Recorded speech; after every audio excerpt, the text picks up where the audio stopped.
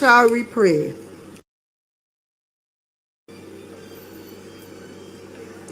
Almighty God, I come before you today with a grateful heart, seeking your wisdom and guidance as we gather to start this meeting. I thank you for the opportunity to serve our communities and to engage in the democratic process. Lord, bless this meeting and all those who are present. Grant us clarity of thought, unity of purpose, and respectful dialogue. May our plans and discussion be rooted in truth, integrity, and a genuine desire to serve the people with justice and compassion. Help us to listen with open arms and speak with respect.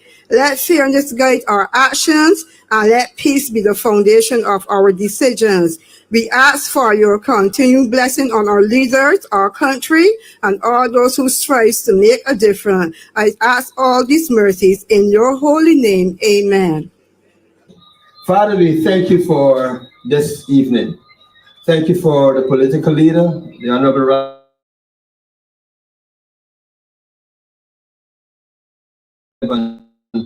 all the members of the Democratic Labour Party, most of all the Ms. Dujon, Felicia Dujon, the candidate running for this constituency. We pray for success for this candidate, Ms. Felicia Dujon. We pray that you will conduct this, you'll help them to conduct this campaign in a very special way. We pray your blessings over this property. We pray that you will continue to guard, to protect, to guide them in everything they do. We pray for your divine wisdom and counsel. We pray for your knowledge. We pray, Lord God, for strategy, initiative, and methodology as they go out day after day in the campaign. We pray for divine favor, and we pray for favor among the people of this constituency. Our Father who is in heaven, we say, hallowed be your name. We say, let your will be done on earth as it is in heaven. We acknowledge that you have been the people's guide for past 300 years. Those are not just words on paper that have been put to music, but that, Lord God, is an acknowledgement that without you, we can do nothing. Father, we ascribe unto thee all the honor, the glory, the praise, the majesty, the strength. Father, we say we thank you. And we give the same honor, glory, and praise to our Lord and Savior, Jesus the Christ of Nazareth, and the person of the blessed Holy Spirit who reside in us. Father, we thank you for sending St. James North constituency, your servant in the person of Miss Felicia Dujon, to represent this constituency. We thank thee, Father, for sending a child of God. And we are here this evening in accordance with your word in Ephesians chapter 1, verse 18, which says, all things, Christ Jesus must have the preeminence. So we want to give, Father, you all the preeminence in all that we do, in accordance with your word. Your word also says in Psalm 33, verse 12, blessed is the nation whose God is the Lord, and the people whom he has chosen for his own inheritance. So because we want to put God first, Father, your candidate, Miss Felicia Dujon, is here as she opens this house, this constituency up.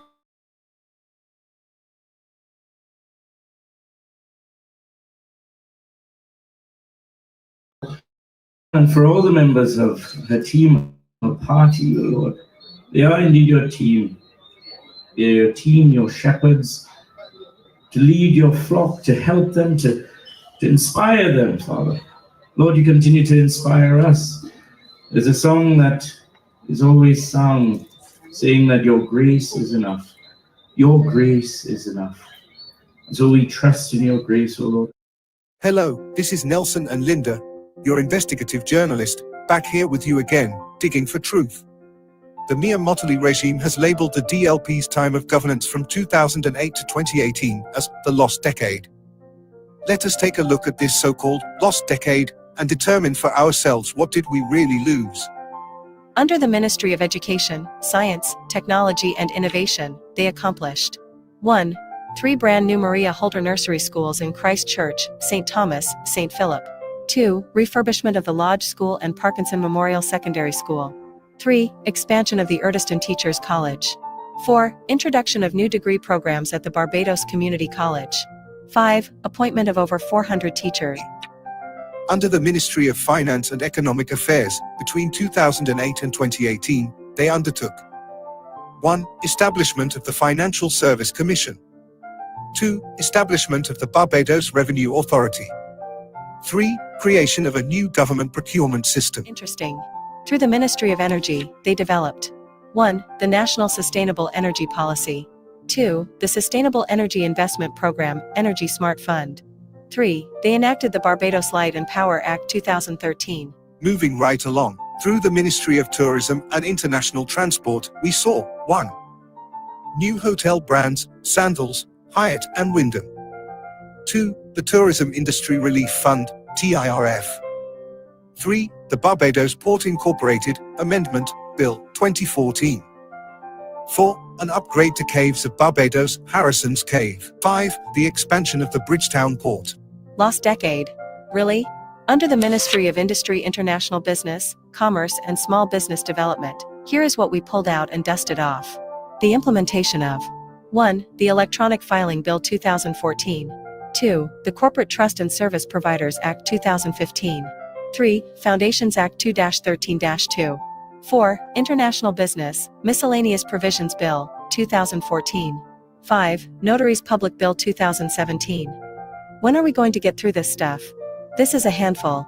Anyhow, under the Ministry of Social Care, Constituency Empowerment and Community Development, there was 1. A white paper on disabilities. 2. The National Strategic Plan for HIV and AIDS. 3. Domestic Violence Protection.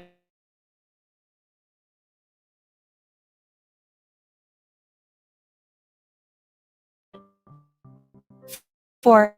ISEE Bridge Project and the IDB initiative call SHSD, which are 5. National Policy on Aging. 6. National Policy on Gender in Progress. By the way, what is this ISEE bridge thing? Let me see. I think it has something to do with strengthening human and social development in Barbados. The Ministry of Labour. What do we have here? 1. Holiday with Pay Act 2016. 2. Minimum Wage Act 2012. 3. Labour Department Act, Amendment 2016. 4. Employment Right Tribunal. 5. Employment Rights Act 2012-9, proclaimed April 15, 2013. I'm getting tired now. Ministry of Culture, Sport and Youth. 1. Enactment of the Cultural Industries Development Act. 2. Development of First National Youth Policy of Barbados. 3. Launch of inter-parish road tennis competition. 4. Inscription of historic Bridgetown and its garrison as Barbados' first UNESCO World Heritage Property. No need to be tired, this is exciting and rather interesting lost treasure. Let's take a look at the mighty Ministry of Health. What did this DLP administration do here? 1. They built the David Thompson Health and Social Service Complex in 2015. 2. Enacted the Medical Registration Act and Nurses Act. 3. Implemented a National Exercise Task Force. 4. They upgraded the physical plant of the Queen Elizabeth Hospital, QEH. 5. They streamlined the Barbados National Drug Service. You're right. I guess I was totally fooled like everyone else. I'm afraid I might have sipped some of the Kool-Aid. Sorry. So, let's turn to the Ministry of Home Affairs, Office of the Attorney General. I wonder what we're going to crack open here. 1. Upgrading of police stations, Central, District A and B, Hastings and Airport. 2. Construction of new police stations at Hastings and Cane Garden. 3. Implementation of legislative and management systems. 4. Prevention of Corruption Act 2012. Oh, that's a big one. 5. Upgrades of post offices, St. John, Eagle Hall, Oistins. 6. Creation of 200 posts for the prison service. What happened in the Ministry of Transport and Works? 1. Transport Board and PSV partnership first occurred under this DLP administration. 2. Commencement of refurbishment of the river terminal. 3. Major road rehabilitation island-wide. And 4. A major repavement program initiated. Let's drop our nets in the Ministry of Agriculture, Food, Fisheries and Water Resources Management and see what we catch. Here goes. 1. Construction of Barbados Water Authority building. 2. Implementation of a St. Philip water augmentation plant. 3. The water meter.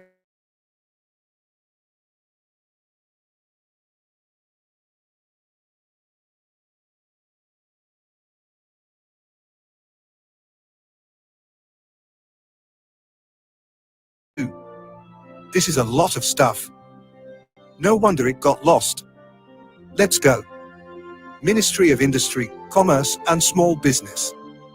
1. New strategic plan for international business sector. 2. Policy framework for micro, small and medium enterprise sector. 3. Increase in international business sector. 4. $10 million in additional funding for small business sector. 5. Growth in export of goods and services due to BIDC-led expansion into new markets. No problem, Nelson. This is the last one. After this we can both get a rest. The Ministry of Housing, Lands and Rural Development accomplished these feats during the lost decade. 1. Development of low-income housing solutions, Parish Land, Constant, Marchfield, Woodbourne.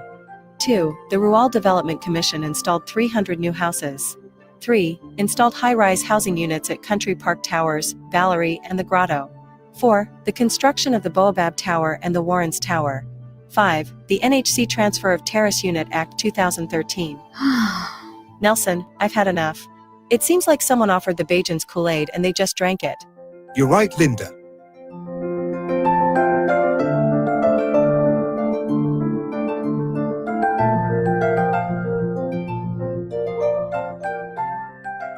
Maybe political propaganda?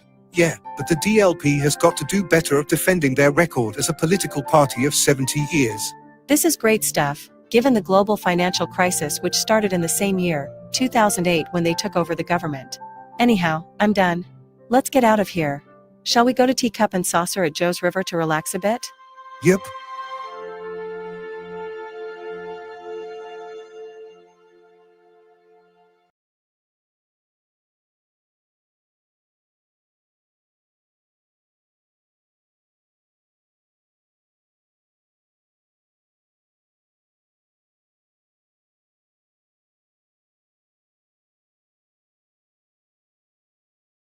Many of you have seen her, and seen some of us in this area during the past weeks. And this by-election is really a pivotal one for all of us, not only in Ashton Hall, but in Barbados. And really and truly, let us remember that a by-election is a measure of the government's performance. You can judge for yourself, but thus far, this government report card is worrying. We in the DLP are calling on you in St. James North, to send a strong message to the Barbados Labour Party government and tell them with your vote that you are not happy with their performance. You are not happy with the prices in Barbados, the taxes, the crime, and the social decay of this land. And you may not choose to be able to use your voice, but we want you not to be afraid to use it, but you can use your vote. People of Ashton Hall, lest we forget that you had a by-election stolen from you years ago in 1984. And you know that Sybil Leacock won by one vote, and then they took it away from her and called another by-election. We and I also mourn with you at that time. And when I was a candidate, you know, we talked about it, you complained about it, how they had stolen that Ms. Leacock as a representative for you. And I want to say that now you have the chance again with Felicia Dujon. You have waited for a woman for too long. And Felicia Dujon is here. And your moment is now. Do not let them steal another one from you. Do not let them steal another woman from you. Yes, the country has a female leader who comes in occasion to talk to Shadow. She comes in her chariot and demands him about what to do. She shouts orders across Barbados. But remember, you have a choice. Don't just throw up your hands and think you don't matter. This is your moment. This is your moment. Wednesday, the 21st of May, 2025 is the day. Seize your moment and send Felicia Dujon to Parliament on your behalf. And I want to say to you tonight that really and truly, we have a number of speakers that will be here with you and speak to you. Dr. Derek Allen, Jason Phillips, Verla de Pisa, Richard Seeley, your Felicia Dujon, Dr. Elvis Wickham, Senator Ryan Walters, and of course, the Honorable Ralph Thorne, political leader and the leader of the Democratic Labour Party and the leader also of the opposition. So I want to bring to you first Dr. Derek Allen. Of course, some of you would know Derek as a trade unionist, and he is a social development officer also, and he is steeped in politics. He has been a candidate in elections, and I know that Derek will bring a message to you that you may very well want to hear, and he wants to tell you why you must go out and vote. Thank you, Dr. Derek Allen.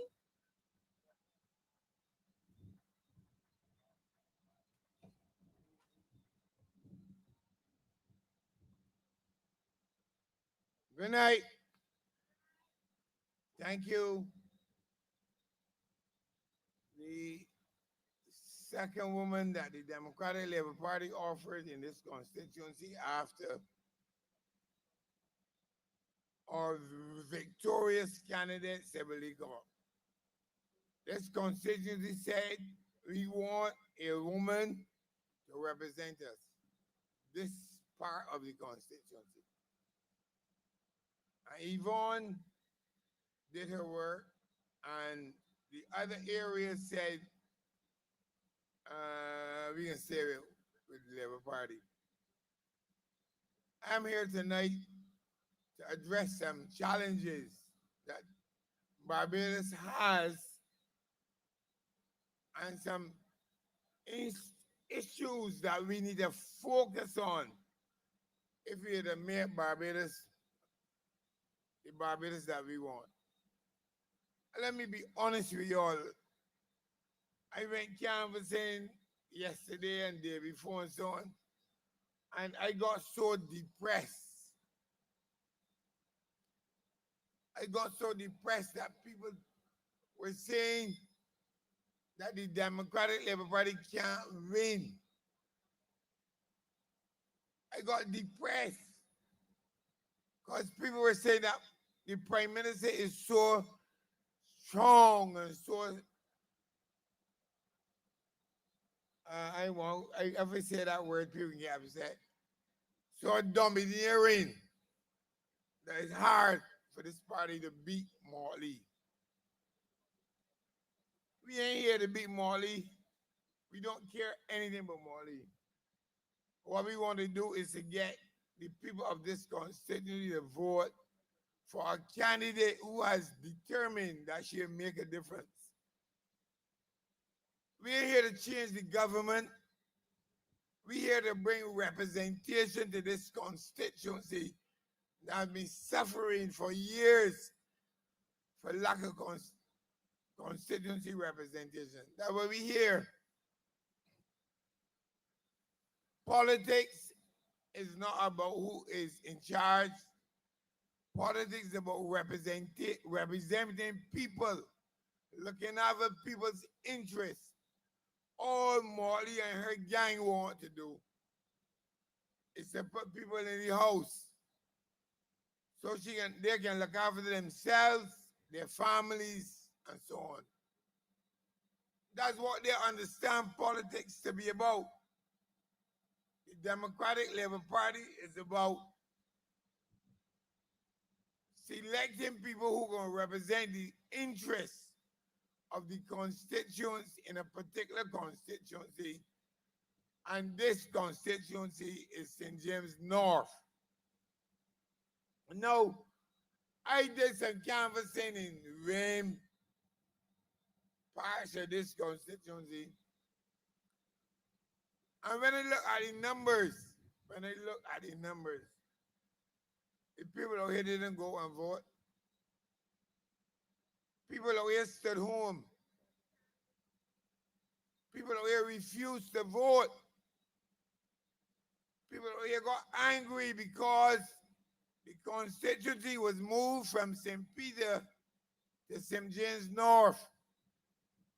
So we had 30% of the people out here voting. 30% of the people here who went out and vote. You know what that is? It's a recipe for the Labour Party to win.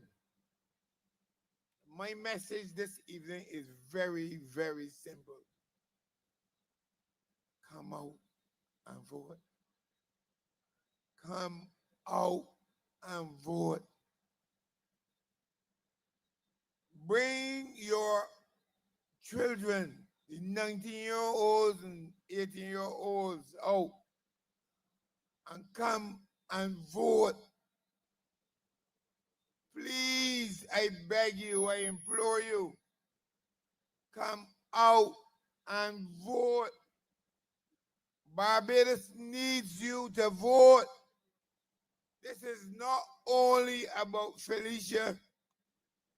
This is not only about the DLP. Barbados needs you to come out and vote and make a statement about the decadence, the wickedness, poor administration of this of the Morley government.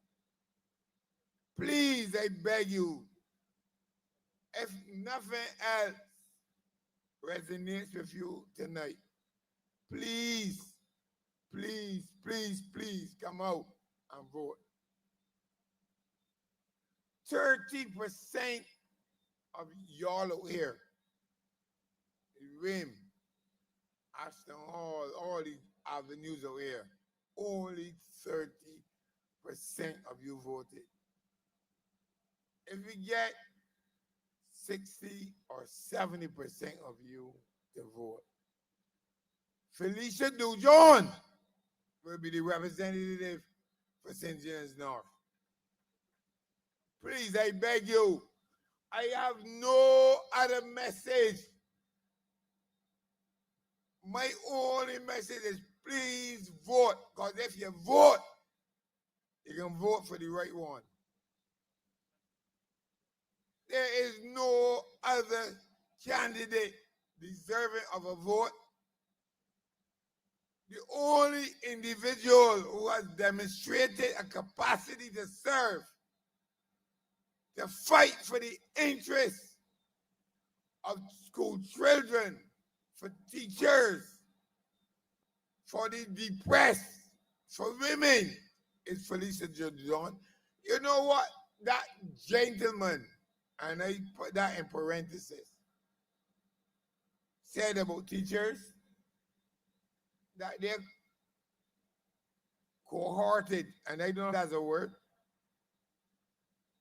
He said that this Felicia got the teachers to cause a strike. That we said that is disrespect for our teachers. They had a legitimate issue.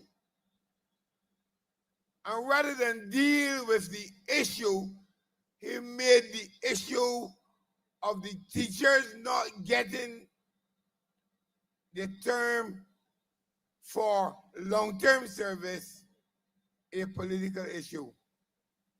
You don't need, I mean, that alone should tell you that shadow should be ignored. Now, I am not in the best of spirits because I came here to curse Shadow. But I'm not going to do that because my friend David Boyne tell me that is not what to do. Cursing him is not what this party is about.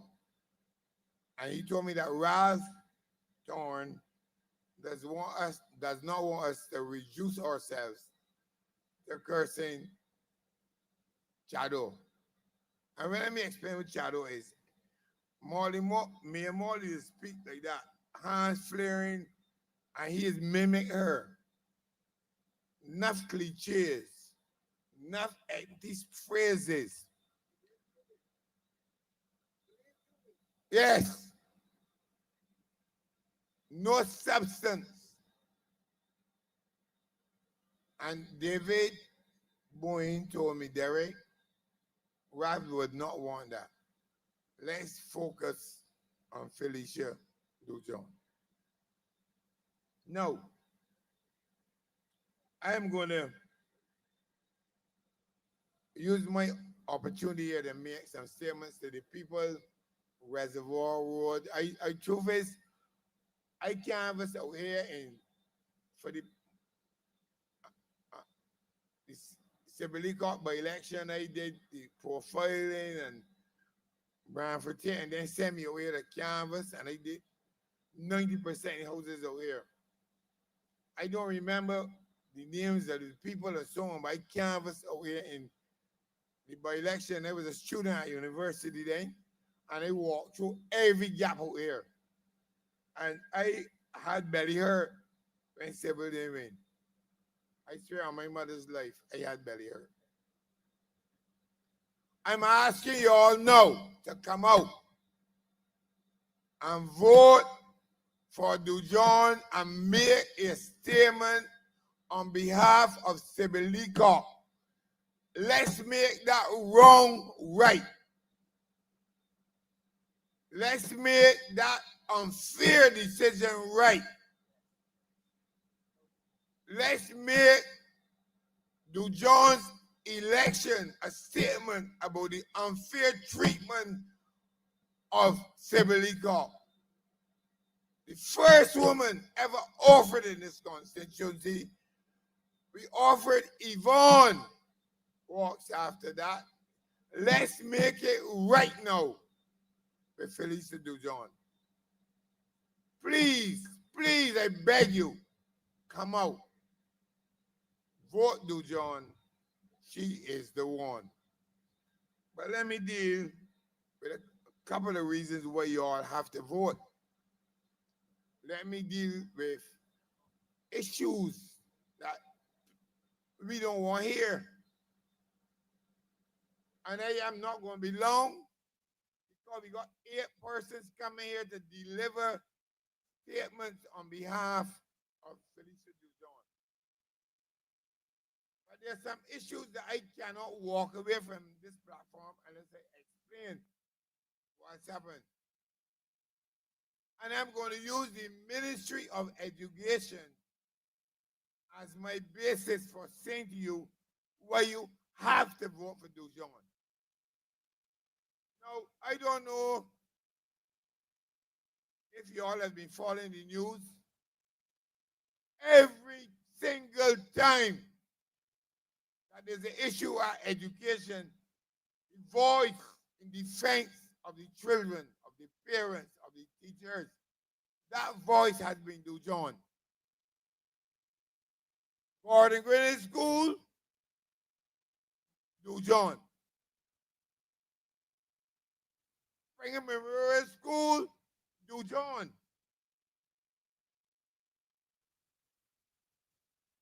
What did we serving him? What was he serving?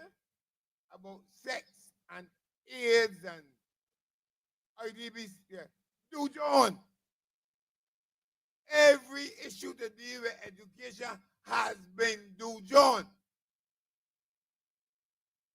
She ain't no arrive. She has been around making a case for children related to education. Felicia Dujon has been an advocate for rights for children, teachers, and particularly for making education right. I walk with this speech here. It got 18 pages. I come here to deliver.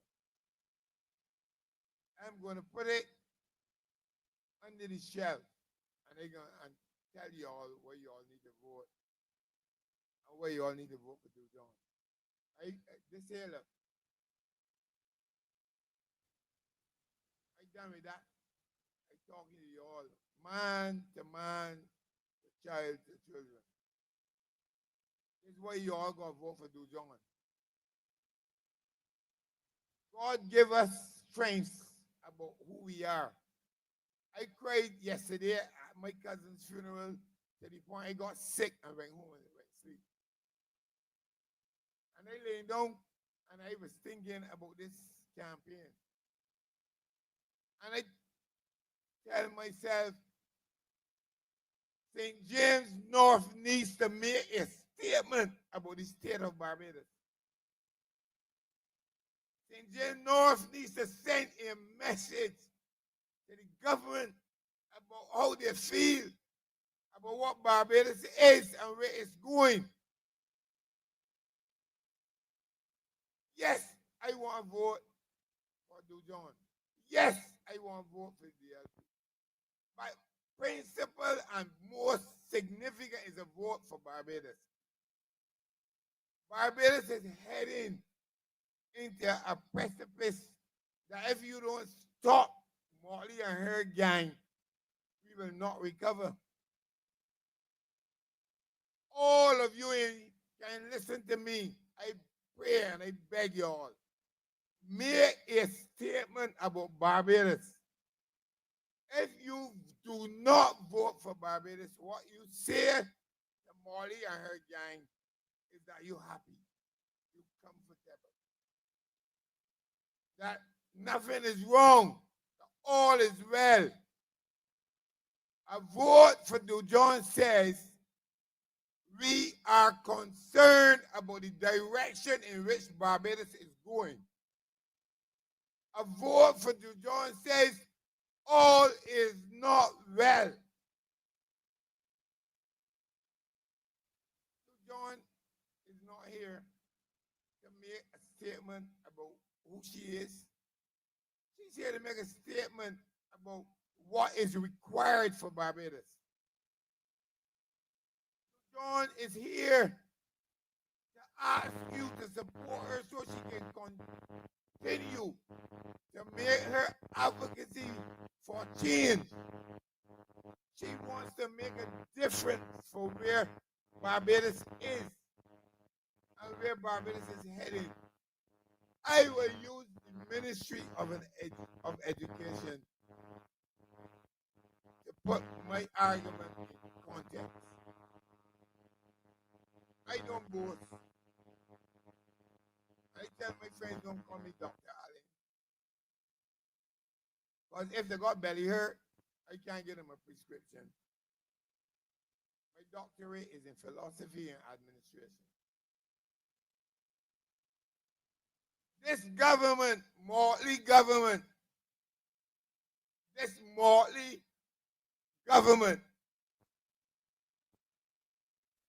just established the Ministry of Education with two hands.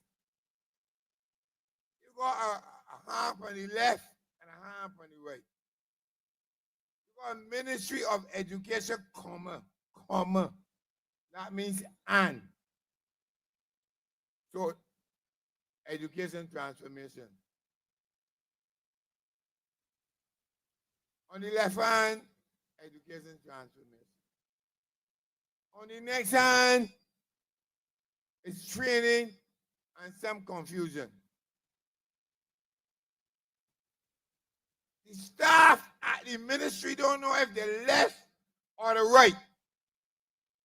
The staff don't know if they're with education transformation or if they're with education whatever else. There was no thought about what the connection would be with Ministry of Education. So Molly came out in 2013, that was the what? And promised to calibrate and recalibrate and redesignate and to build out an education policy that would give every citizen, every boy and girl a focus and build them into the best citizen ever. The 11 plus was supposed to be abolished and a new program started.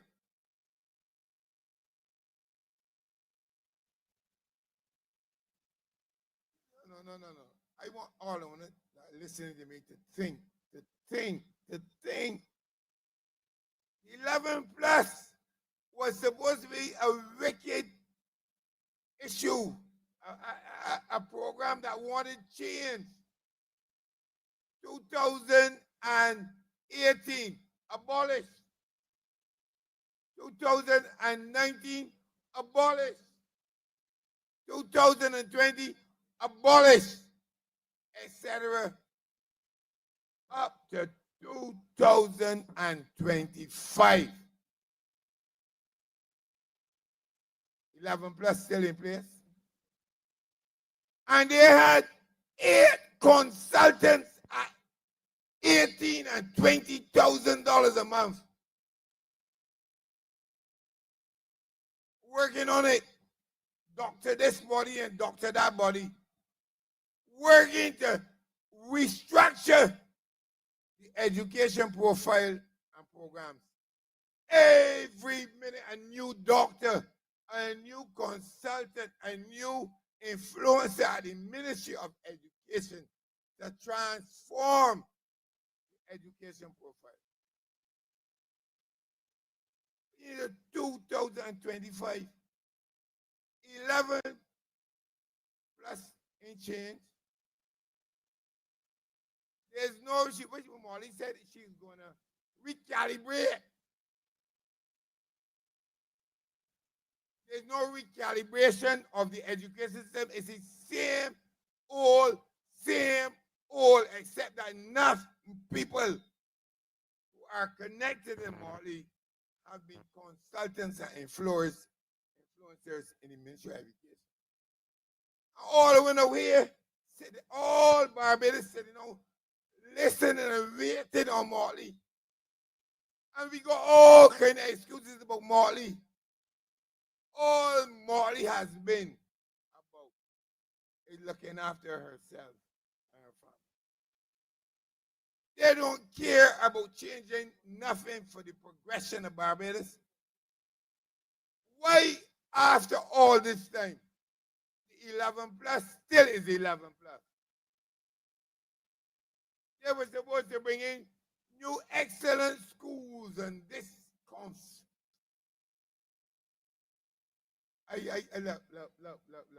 Look.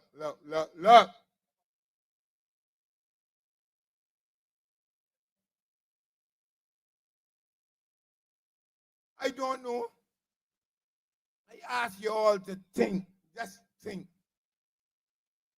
What is Morley about except bringing shadow to confuse Kerry Simmons, and Bradshaw. That's all it's about. It's not about giving y'all representation over here. There's an issue with who will be in charge, and she brings shadow. That is mimic the shares.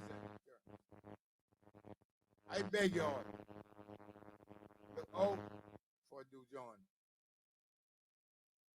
Felicia Dujon is the one.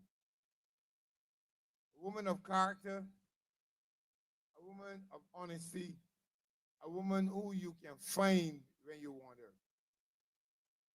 Shadow is going into the environment of the overseas people. Please come out and vote. The Democratic Labour Party is not about just winning the seat. It's about also sending a message about Barbados. Vote, vote, come out and vote for Dujon. You are not going to be sorry. God will bless you all. Come out and vote for Dujon. Good night. God bless you all. And the others will. Alicia, she is the one. Yes, we going with Dujon. Honest voice for the people, that is what we want. Cost of living, but we troubled and all the violence. A woman of integrity, good character and morality. The big man is a problem, but Dujon is the big solution. Felicia, she is the one. Yes, we going with Dujon. Felicia, she is the one. Hi, good evening, ladies and gentlemen. Good evening to you, the members of the Ashton Hall community, Reservoir, Graves Gap, Millionaire Road, wherever you're from this evening, we the members of the Democratic Labour Party are happy tonight that you are here to hear the gospel of the Democratic Labour Party. Tonight, my job is simple. In fact, first of all, I should have introduced myself. I'm Dave Cumberbatch, formerly from St. Peter, now St. Philip, soon to be St. Peter again. I'm here to introduce to you the next speaker. Now, he was born in the parish of St. Peter, educated in St. Peter initially. He's a teacher, now an attorney at law, also a committed community person. It gives me great pleasure to introduce to you the next St. Peter, the next representative for the Democratic Labour Party. Put your hands together as we welcome Jason Phillips to the podium. And we are the best you can. The world is out there, conquer your fears. Down your way too long. Yes, you got to be strong, and we are the best you can. The world is out there, conquer your fears. And down your way too long. How you doing?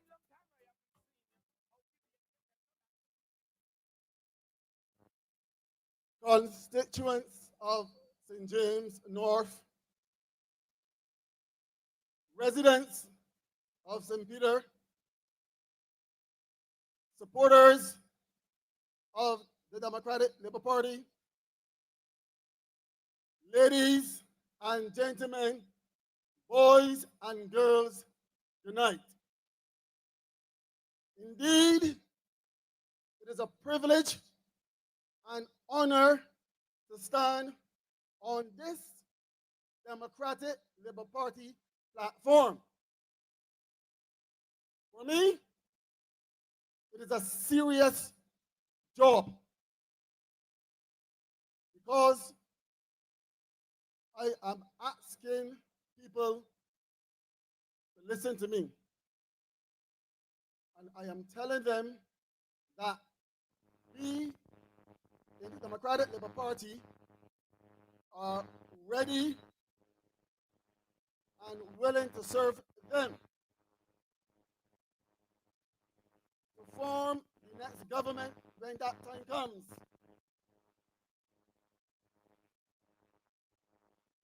And tonight, especially those in St. James North, I'm asking you to give your support to Felicia Dujon. Consider this, pound for pound, if I put Felicia Dujon and Mr. Chad Blackman to stand side by side, there's no question at all, that the better candidate is Felicia Dujon. People are being tricked by the PM. She is overshadowing everything. But remember, the representative for St. Peter North must be determined from or between Felicia Dujon and Chad Blackman. And if you look at Chad Blackman, and if you listen to him, he is not ready. He is not willing, and he is unable. Felicia Dujon is the woman for the job. This Barbados Labour Party government usually win when there's voter apathy, when Barbadians stay at home and they do not come out. That is when the Barbados Labour Party has a chance of winning. There are more Democratic Labour Party supporters in Barbados than there are DLP supporters. I am urging the constituents of St. James North and the residents of St. Peter within that constituency to come out. Come out in your numbers. Do not be afraid. Do not believe the lie. Come out. I want those Democratic Labour Party supporters of yesteryear to come out. I want those on the fence to come out and support Felicia Dujon. And I want those new supporters, those 18 and 19-year-olds, to come out and support her.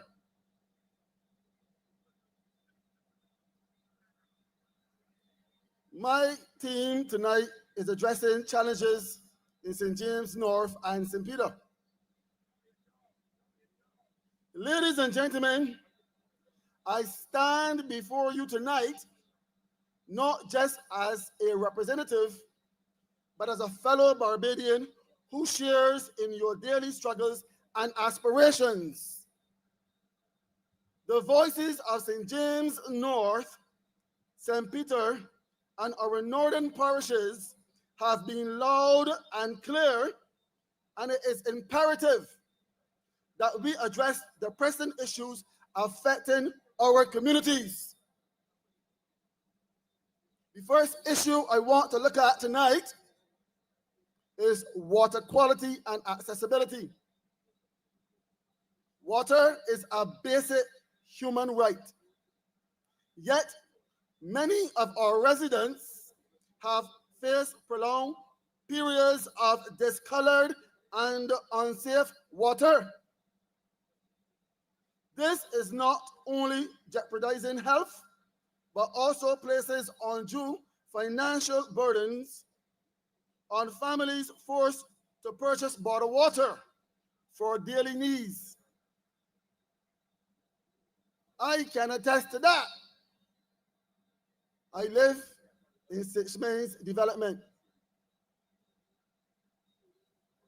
And for far too long, the water was discolored. It was brown. I don't know why, but it had my mind going as to why it was brown. I could not drink that water.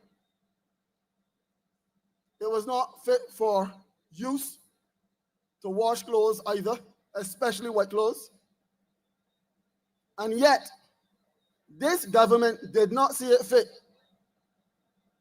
to give a rebate to the people in the north of this island. We had to pay for water that we could not use except if you use it to wash down the pig pen or the drain or wet your garden. I didn't feel comfortable bathing in that filthy water.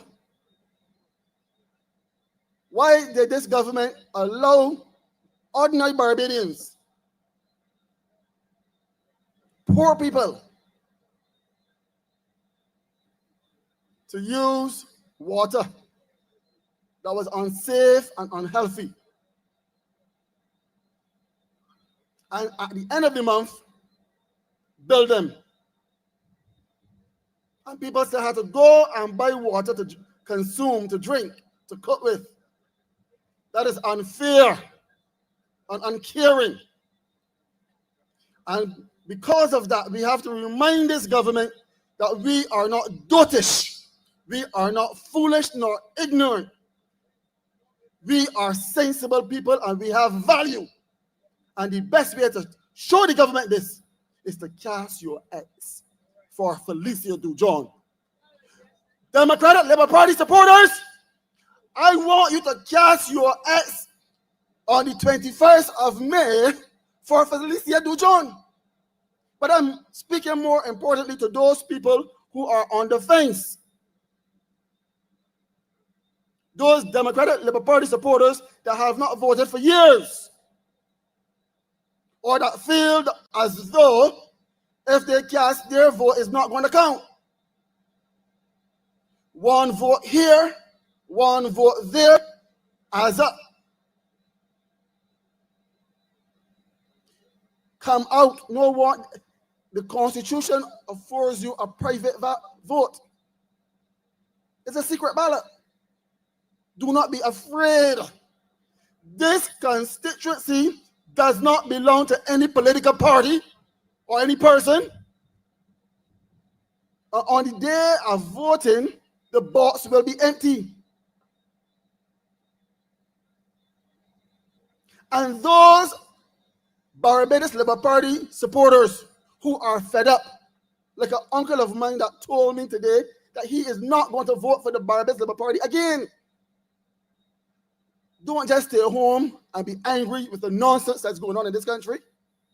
Come out and support the Democratic Labour Party. Send a message to Mia and her cohorts. Imagine what will happen on the 21st of May when we win this election. They have to go back to the drawing table and think again. It will be a referendum on their stewardship. This is so crucial and critical. This by-election is a linchpin in the politics and governance of Barbados. We cannot afford to allow this to slip from out of our hands. I am urging everyone in the hearing of my voice in St. Peter and in the constituency of St. James North and indeed online. If you are legally able to vote on the 21st of May, please, I urge you, come and support Felicia Dujon. If you have to go shopping, come and vote and then go shopping afterwards. If you have to go to the doctor, come out and vote early in the morning and then go to your appointment afterwards. Do not take this thing lightly. I am peeved to be living in a Barbados where every day there's some sort of violence and almost every week a shooting. We do not manufacture guns and ammunition in Barbados. And if the government cannot keep us safe, it is saying to the Barbadian public that they are tired or that they do not know what to do. And if that's the case, step aside. Start by moving aside in St. James North and allow Felicia Dujon to come and do the work of the people. The next issue, infrastructure and road conditions. Our roads and bridges are in a state of disrepair. Pothole-ridden streets and crumbling bridges like those in the Wim and Pikes Bridge in St. Peter not only hinders daily commute, but also poses serious safety risks. Despite government allocations for road improvements, many rural roads are still awaiting much needed repairs. And this is a fact. The roads in our rural districts, and indeed St. James North, are in a state of disrepair. If you come up Ewan Hill, where Sibyl used to live, that whole road is awful. You mean that they're collecting road tax through the gasoline and so on, and yet they cannot show us what they're doing with that money? Only recently they don't start doing a few roads. It cannot be fair to Barbadians who are paying taxes. And the roads are in need of debushing too. This Barbados Labour Party government is taking the good people of Barbados for granted. And this $300 payout recently is not going to make us forget. I am urging the good people of St. James North to send a message to this Barbados government on the 21st of May by casting your vote for Felicia Dujon.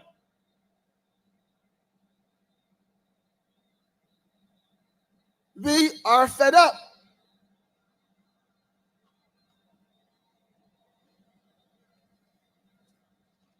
Another issue is youth unemployment and community development. Our youth are our future. Yet many find themselves idle due to lack of unemployment and opportunity. This idle time can lead to negative behavior, not out of choice, but out of necessity. And let me pause here. I am not saying that what happened a few days ago where that old man was robbed in broad daylight was the right thing. It was awful, it was wrong, it was illegal, it was everything that was wrong. The devil find work for either hands to do. But it says to me that people are desperate. If the economy is so good, why are people risking going to prison for a few dollars? Maybe it is good, but for a few. The majority of Barbadians are seeing it hard. And that is why we saw that picture the other day with thousands of Barbadians lining up for a few dollars. That speaks volumes. This government is saying on one hand that the economy is good, and on the other hand, Barbadians are feeling it. With youth unemployment rates alarmingly high, it is crucial to invest in job creation and skills training programs to empower our young citizens. If the last representative for this constituency was really interested in creating wealth and employment, he would have imagined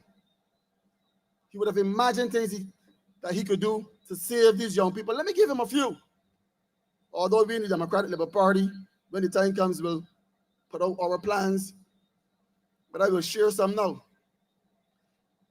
They could have placed a program in place where they say to some young people on the coast, I am going to give you a grant through the Ministry of Agriculture. Are we going to make it possible that you can get a loan from a commercial bank where you can go and buy a few fish pots, perhaps a Moses, and start your own business? Not only would we allow you to create your own business, but then we will provide a contract for you. For example, you could then say to those fisher folk, provide the school meal service with 2,000 pounds of fish weekly. And at the end of the week, give them $2,500 for that fish. And that is an arbitrary number. 4 weeks, that person is getting $10,000. It is twofold. That person is now employed, but they're making so much money, they can employ other people to work alongside them. Now, pray tell me, when you're on the high seas, fishing, and so on, do you have time to come home and rob somebody?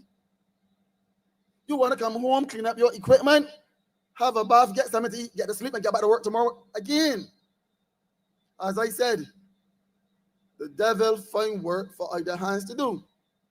Why can't a young lady who is interested in cosmetology be given a grant or be allowed to get a loan to open a salon, to plait hair, to straighten hair, to do nails? Why can't this government get young people interested in farming? Give them a half acre of land, an acre of land. Get someone from the Ministry of Agriculture to work alongside them. Raise pigs, sheep, goats, plant cash crops, sweet crops like string beans, lettuce, and then provide opportunities for them in the form of contracts. Go to this geriatric hospital and deliver 200 heads of lettuce a week, and so on and so forth. If there's a will, it can be done.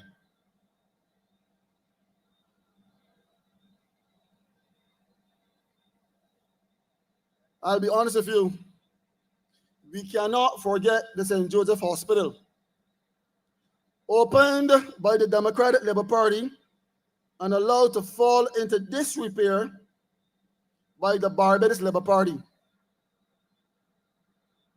I was a lad living on Church Street, Gilstoris Church Street, just behind the Salvation Army, when that hospital was up and running. That was a good thing that the Democratic Labour Party did for the people in the North. It was cruel, it was inhumane, I dare say it was spiteful for the Barbados Labour Party to allow that hospital to fall in a state of disrepair. It tells me that they do not care about people. They care about sounding good and looking good. Which woman with child or about to give birth can wait on an ambulance to come from miles away in Bridgetown, all the way to St. Peter, to take her back to Bridgetown to deliver a child? Which person suffering with asthma and could scarcely breathe, or a person injured seriously, could wait on an ambulance from south, coming from south? The hospital right there, Ashton Hall, would have been an excellent facility to alleviate some of the stress from the main hospital in Bridgetown. But because it was given to the people of the North by the Democratic Labour Party, those people on the other side created a policy that was nothing less than spiteful, vindictive, and nasty. It was a good thing I will remember it until I die. And what hurts me is this. They allow the hospital to run to ruins. And the Morris Bayer Polyclinic, just above the roundy town, is in a state of disrepair too. Tell me why that facility cannot open to 12 o'clock at night, or possibly be a 24-hour facility with an ambulance there. You have St. Lucy, St. Peter, St. Andrew, and St. James, 4 parishes. If you're very sick at 2 a.m. in the morning, you're at the mercy of God. We have to stop talking about, I'm a BLP supporter or I'm a DLP supporter. Look at the issues. Bet who bet you. If someone do not care about you and they do not help you, do not find a reason to support them. Support someone who will support you. The Democratic Labour Party, by placing the St. Joseph Hospital in Ashton, even though they were represented, even though the constituency of St. Peter was represented by another person, shows that the Democratic Labour Party cares about people in the north. And I am sure, no, I am positive that when you elect Felicia Dujon on Wednesday, the 21st of May, 2025, she is going to fight for you tooth and nail. And don't ask the question, if she is in opposition, how can she help you? Of course she can help you. She will put those BLP parliamentarians' feet to the fire. She will question them. She will bombard them with questions every week in Parliament. She will embarrass them as they should be embarrassed.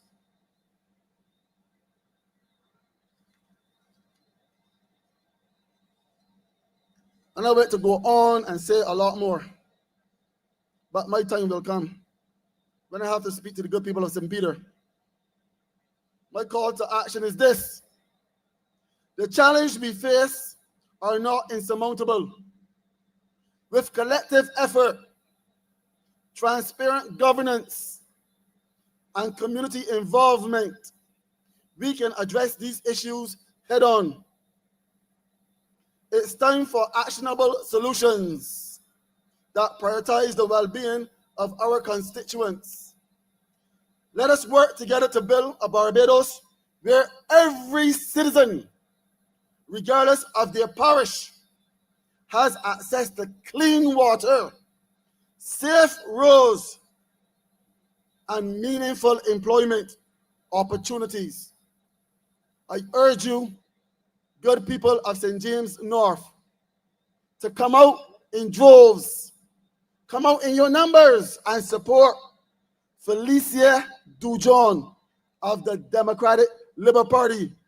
Good night, and good night to you all. We voting Felicia, yes, we voting Felicia, cause Felicia, she is the one. Yes, we going with Dujon. Felicia, she is the one. Yes, we going with Dujon. Felicia, she is the one. Yes, we going with Dujon. Felicia, she is the one. Yes, we going with Dujon.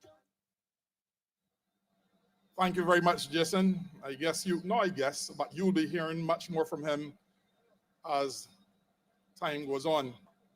I just opened my phone. I am now checking the news from earlier today, and I saw a headline, robbery victim living in fear. Robbery victim living in fear. I have somewhat with the headline. I think it should say Barbadians are living in fear. I need not rehash the incident which took place on Thursday where an elderly man was robbed. And you're all well aware that recently we had some robberies in Barbados. On Sundays, we had an incident, I remember, in Lower Carlton, where a little child was shot, was grazed by a bullet. I don't want you to lose the significance of what has happened here, ladies and gentlemen. Sunday is a day usually people are out, as Bajans will call it, or at home rather, eating the Sunday food. Quietest day in Barbados.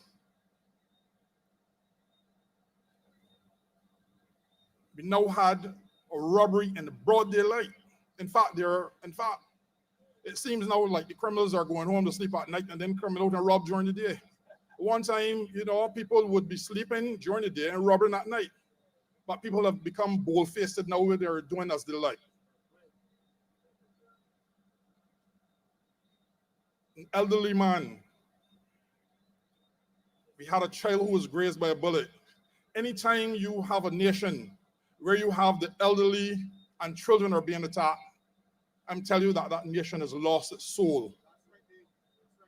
Former Prime Minister, Owen Arthur, now deceased. I remember these words. I don't want to call it in the other party's name, but for the sake of being complete, I'll say it. The Barbados Labour Party has lost its soul. It's lost its soul, it's lost control of Barbados.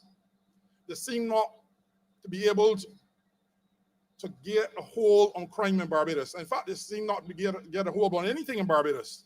Everything just seems to be sliding downward and downward and down and down. Crime is a very important issue. Crime is one in which we have to be careful of. I mean, as you would know, if your crime rate is up, so from now our visitors will stop coming to Barbados. Ladies and gentlemen, I want to introduce to you our next speaker, someone, an attorney at law and a criminologist, former president of the Democratic Labour Party, criminologist par excellence. And I'm saying that the government, if you do not know what to do, I'm going to introduce someone, the next speaker, who knows what to do as far as crime is concerned. These people seem to be wrestle ideas, but I'm going to introduce to you our next speaker, Verla de Pisa, who can tell this country how we can get out of this mess. So welcome to the podium, Verla de Pisa.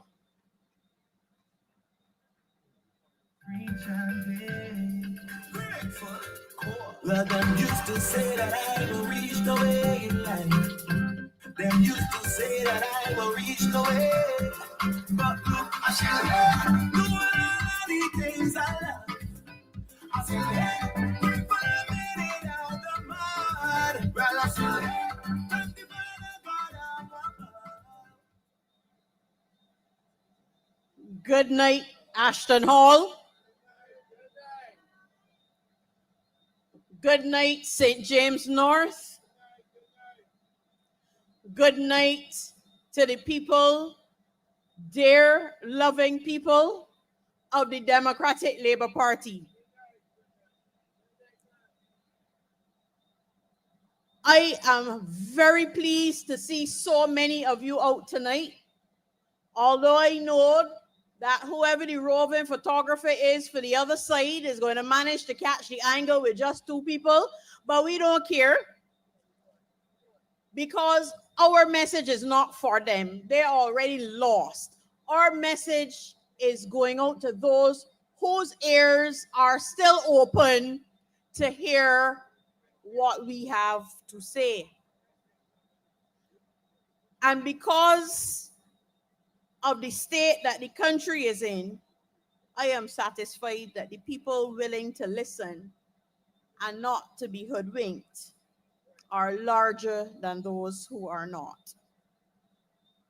Now, tonight, I stand in support of my comrade Felicia Dujon, who has offered herself first to the nation She has been our spokesperson on education for some time now, and you have had the opportunity to witness for yourself her commitment to cause. You watched her when the IDB survey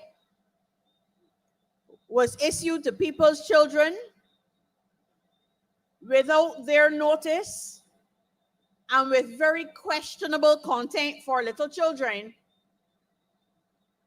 Felicia spoke up on their behalf.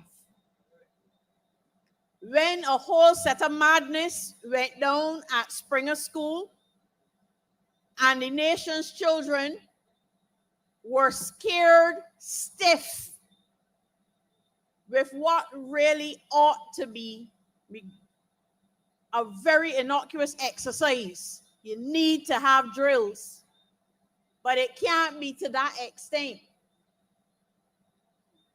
Felicia stood up for the people's children. When they had issues at Alexandra, she was down there. It doesn't matter where the issue was, she took her role seriously as the spokesperson for education. And I am satisfied that Felicia will bring that same energy and tenacity to the exercise on behalf of the people of St. James North.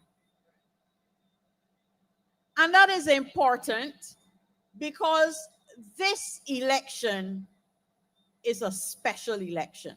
It is not just a by-election. It is a national election. And I keep saying this. It is not an election that everybody in Barbados gets to participate in.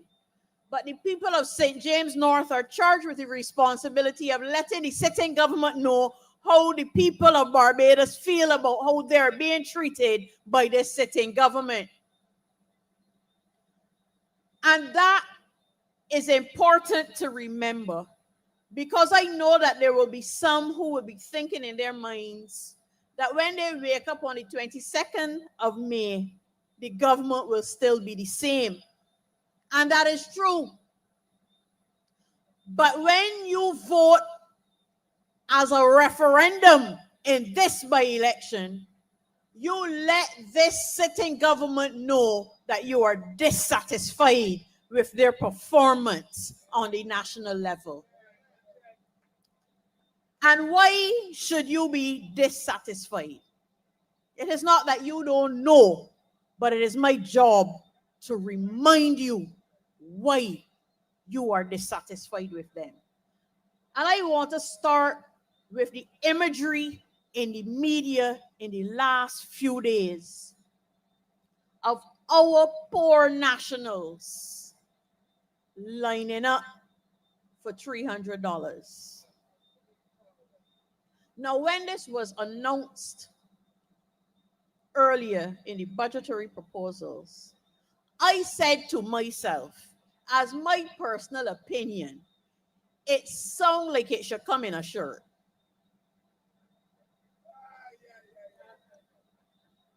But this is the really striking point for me. You say to this country that we are doing oh so much better than you thought, that you have it now that you can give back $300. And we are glad for that money because there are many amongst us who need it. But you mean to tell me that when the year comes, you can find people to give them back $1,300 in a reverse tax credit, but they got to line up for $300? That makes sense to you? That is ridiculous. And I watched the line and my heart hurt me for my people who are in such a state that they have to line up for the $300. that their government, which ran on a slogan that said that they cared, would have the nation's people in the hot sun, in the pouring rain, lining up for $300 that could barely carry down one time to the supermarket when they know that they have a better way to get any money that they have to the nation's people. So you have to ask yourself, what really is the reason that they have people lining up across Barbados for a little bit of money? Because it is a little bit of money when you carry it to the supermarket. Ask yourself, what is the ulterior motive? Why do they need me to come in here and give my personal information that they already have to get $300? And then ask yourself if that sounds to you like a government that cares. And that is just the most recent example of a government that is not caring for you. We have had so many promises over the years. Hot and sweaty, they came to office in 2018 and creating all the slogans in the world. They are the masters of slogan making. For you and against you. And left earworms for you that are now eating out your brain. And made promise after promise that they can't keep. And it was little things and big things. Little things like, we're going to ban plastic bags. And the only thing that has happened is that plastic bags remain, but you now have to pay for a plastic bag. And you now have to pay for a shopping bag that were free up until that point. And ask yourself, is this a government that says it cares? And if you follow that train of thought and your answer is no, then St. James North, the 21st of May is the time that the country will be calling on you to signal to this government that you are not pleased, you are not happy with what they are offering. And it is a whole lot more than that. Under the last Democratic Labour Party administration, if there's one thing that they couldn't take away, was housing. We had the plan helping every last person. And you could see the projects going up. You could see people moving into houses. I remember Fords Road. It didn't even have to be big projects. Some were big projects, some were small projects. There were 16 units in Fords Road. But they had the whole of Valerie. And they had the grotto.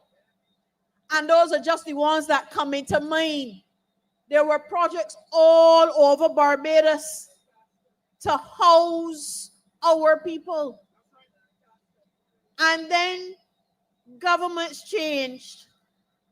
And the slogan changed. And we got hope. I'm glad you understand. Because the only hope that is there is in the name. It is a hopeless project. If you go up opposite the prison, you will see roads that cut, and that is it. If you go up in Pool, they were up in Pool Woods having a time a couple weeks ago, but not a fella can live in a house up there because they can't get them past the foundation. Lancaster is a disaster and looking like it is heading for litigation. But the money gone though.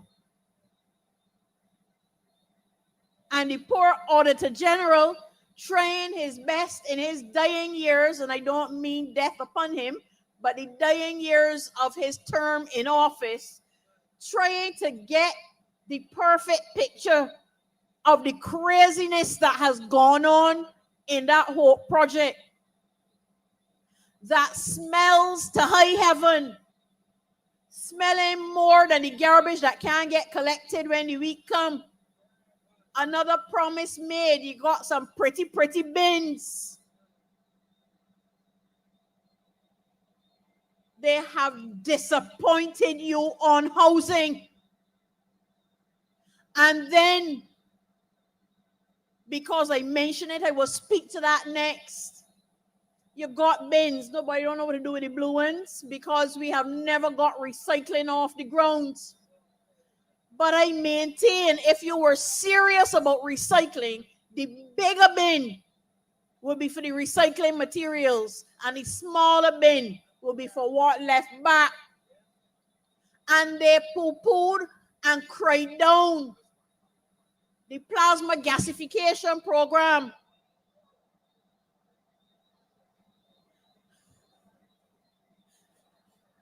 I want y'all to know that I saw that from here.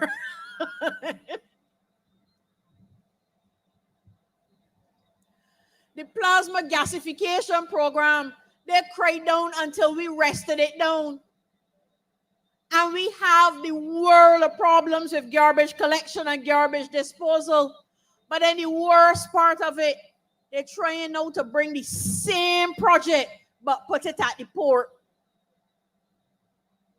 That is just disappointing you because it shows that it was never about nation building. It was about getting kudos for themselves. And if that disappoints you, if this government disappoints you on that, your opportunity, St. James North, to redress that situation on behalf of the people of Barbados is the 21st of May. Because, and it bears repeating, this is not a general election, but it is a national election. And just to keep in the train of the social services that are offering, what is going on at the QEH? When you spend money to upgrade a building and the first thing it does is leaks, but you can't hear that a man has been held to account for that. You have to be disappointed in your government at a time when you are being told that you got to pull your belt tight. Their guts busting.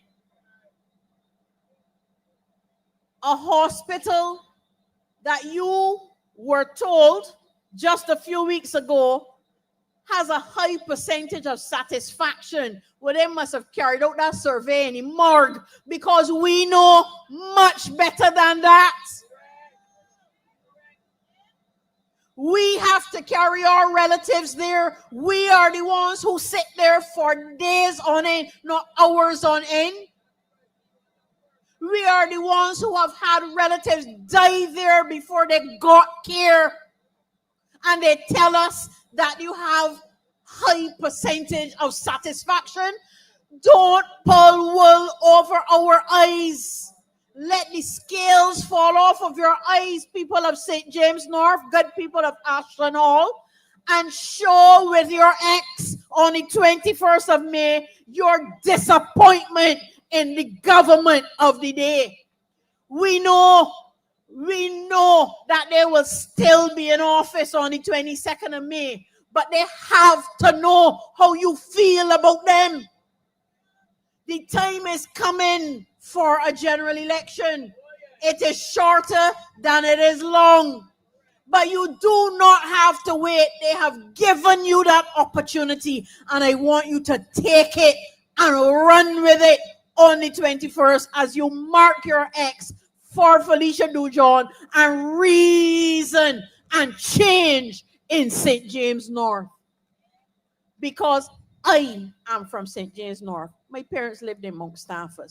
I was one of those fortunate people to grow up two places because I spent a whole lot of my time with my grandparents in St. Lucie, but my parents were in Mount Stafford, St. James, just around the corner from the campaign office.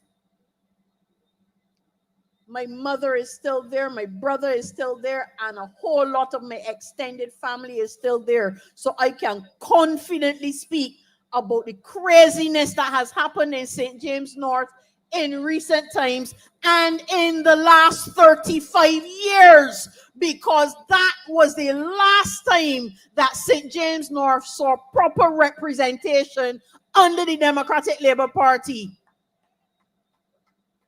And they have taken you for granted for years. You have been faithful to them, but they have disappointed you at every turn. And I can get a little personal with you now, because we know that when in our relationships we get faithful and we are disappointed day after day after day, there comes a point in time when you have to walk out the door and you have to pull the plug on that relationship and you have to show backbone and metal. You don't have to stand up and shout, but you have to walk with purpose to your polling station on the day. And you have to stand in that polling booth, you, your pencil, and your conscience, and vote with your conscience and show the government of the day that you are disappointed. You can't rest your finger down on a single ministry that is performing at a level that will have you say that you are satisfied with their performance.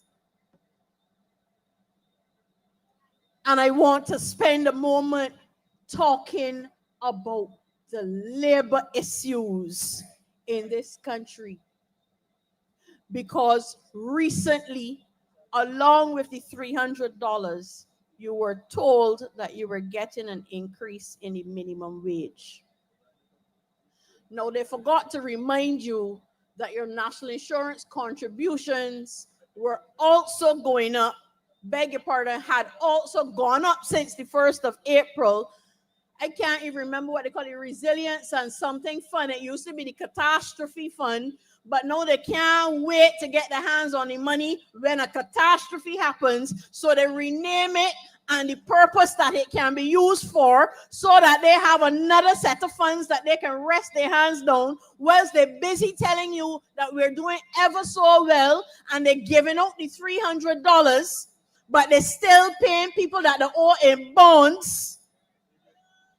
And they're still borrowing money left, right, and center. They're going back to the commercial markets again, the international markets, looking for money and tying and binding the hands of the next generation on how they will be able to develop themselves, because they will be too busy paying back the bills that this present administration has amassed, having run on a campaign in 2018 and 2022 that the former administration had the debt too high, and now they've come and the debt is even higher, reaching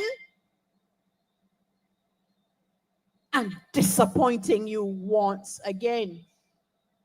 But in the labor market, they have given you monies in the minimum wage. But I maintain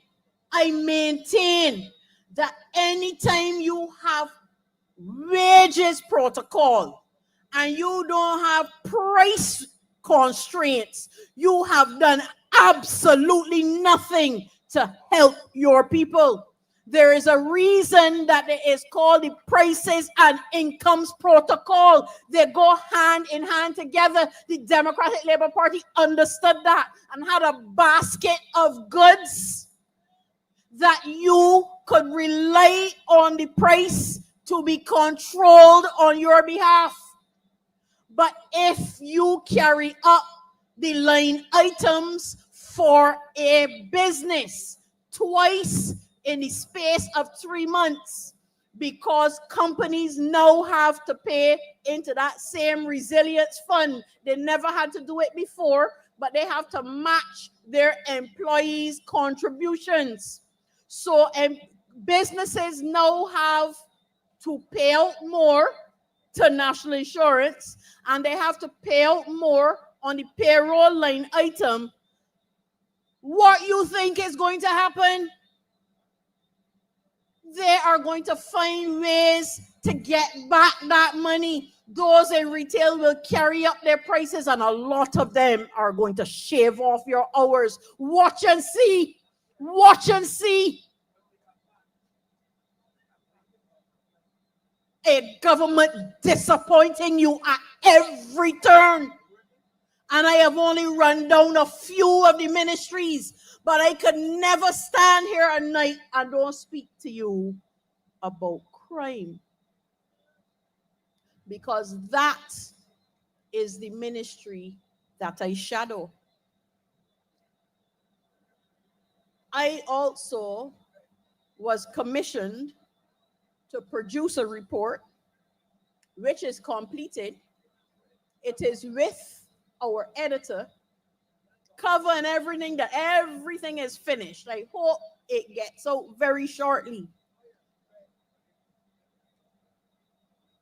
In 2016 and 2017, up and down this country, the then opposition spokesperson could not stop talking about how badly the last administration was handling crime. I said recently that he has laryngitis. You can't hear him anymore. But unfortunately, the very next night he spoke. And he said that the Barbados Labour Party has the criminals running scared. And Lord have mercy, the very next morning, broad daylight, one of our cherished old people, because they are who built this country for the rest of us to stand on, was pounded to the ground in the middle of the day. And when I saw the picture, never mind the video, when I saw the picture of that poor man, it brought tears to my eyes. How you could do that to a grandfather? How you could do that to anybody, but how you could do that to a grandfather? You got no heart? But we are going to hear about how they're running scared. How scared are they? You're the scared ones. You are the ones who are afraid to leave your windows open when the day come, or to let the air pass through the door because somebody might walk in you don't know anymore.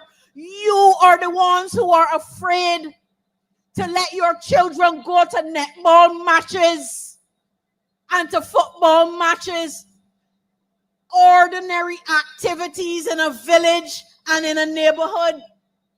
You are the ones who are afraid to go to ATM machines. You are the ones who are afraid to wear the jewelry that you got from your grandmother. You don't have much, but this is the heirloom and you want to pass it on to your children, and you're frightened somebody snatch it off your neck. You are the ones who are afraid. You have been disappointed by this administration continually. And then they poo-poo with it and all kind of nonsense happening, and they're setting up commissions that don't meet. I can't hear a word from them and all kind of things. Disappointment. And the police getting paid pitted slightly more than the fellas that were cleaning up the ash, but facing bullets as a real threat. And then talking about recruitment, but they can't tell you that they can insure your children when they step up to become police officers. And all the talk and the money spending, and they're putting it and they're giving it to the ones that causing the confusion in the first place, instead of putting it into programs to steer people away from crime, instead of putting it into rehabilitation at the prison. St. James North, this is your moment in time. You have the opportunity to send the signal to the sitting government that the people of Barbados are disappointed in them. You have the opportunity to tell this government that you want better for yourself and you expect better from who you put to serve you. And I stand tonight in full and firm support of Felicia Dujon, who has demonstrated, you don't have to ask, you don't have to think about it. She has demonstrated her commitment to this country. She has demonstrated her commitment to the people of Barbados. She has demonstrated her commitment to the Democratic Labour Party. She has demonstrated her commitment to St. James North. In the short space of time that she was here, she has been moving and shaking on your behalf. And on the 21st of May, I commend her to you that when you stand in the one line that I want you to stand in, not for no $300, but for your future and your children's future, that you stand in that line on the 21st of May at your polling stations, and one by one by one, it will add up. You mark your X for Felicia Dujon. You mark your X for change. You mark your X for proper representation, and I will see you on the 22nd of May as we walk alongside Felicia Dujon up the steps of Parliament with faith. I promise you on her behalf that we will do well on your behalf. I thank you.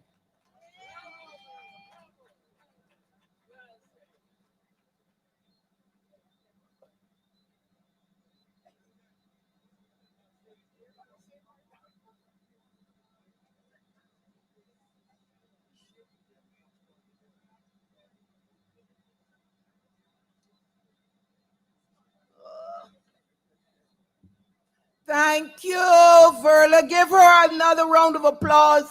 That is a call for action.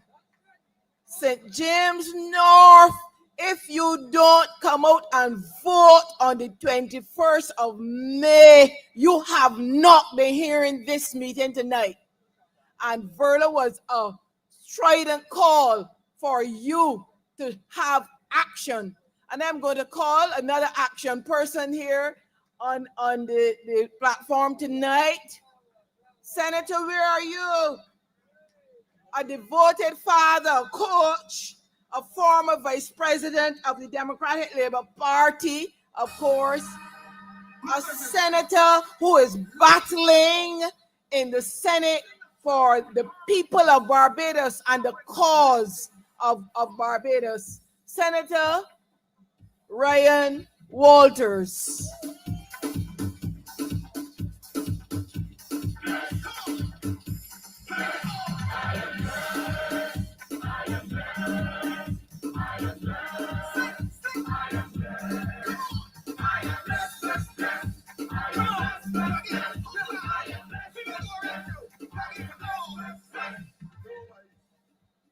Good night, St. James North.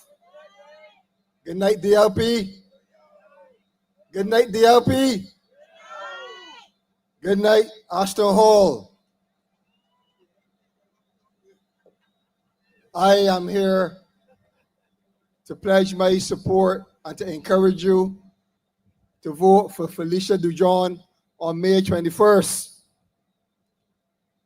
I have been watching this campaign. And Felicia Dujon has the Barbados Labour Party on the run.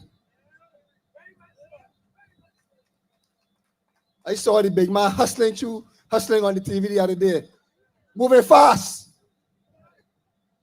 She has them on the run. She is firm, she is solid, she is committed to the cause. In just a few weeks, she has been able to traverse this constituency, grow relationships, find out your needs, and craft a path for you. Things that are relatable, things that will touch your household, things that will bring meaningful change to the constituents of this constituency, St. James North. But in my limited time, I wish to talk to you about trust. The relationship between a member of parliament and its constituents is based on trust. The relationship between the government and the citizens of a country is based on trust. If you cannot trust your government, if you cannot trust what they say, if you cannot trust your representative, who do you have to rely on? Who do you have to trust? And I remind you that when I say you cannot trust this government, it is because they have not lived up to their word.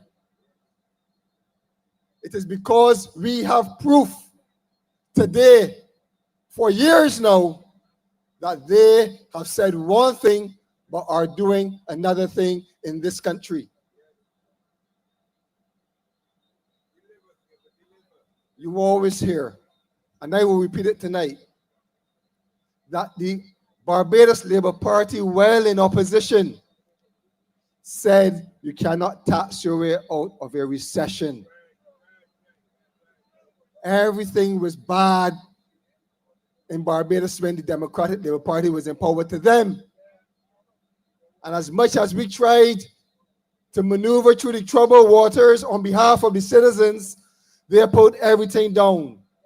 And they said, you cannot tax yourself out of a recession.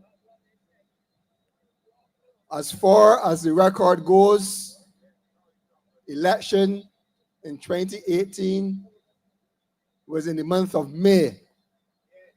May 24th, 2018. The Barbados Labour Party was elected to office.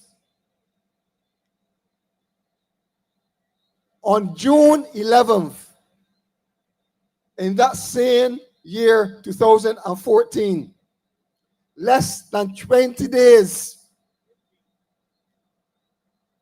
they went back on their word that we cannot tax ourselves out of a recession. Less than 20 days. Because for them, they now had the majority by far, because they occupied all the seats in Parliament, and they use it to their advantage. And I bring proof today that within less than 20 days, this government deceives you and they pour the taxes down your throat. The fuel tax. Do you remember that? The health service contribution levy out of your national insurance, out of your pay pack. Do you remember that? Value-added tax on online transactions. Do you remember that? Airline travel and tourism development tax, meaning whenever you leave Barbados, you have to pay a tax. Do you remember that? Room levy on hotel rooms, not only for the tourists, but when you go to the staycation, you have to pay a tax. Bus fares move from $2 to $3.50. Do you remember that? 2.5% product development levy. And let me explain that levy. Because it is on tourism originated businesses. But we patronize those businesses in Barbados. We go to the restaurants. We go to the hotels. We occupy the same places that tourists occupy in this country. 10% tax on all shared economy, Airbnb, HomeAway, Expedia, etc. And do you remember the garbage and sewage contribution? But you cannot tax your way out of a recession. Is this a government that you believe that you can trust? Is this a government that St. James North can trust to put Chad Blackman in Parliament? They must put Felicia Dujon, who has proven that she is capable of firm representation on their behalf. But it didn't stop there. In the Barbados Labour Party manifesto of 2018, go to page 7. Those listening at home and those who can hear me, go online and Google BLP Manifesto 2018 and go to page 7. And this is what you will read. Dealing with debt. The government's high debt is choking the life out of our economy and limiting national growth. We will wrestle with the national debt and breathe life back into the economy. Please listen carefully. And it continues. Reprofiling the debt will give us elbow room to address the country's mission critical issues. It will ensure that the burden of economic adjustment is shared fairly and does not, as is usually the case, fall disproportionately on to workers. This is the promise and pledge to the people of St. James North back then, to the people of Barbados back then. What did the government do when they took office? They restructured the debt. Now let me explain to you the difference between restructuring debt and reprofiling debt. And I don't want you to take my word. I'm reading what the experts say about restructuring debt. And they say debt restructuring involves altering the terms of an existing debt contract, while debt reprofiling primarily extends the repayment timeline without necessarily changing the other terms. Restructuring often involves reducing principal or interest payments, impacting creditors directly. Reprofiling, on the other hand, focuses on providing breathing space by delaying maturities without necessarily reducing the debt's overall burden. In other words, St. James North, if I come and borrow $50 from you, and we agree that I will pay you back $55 by Wednesday, and I said, I came back to you and said, I'm finding difficulty in getting you the money back on Wednesday, and I say, I'm going to pay you back $55 by next Saturday. That is reprofiling. I still owe you $55. I agree on other terms to pay my full debt back to you. If I come to you and I say, I owe you $55 by Wednesday, but I will pay you $35 by next Saturday and call it quits. That is debt restructuring. The government of Barbados said they were going to reprofile our debt, and they restructure the debt. But why is this important? It's because the debt that they restructured is local debt. The national insurance scheme that has all of our hard-earned, hard-working dollars in it, that is supposed to see us through pensionable age, that is supposed to see us through maternity leave, that is supposed to see us through sickness benefit, that is supposed to see us through severance. That is what this government did. They promised one thing and they did another. They cannot be trusted, St. James North.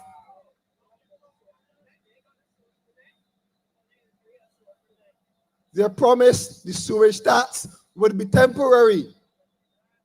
It is now permanent. And while you talk about that, and you heard the fancy language about breathing space, The debt back then is the same as the debt back now in dollars. So they have not made any progress with the amount of debt in dollars that the country is in. Although you felt the pain, and continue to feel the pain that is happening in our national insurance scheme of $1.3 billion, which forces you now to get reduced benefits and work longer in this country.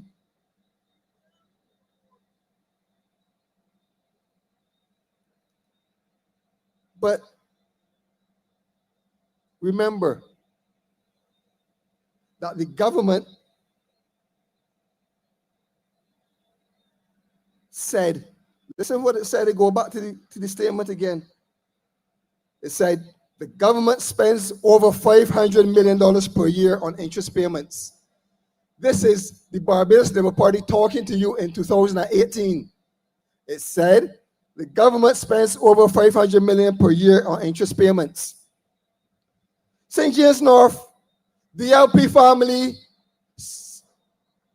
Ashton Hall, last year alone, this government paid $750 million in interest payments.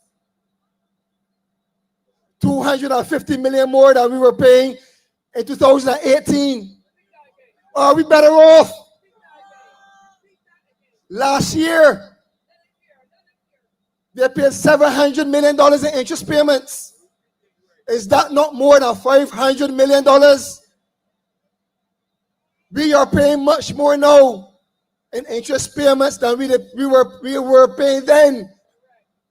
But this government promised everything under the sun and is undelivering to the people of this country. Trust me when I tell you that Chad Blackman's promises will be undelivered as well.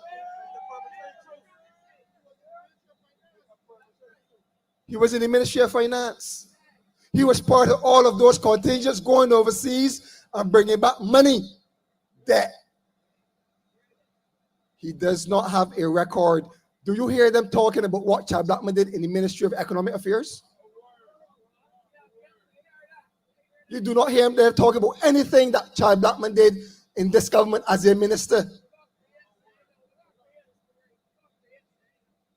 But in the 2018 manifesto, continue on page 7, when they said they will return VAT to 15% within 18 months. Well, this month, next week, Saturday, I believe, it's 84 months. 7 years, and we have not gotten the VAT back down to 15% as promised. They promised, as Comrade Varela said, that they would do what? That they would tackle crime. I don't have to share the statistics with you. We live it. Children getting shot, seniors getting shot, neighborhoods being terrorized, unheard of in Barbados. The government that promised all the world, but is delivering nothing to you.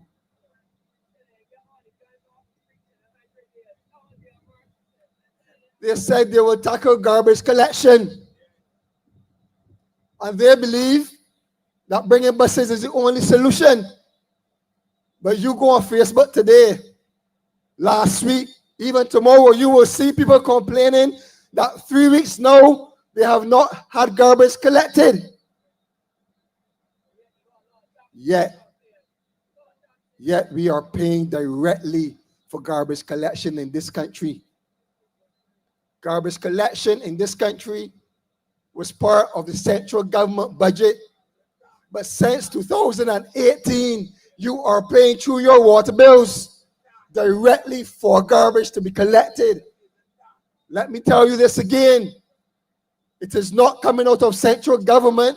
You are paying every month out of your water bill for garbage to be collected. This government owes you nothing. This government is not doing you any favor. They're not doing you any favors. Everything that they do, they are supposed to do. You are paying more for it. You deserve it to be done. But this is why we cannot trust this Barbados government, Barbados Labour Party government. And this is why you cannot trust Chad Blackman. And Chad Blackman, all of a sudden, I do not believe a big man is a big crybaby and wants to flip the script to get pity from a small little lady. I am a big man, big ideas. And this is why you should vote for me.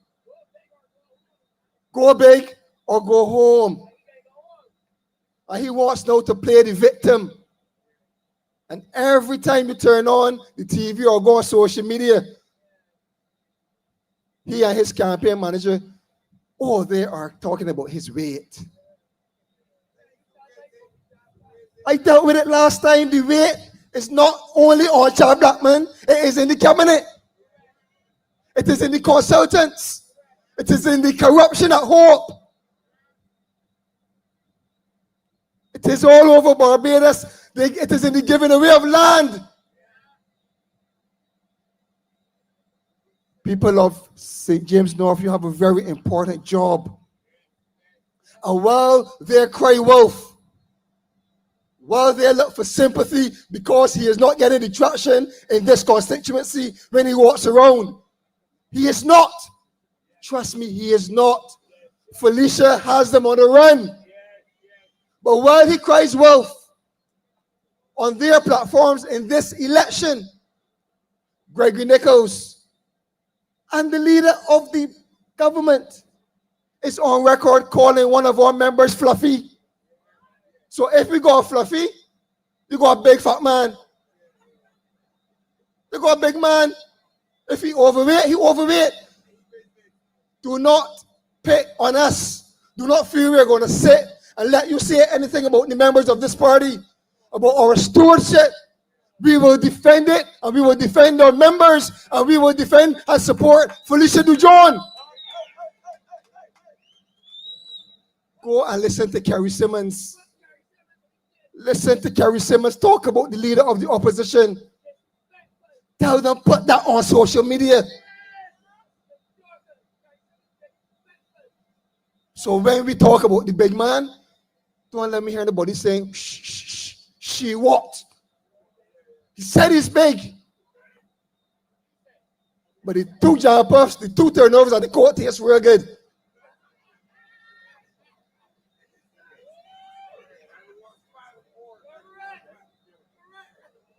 St. James North. This is serious business. This is why you cannot trust this Barbados Labour Party government. You cannot. I can tell you why. The leader of the government said the Democratic Labour Party is politicizing crime on this campaign trail. And we defended it. Ralph Thorne and Verla de Pisa defended it. But here comes Chad Blackman, the candidate, has the goal to come and talk about crime and the DLP. And a little boy died. Another little boy gets shot. Or people get shot in the pain. And he's talking about the DLP being responsible for crime, and they were in office for 7 whole years. They are hypocrites because they're complaining on one side and then they're using the same tactics on the other hand. And that is why I say you cannot trust Chad Blackman. You cannot trust the Barbados Labour Party.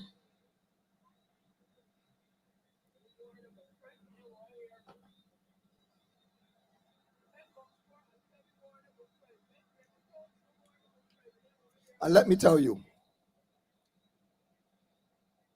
and I want you all to listen to me carefully. All who can hear me in Ashton Hall, all who are watching the line online from this constituency, the government This government is taking advantage of its citizens. These are the facts. The government is raking in much more money in revenue, significant amount more money than any government in this country. And we are not seeing the benefits trickling down to the population. And I go to the central bank report again.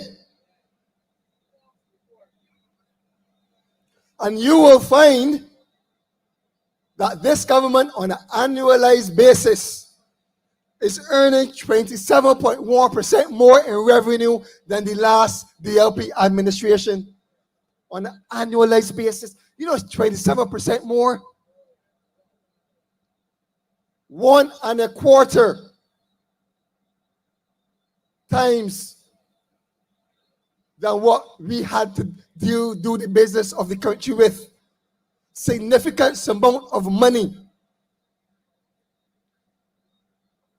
But what does the country have to show for it? You tell me. Roads started to get repaired only last year when there was the World Cup. And they embarked in a repair program that has cost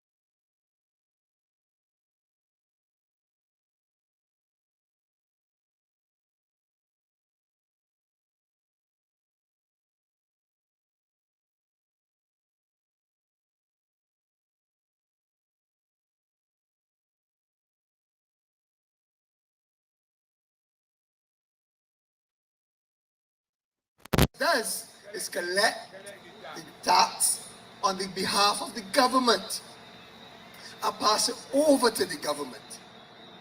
And while they came to office and taxed you, they also wrote off the VAT that was owed to the government that you paid into these businesses. Hundreds of millions of dollars. And they continue to recover that over the years by the excessive taxation policies to you, the citizens of this country. So you pay VAT, you pay the duties, you pay the excise taxes, you pay the fuel tax, you pay the foreign exchange fee, you pay personal income tax, and you allow businesses to pay corporation tax, because if there were no customers, there's no business. So we as consumers have an important role in this equation, and we will not be ignored by this Barbados Labour Party government.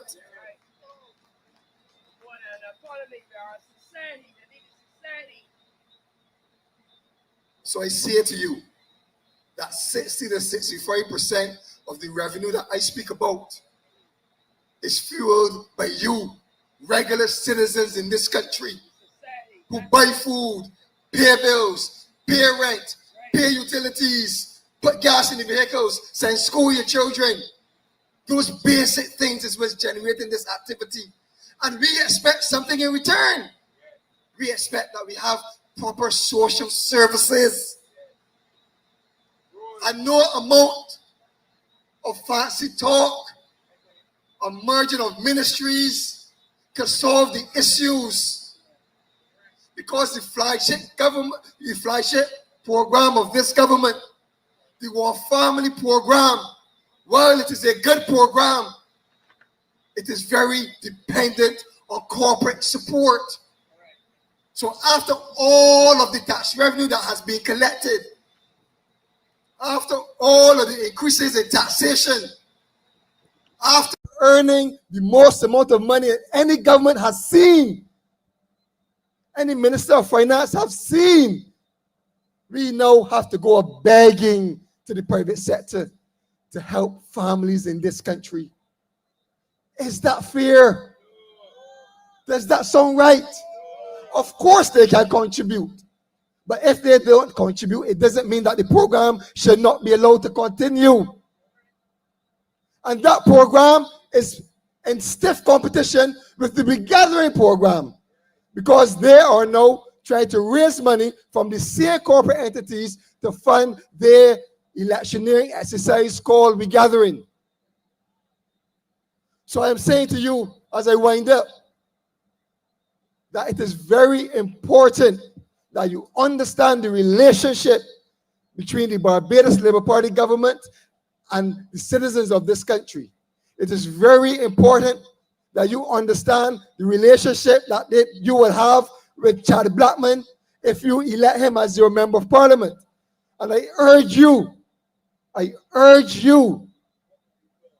to return Felicia Dijon on May 21st as your member of parliament in the constituency of St. James North, where she will bring strong, firm, committed, independent stewardship to you in this constituency. Felicia Dijon is the one. So on May 21st, your only task is to come out in your numbers and vote DLP, vote Felicia Dijon. I thank you. Felicia, she is the one. Yes, we going with Dujon. Felicia, she is the one. Yes, we going with Dujon. Felicia, she is the one. Yes, we going with Dujon. Felicia, she is the one. Yes, we going with Dujon. What's for a brighter tomorrow? Let me make it clear. St. James North, you have heard of the broken promises by this government.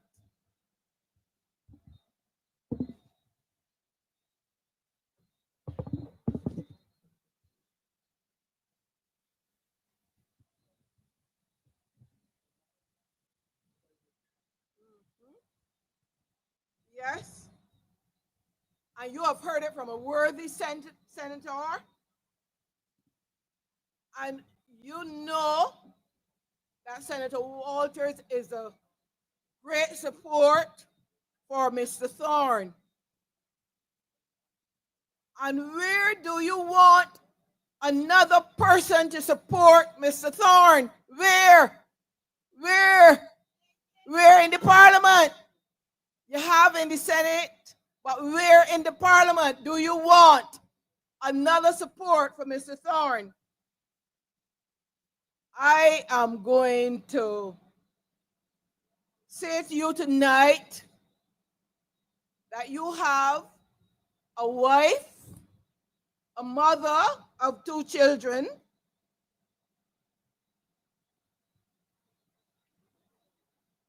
a lady who has worked tirelessly for 15 years at the University of the West Indies. She's a defender of children's rights. You know that. because you have, before you knew that she was coming to St. James North, you knew that she was fighting for your children. She's a protector of children's rights. And she was one of the ones that made Barbados look again at the Children's Protection Bill and made adjustments to that. And this was a crucial bill, and Felicia did not give up. She was fighting for it. And many of you will remember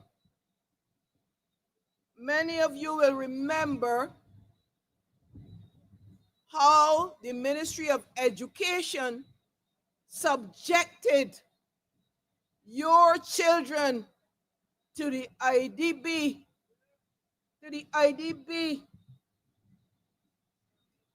survey. And Felicia was one of the persons out there bringing it to your attention and fighting for it. And all like now children are still having psychological issues with what they have taken them through. Of course, you know the Ministry of Education has done nothing about that. So I'm saying that Felicia is ready to fight, never mind how big her opponent is. Felicia has been toiling in Barbados for over 20 years. And she has been working also internationally, so that you will find that she has received awards internationally for her recognition, and she's recognized by the United Nations for her work in peace, tolerance, and social justice. Now, Felicia works at the local level. She's the president of the St. Ursula's PTA. She's a member of the Barbados Bar Association Human Rights Committee. So when you see Felicia, what do you see? What do you really see when you see her coming to you and talking to you at all levels? I saw her canvassing in a constituency in Christchurch when we were doing community connections. And you would have thought that she knew these persons. I had to ask her, have you been in this constituency before? She said, no, this was like a year ago.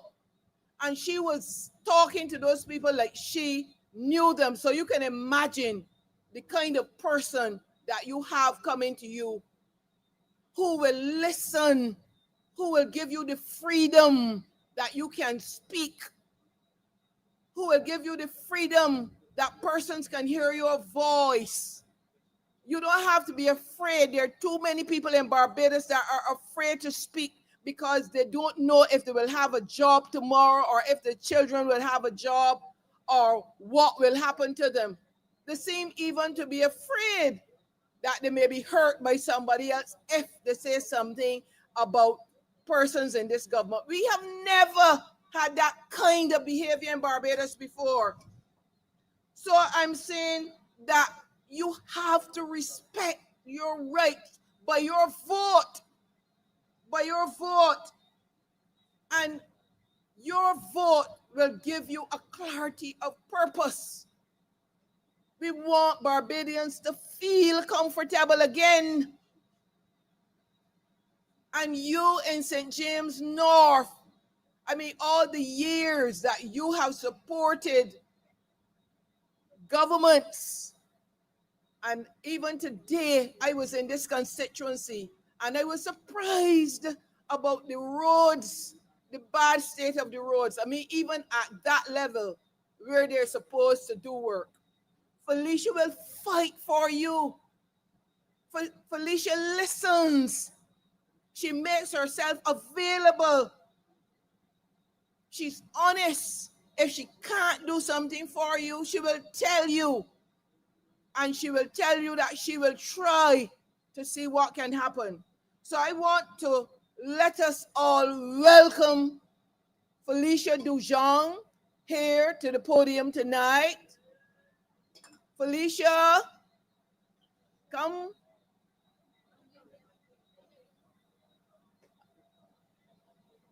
We're having a bit of rain. Representation, Felicia, she is the one. Yes, we going with Dujon. Felicia, she is the one. Yes, we going with Dujon. Felicia, she is the one. Yes, we going with Dujon. Felicia, she is the one. Yes, we going with Dujon.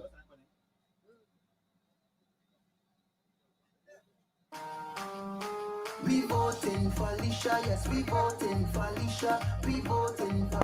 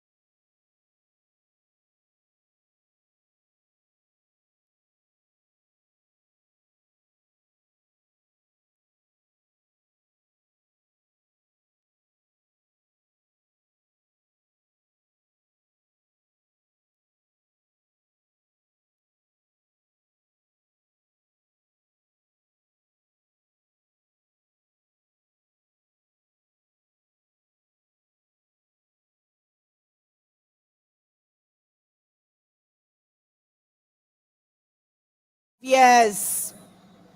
I remember speaking with various constituents on the struggles that they go through on an everyday basis, from mothers to grandmothers, and the concerns that they have, and the deep concerns that they have with the water and the colorations of that water.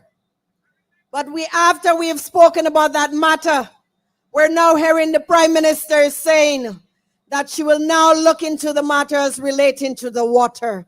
And when I tell this people of this country that the Barbados Labour Party has neglected members of the St. James North constituency, they are telling me that it is all falsehood. But we, the constituents, know, we understand the concerns that you have. And I know and I have seen that the constituents of St. James North have not in any way said untruths. That the people of St. James North have continued to speak the truth about their concerns, about the issues that affect them, while this government is telling them that this is not their reality.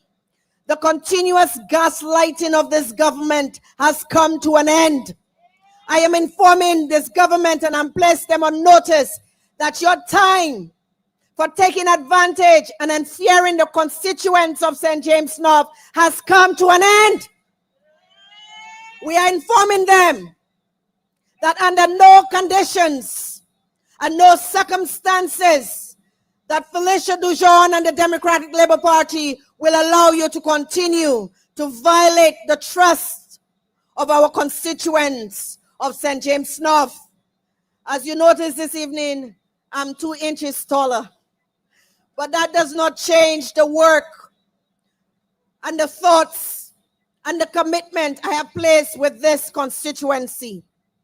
But what also I want to share with my constituents is that I want you to continue to remain brave and to remain courageous and to remember the story of Gideon and to know that it takes a strong heart a strong spirit, and a strong soul to make that decision on May the 21st. I know it is not easy after 35 years to break ranks with an oppressive government, with oppressive representation, because you deserve better. I know you deserve better, and you deserve better, and you know deep down in your heart and minds and spirits and soul that you deserve better. But the problem is that this government believes that you do not have a choice, that you are to vote for them every time that they bring a candidate, that you do not have a choice, because as far as they're concerned, this is a safe seat. But let us remind them that no seat in Barbados is safe. No seat in Barbados is safe. If you do not serve the people with the best interest and serve in their interest, the people will have the final say. The people in this constituency will have the final say next week, Wednesday. And I want constituents to go with courage. Go with all your might. And let them know, inform them, and be a strong voice not only for yourself, but for every member of this constituency that cannot stand up for themselves. I know they have said, why the by-election? But sometimes we should not question God's judgment. We should not question God's timing. Perhaps it's a timing for immediate intervention in this constituency to raise the alarm for all constituents in the entire Barbados, because we are ready to remove this government, this uncaring government, out of office.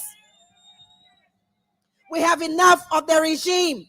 We've had enough of them thinking only about themselves, their friends, their family, and foreigners that do not care about the people and development of this country. My constituents, permit me a few minutes to send a message to Mr. Deflector, Mr. Distractor, Mr. Propagandist, that we are here to stand on the rights of people, that we are not here for your personal challenges.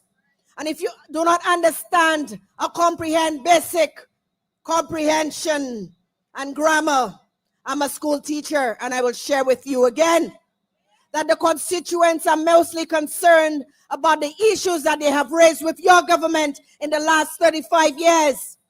So when we speak about not having an interest in you or making you the main function or the main image of this fight, do not feel perturbed by it. Do not feel violated that you're not getting the kind of attention that you deserve, because my attention is not for you. It is for the people of St. James North. The time I have is to serve the people of St. James North. The little legs that I have is for me to serve the people of St. James North.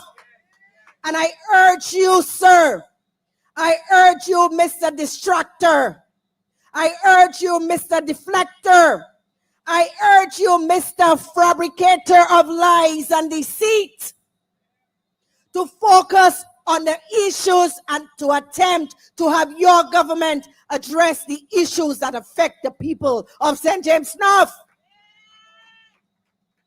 You have claimed to be in this constituency for the last year or so, or even more. Have you brought up the concerns about the poor lighting in the constituency? Have you spoken to the Prime Minister on those matters? Have you spoken to the constituency on how you're going to alleviate some of the concerns that they have? Have you raised your concerns about the poor roads in the zone and in all the other parts of the constituency? Have you raised those concerns?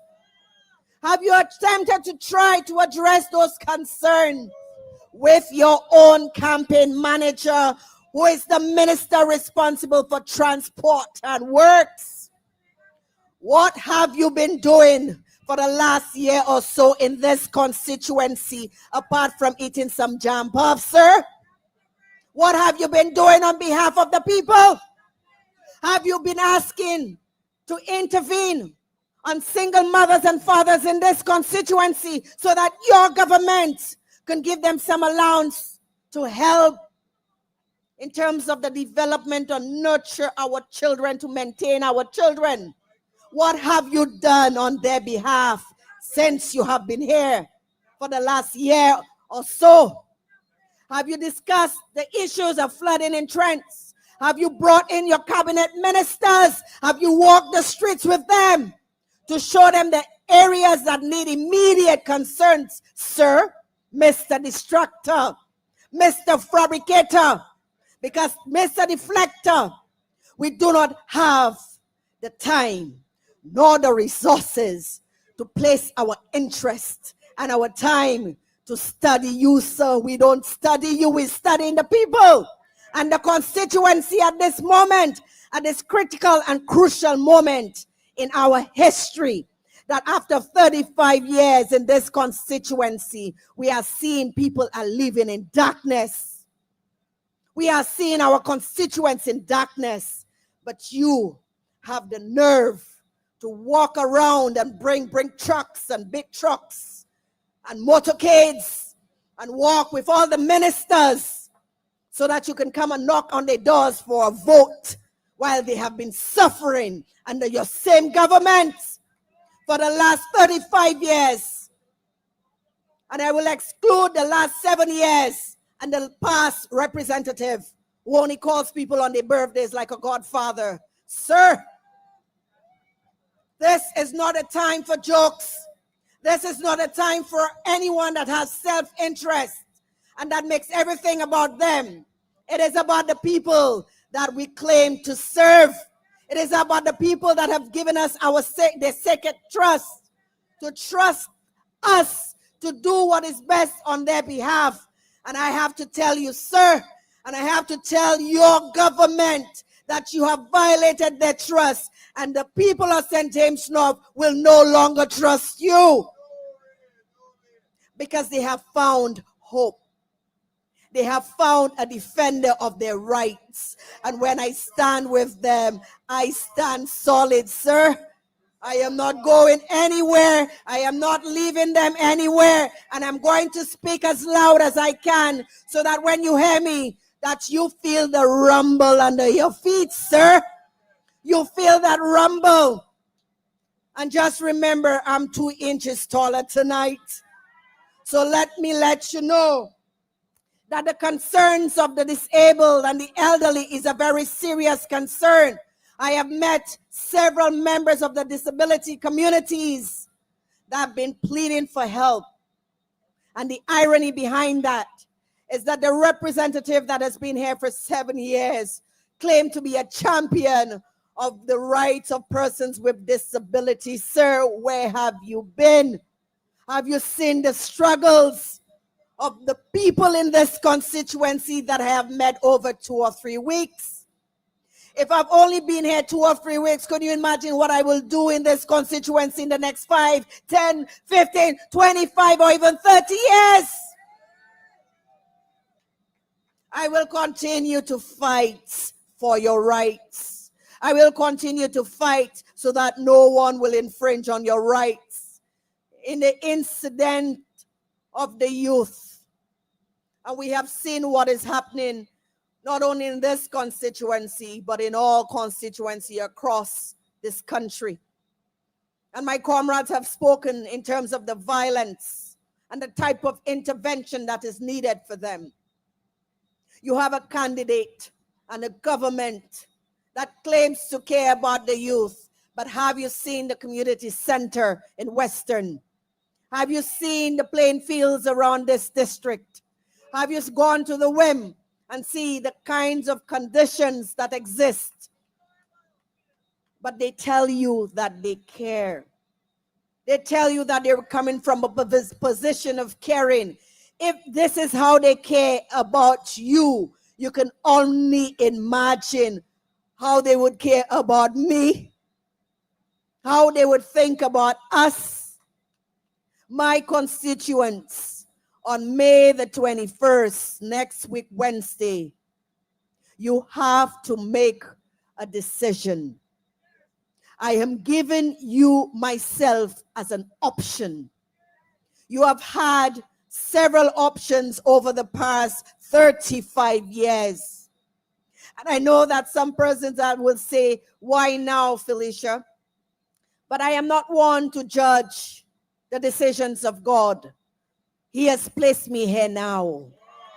He has placed me here now. And I will take every day and every opportunity to fight for your rights.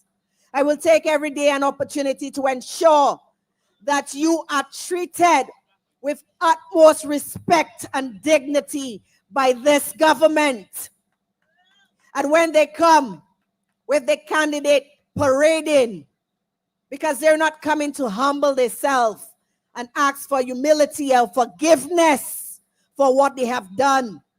They come here with a sense of entitlement because they feel that our vote is safe, so we don't have to do anything for those constituents. That is how they feel. They feel entitled. That is why they speak the way they do. That is why after so many years, they're now telling you we'll provide the assistance for water. And after all of these years, they're now hearing that they will be bringing 400 lights in this constituency. But let me inform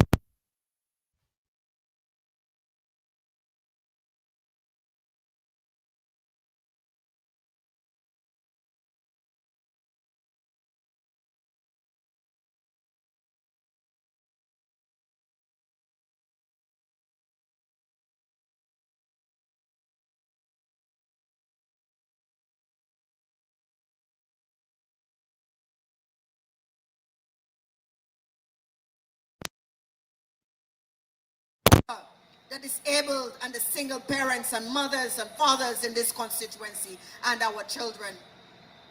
My vision for this constituency, not only in terms of empowerment of mothers and fathers, but to force this government to give allowances to families. We need the child allowance that will help the development of our families. We need to strengthen our families. We cannot have a government that tells us, or as we would say, make mock sport, to tell us we need to have more children, but you cannot help us as families in this country. You cannot support us or give us the kind of intervention that is needed. We cannot have a government that tells us that we want our children to be educated, yet the infrastructure of our schools is in those poor conditions. We cannot tell a government that tells us about education, yet they cannot respect the rights of teachers. And this is very important. We have a candidate who was recently the minister responsible for education transformation, and we saw openly how he treated our teachers, how he made our teachers feel that standing up for their right is politically motivated. So when you hear the Mr. Fabricator, Mr. Deflector is talking about persons body shaming him, remember it is not the first time that he has lied on individuals like myself. Not only the teachers, but also you as constituents, because what he's saying indirectly, that if I stand here and violate his rights by saying anything regarding his physical appearances, that you too condoned it. Because at every public meeting, you were there. You have evidence and you know the truth. My moral tenets is that we respect the rights of every individual, even if they are our opponents. I know all of what they have said about me and everything else, my dual nationality. And in saying that as well, I would like to tell everyone in this constituency and across Barbados that once you're Barbadian, you're Barbadian. We are all on this earth, and we continue to work for the development of this country. It is something that the Barbados Labour Party has not understood, because they do not respect the rights of people. They do not respect the rights of citizens. They fester in division. They fester in division. They want to divide us so that they can conquer us. But that is not going to happen. because every Barbadian will stand up and rise against them. Every single Barbadian will stand up and rise against this tyrannical government. In terms of the fisherfolk and the farmers, I have come and I will continue to raise my voice and advocate on your behalf. Something that Mr. Deflector has not done. He has not spoken on your rights. He has not approached the government to tell them, man, let we try and do something for them. Let we try and do something for the people that I'm looking to serve. You have been here an entire year and you have not reached out or even advocated on their behalf. The fisher folks, I will continue to help and I'll continue to champion your voice.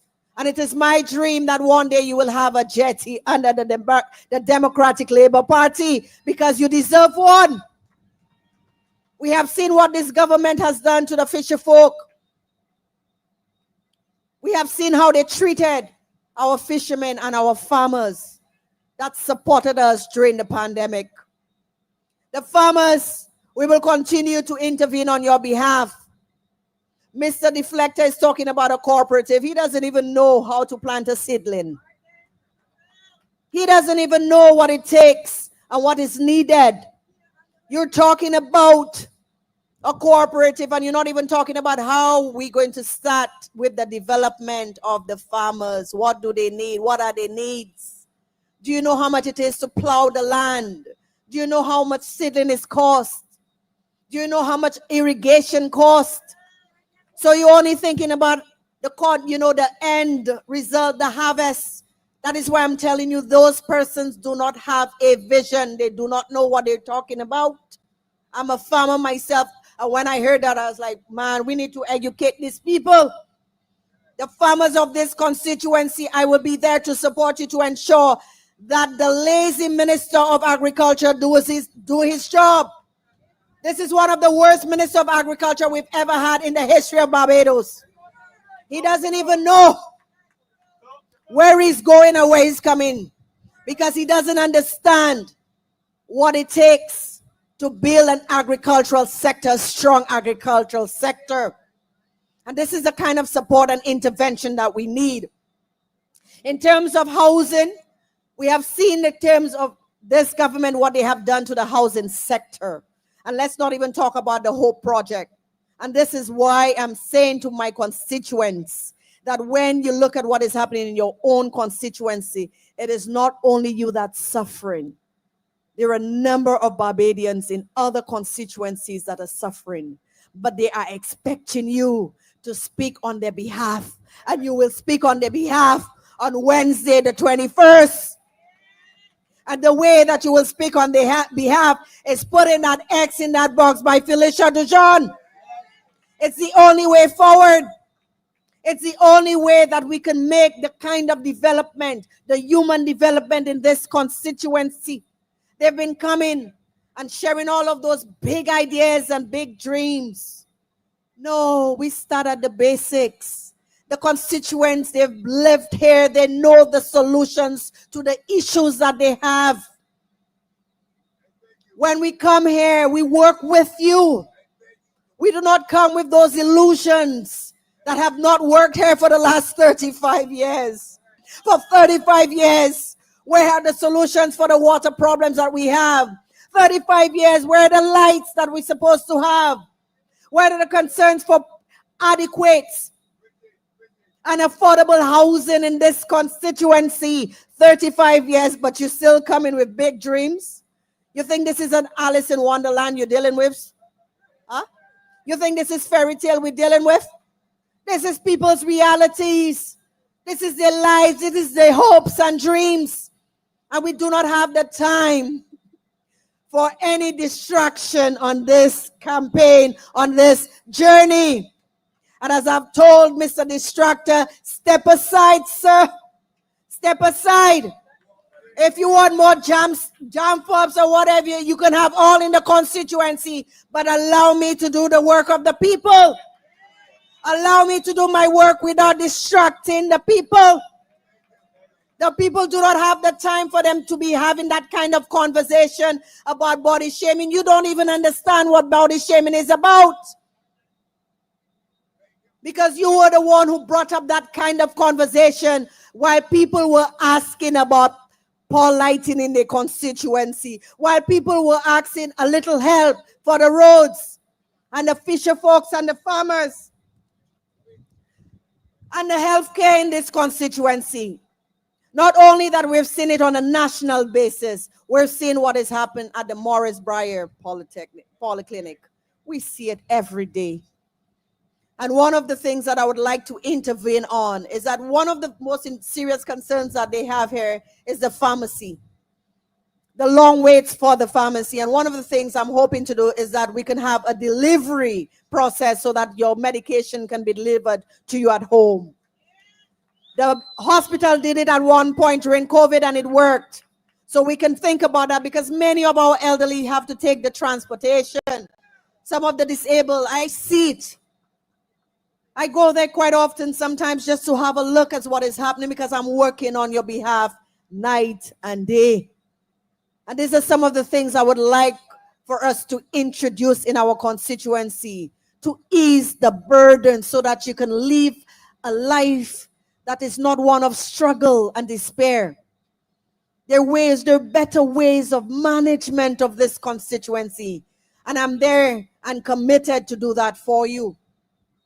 So in terms of the healthcare, we'll be working on that. We'll be working with the Ministry of Health, and hopefully I can advocate strongly on your behalf to get those matters done, because it's a matter of serious urgency that this government does not understand. It is not about motorcades. It's not about big billboards. It's about the simple things. And the simple things is about caring for people. It's about humility. It's about walking and empathy. It's about walking the streets, meeting the people, meeting them where they are.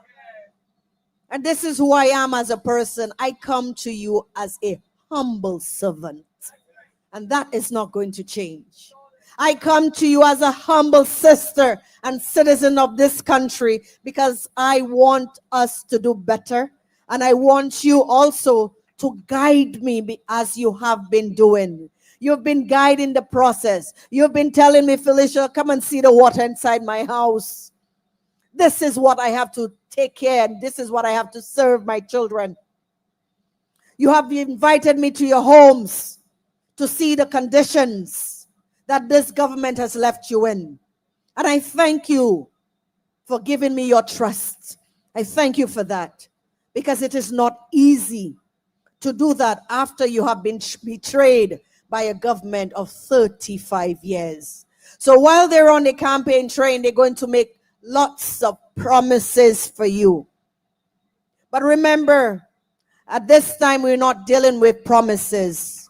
We're dealing with reality. This is what we want. We want our needs to be met. We want our concerns to be addressed. We want our issues to be resolved. And we do not have the time, the space, nor the energy for a self-interest government and a self-interest candidate.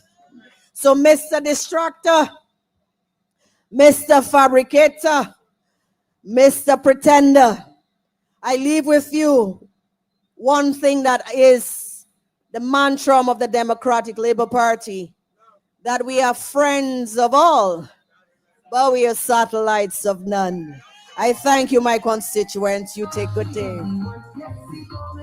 But for a brighter tomorrow, let me make it clear. It is morals over money any day of the year. A competent visionary with mission-driven quality.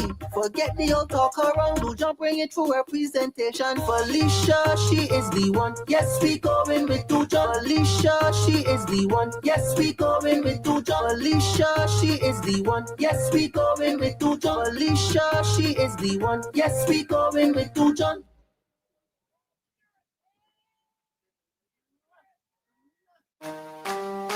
We voting for Alicia, yes, we voting for Alicia. We voting for Alicia, yes, we voting for Alicia. Cause Felicia, she is the one. Yes, we going with Now, St. James North, you see why Felicia is recognized by the United Nations, why she was awarded. She is not about pretense on a big scale. She is sincere, available, visible. She has pride in representing this constituency. I don't know what more you would really want from Felicia after hearing her tonight. You need to get out and vote early in the morning and until 6 in the evening on the 21st of May. And you have to vote for her. Don't even see another name on that ballot. Just look for Felicia Dujon. And I want to say that if you do that, or when you do that, you will see the representation of this constituency raise a level that you will not be even able to explain it. You'll be so excited. So, constituents, I want to bring another speaker to you, because all the persons in the Democratic Labour Party are so excited to have Felicia Dujon in the camp with us. And the next person I'm bringing to you is a medical doctor. And he is not really a person that was involved in politics. He relates his success as a result of the Right Honorable Errol Walton Barrow led free secondary education and tertiary education. Dr. Elvis Wickham is offended by the mismanagement of the education and the general lack of governance by the BLP government. As a husband and a father of two, he is so distressed. He talked to me about it on occasions recently. And he was just wondering, what will he tell his children later on if he should just sit back and do nothing while this Barbados Labour Party take advantage of this country and drive it into the ground. Dr. Wickham, we want to invite you to the platform tonight to speak to the constituents of St. James North. Yes. Come on, let's have you. Heads them.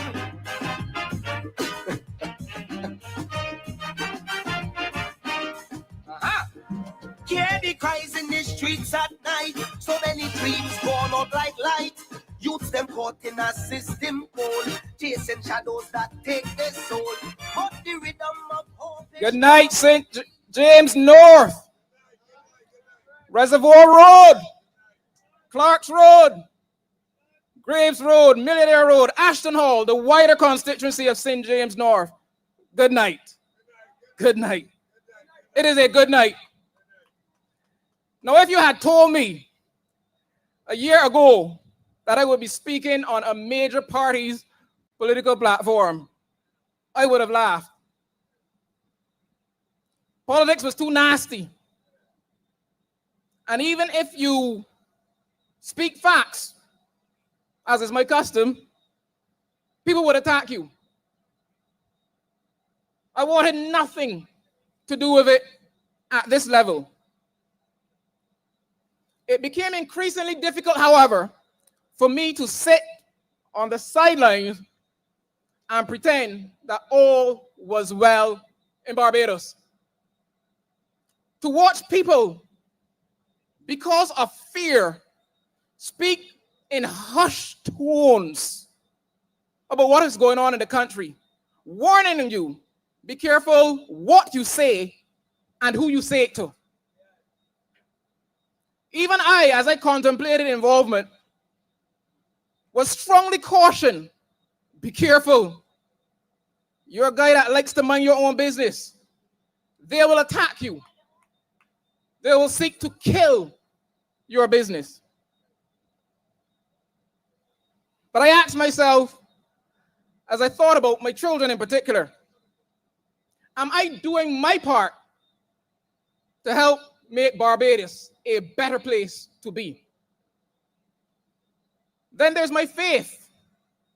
As a believer in and follower of Jesus, I am required to seek the welfare of the country wherein I dwell. This land of ours, our economy, which is supposedly doing great, if you believe that assertion, while struggling to pay your bills, while struggling to put fuel in your vehicles.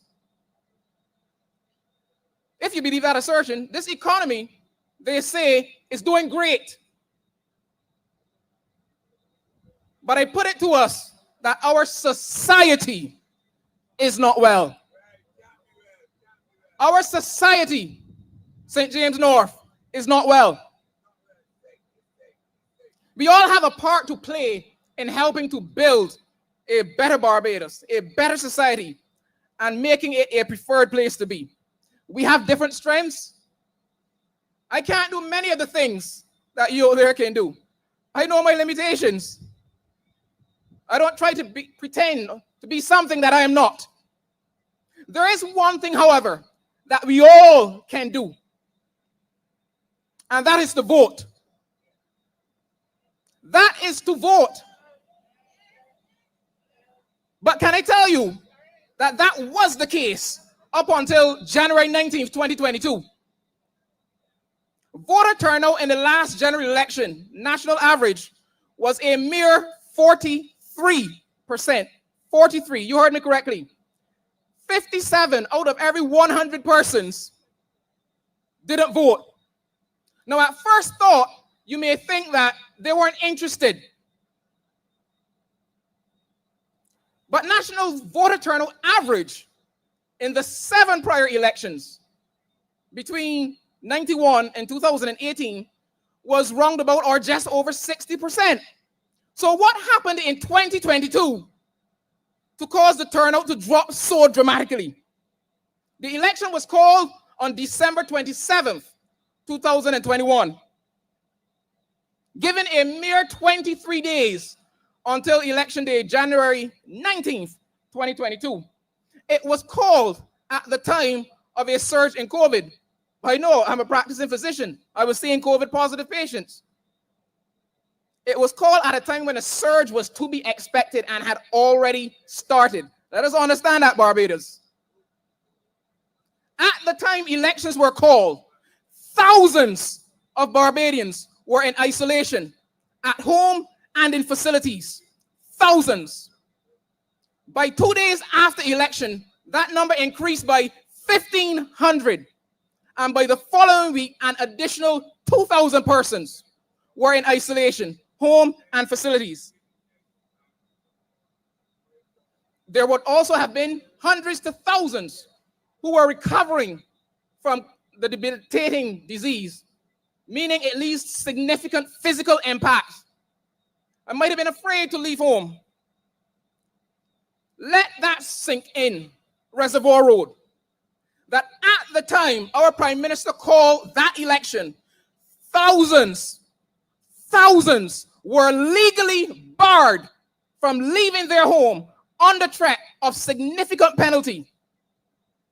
Thousands were legally barred from leaving their home under threat of significant penalty. On a day when they were legally entitled to have a say in our democracy by voting. Those were the actions. That was the action of our caring Prime Minister. And from then until now, I got a little bit more concerned, but I still didn't want to get involved because politics is nasty. I've seen it. I've heard it. But thousands were legally barred from leaving their home under threat of penalty to participate in something which they were legally entitled to do. At first glance, it would appear to be a conundrum of sorts. But how can this be? Other Caribbean countries held elections during COVID and others around the world and allowed persons who were COVID positive to vote. I'm not a lawyer, so I had to do some reading on this. I discovered that the right to vote is enshrined by provisions of the Representation of the People Act, which the Constitution mandates must make provision for every qualified voter to have a reasonable opportunity of voting in the general election. Did every qualified voter have a reasonable opportunity to vote in 2022? No, they did not. In fact, a senior official at the time said, if you have tested positive for COVID-19 and are in home in isolation or quarantine, you cannot vote. Let that sink in, Reservoir Road. Let that sink in, Ashton Hall. Let that sink in, St. James North and the wider Barbados. Yet there's nothing in our Constitution or nothing in that Representation of the People Act that bars persons from voting or causes them to become ineligible because of COVID. In fact, it is further expressed, it is further enshrined in the Representation of the People's Act that states of emergency provide grounds on which the calling of elections can be postponed. Some say it was a brilliant political move on the part of the Prime Minister.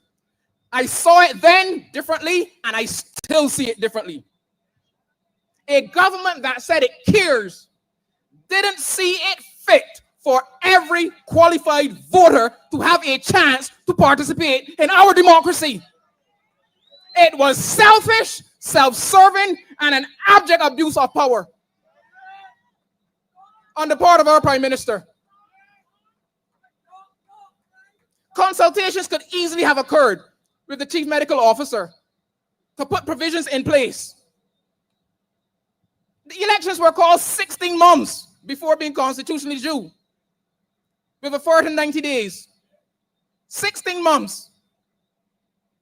Thousands of Barbadians, and let this sink in, thousands of Barbadians were knowingly disenfranchised.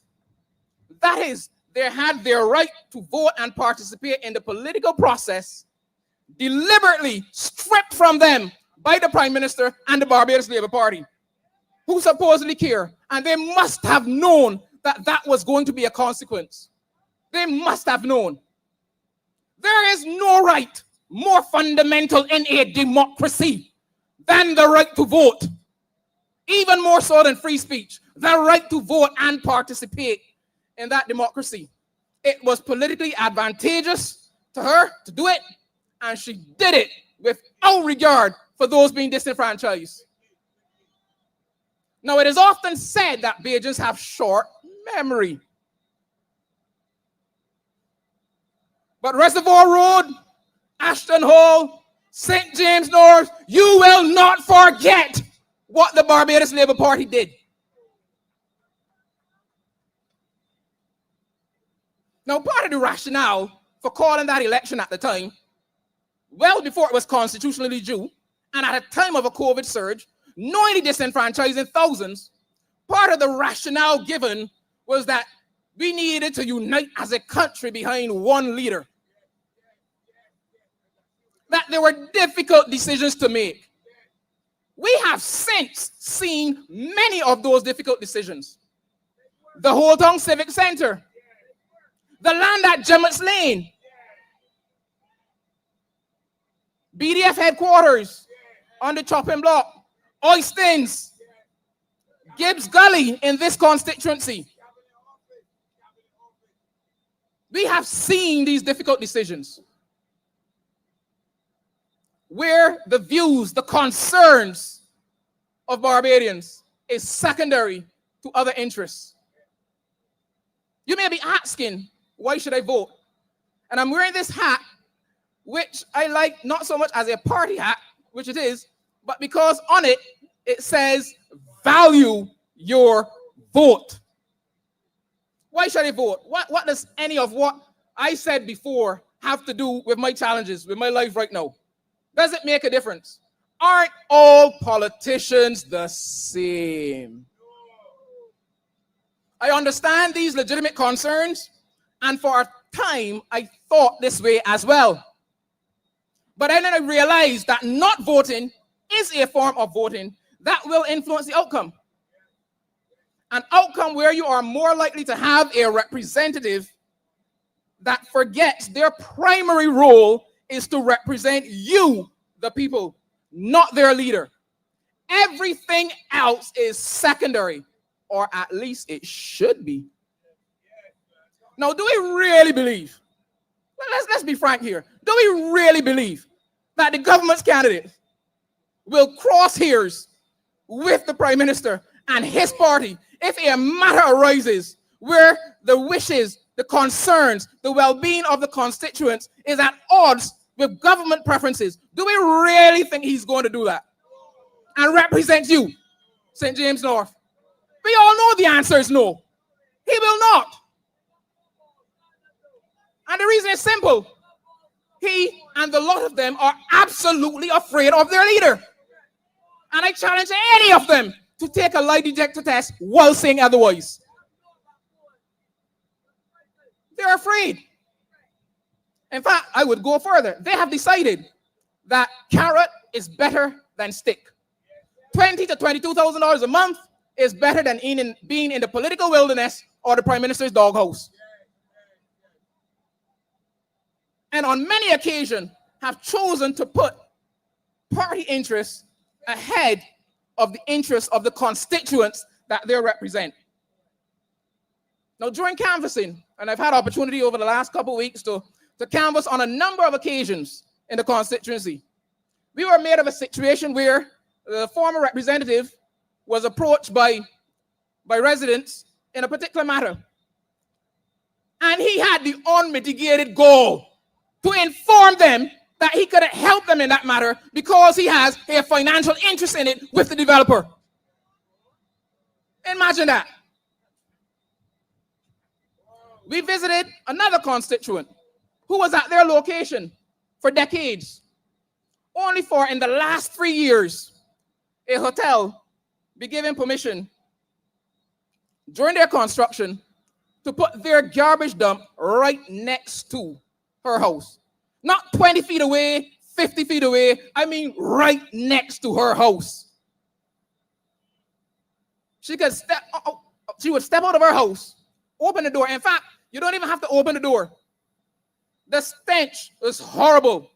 And on one occasion, it was mentioned that when the door was open, big rat floated the garbage into the house. This is the Barbados that we live in today, where big business and other interests, their concerns, take priority over the average man, who for many on that side lack pedigree, because they like talking about pedigree. We'll come back to that. Bloodline politics. We as constituents in this country seem to exist only for the purpose of empowering those that they believe have some divine bloodline right to ascend to office in Parliament.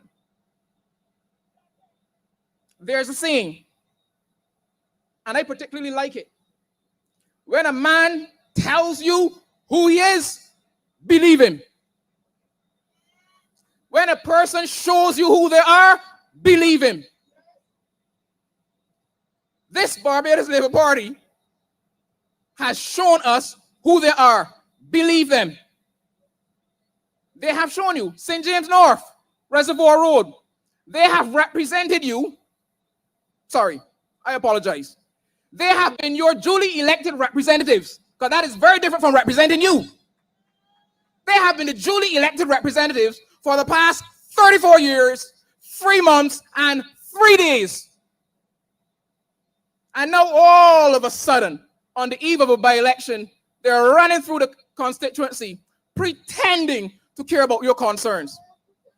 Can I further add, let you know, that during those 34 plus years, they were in government for 21. A significant majority of that time, including the past 7 consecutively. They have shown you who they are. Yet in this very street and throughout this constituency, we can see roads that are in dire need of repair, dire need for street lighting. And all of a sudden, Minister of Transport and Works promising lights. Minister of Transport and Works promising fields for the children to play on, promising for roads to be fixed on. While letting you know, by the way, that we're any more special than anybody else. Within a priority, we have a government, we have to, we have to make sure we allocate resources reasonably, fairly. And that statement may be true, but 34 years, 21 in government, yet the state of the constituency is where it is, under their stewardship. They now have to do, or are now doing studies in Trent to help address the flooding down there. Their candidate says he was in the constituency for the past year. He had a head start. Not our words, their words.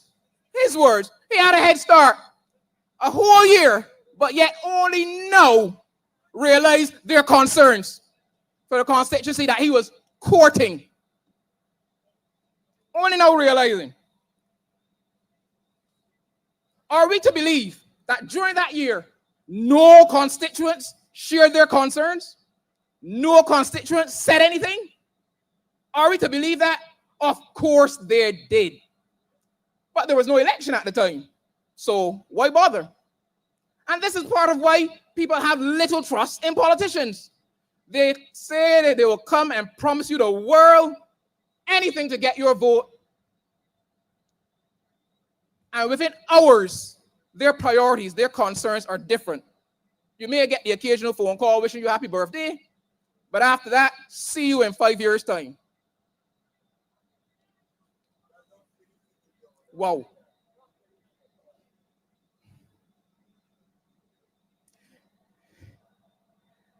I am a person that likes to be very careful with my words.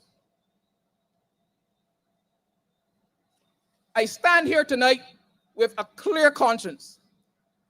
Having observed Felicia Dujon for the past few years and gotten close to her in the past few weeks, I stand before you tonight with a clear conscience, knowing that I can recommend her to you to become your duly elected representative next Wednesday, May 21st. And I can do that because this is what representing people is what she has been doing. She didn't wake up one morning on the eve of by-election and decide to start representing people and do photo ops throughout the community. This is her life. The record is there. It is easy to prove it. We are not making this stuff up. She has been a tireless advocate for children, women, teachers, advocated for better plans, school plans for our children and teachers, represented women. And that's not only my word. Don't take only my word for it. She's just received a number of awards, has been an advisor to the British Embassy here in Barbados, to the OAS. I don't have to come out here and lie. I do not have to make up a curriculum vitae. This is who Felicia Dujon is. In fact, she's the only candidate in this election that has a clear record of representing people.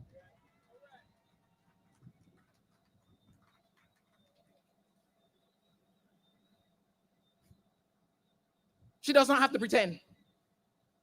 She does not have to pretend. It comes natural. She doesn't have to pretend to know how to play cricket. It comes natural. That is who Felicia Dujon is. And the record is there. It is clear. There is day and night difference as far as representation between the two main candidates. On the one hand, we have a candidate who, like the rest, afraid of the boss. You better fall in line. And on the other hand, we have a candidate who's not afraid of this government. Look at the number of things that we have heard that have been revealed to Barbadians since Honorable Ralph Thorne crossed the floor. We need stronger additional representation on behalf of the people of Barbados, the people of St. James North. We are guaranteed that electing the main opponent continues more of the same, where they continue to view you, St. James North, as an afterthought, a safe seat. We just have to go around at election time and promise them some roads and lighting and fields, and we're going to get their vote. And $300 in shirt, says someone. Well, this time around, they didn't wrap it in the shirt. This is what Felicia Dujon has been doing for years. As a DLP spokesperson on education, she has long been representing people. In fact, so much so that the government is afraid of her and will try to keep her out of schools. But she will continue to represent. You are guaranteed, St. James North, that when you elect her on Wednesday, May 21st, that she will represent you. When a matter arises, she will listen. And I can say that because that is what she has been doing. The record is there. She does not have to pretend. She will go to the relevant government department, and if needs be, will raise national attention on your concerns, St. James North. A vote for Felicia expands the opposition and would finally give you, St. James North, a voice in Parliament. Because what you had before, you can fill in the blanks. But it certainly was not a voice in Parliament. And on the point of voice in Parliament, we had to have a cybercrime bill, which the former representative, the current candidate, support. Now, many concerns were raised about sections 19 and 20 in particular of this cybercrime bill. But after a trip overseas to the Far East land, when the team came back, led by said former representative, those provisions, instead of reflecting the concerns of Barbadians, including those in Reservoir Road, Ashton Hall, St. James North, penalties, maximum penalties were increased from 7 years to 10, and from 70,000 to 100,000. From the government that cares. Now, if this is what care looks like. So I urge you, St. James North, next Wednesday, come out and vote. Your vote will make a difference. Every vote counts. 1-1 here, 1-1 there. I'm not going to repeat a statement as often said, 1-1 blow. But your 1-1 vote will count. Your 1-1 vote will show the Barbados Labour Party that they, nor any party for that matter, owns you or any of the people of St. James North. So value your vote and put your X where it counts. Make sure the pencil doesn't touch the line. Felicia Dujon. And you will be guaranteed to have someone who will represent you. I repeat, that is what she has done. She does not have to pretend. So pick up your phone. Those WhatsApp chats, those group chats, get the message out there. Let people know we do not have to fear. They lose their power when we lose our fear. Spread the message, spread the word. Where you may say it makes no difference, it will make a difference. Because one way or the other, a message will be sent to the Barbados Labour Party. So come out and vote. Come out and vote, St. James North. Come out and vote, Reservoir Road. Come out and vote, Ashton Hall. You have a clear choice before you. Someone who will represent you versus someone who will ensure more of the same. And Barbados, we cannot take more of the same. Our voice matters. Our vote matters. Our opinions matter. Our concerns matter. They are not our lords. There's one God in heaven above. They do not own us, the ones without pedigree.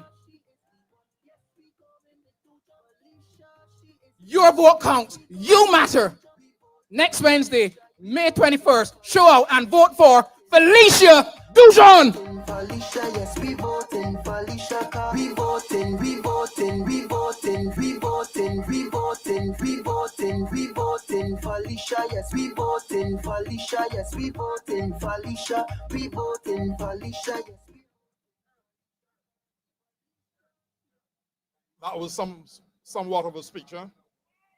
That was a speech. He's told you to get out and vote. Get out and vote. Now, I would know a little more about this constituency, more so than most of you. And I know there's a tendency for Ashton, Zone, Graves Gap, Millionaire Road. I know there's a tendency for you not to vote. I say that because I think it was somewhere around 2003 that you were cut off from the St. Peter constituency and added to St. James North. We know the reason for that. We know the reason for that. I think some people call it gerrymandering. But anyway, I came, I think it's about 2 weeks or so ago, I came to Millionaire Road for, not Millionaire Road, Reservoir Road. I came through here for some breadfruit. And I had to traverse through here and then drive through Graves Gap. And I was appalled. I was appalled at the conditions of the road. Almost like cart roads. I cannot see how you, the residents of Graves Gap, how you, the residents of Reservoir Road, can allow a government to get away with the nonsense that they've been doing. The lack of care, the lack of empathy. You've got to vote them out. When you look at each ministry, look at the various ministries. You got the AG. I don't know what is happening in that ministry. Agriculture, poor. Health, poor. Education, worse. Tourism, poor, poor, poor. On that note, tourism, which is seen really, yes, as the breadbasket, one of the pillars of our economy, that is vital to the Barbados. And on that note, I want to introduce to you at this moment one of the best, if not the best, ministers of tourism this island has ever had. The next representative for St. Michael, St. Southwell. Ladies and gentlemen, I welcome to the podium Richard Seeley.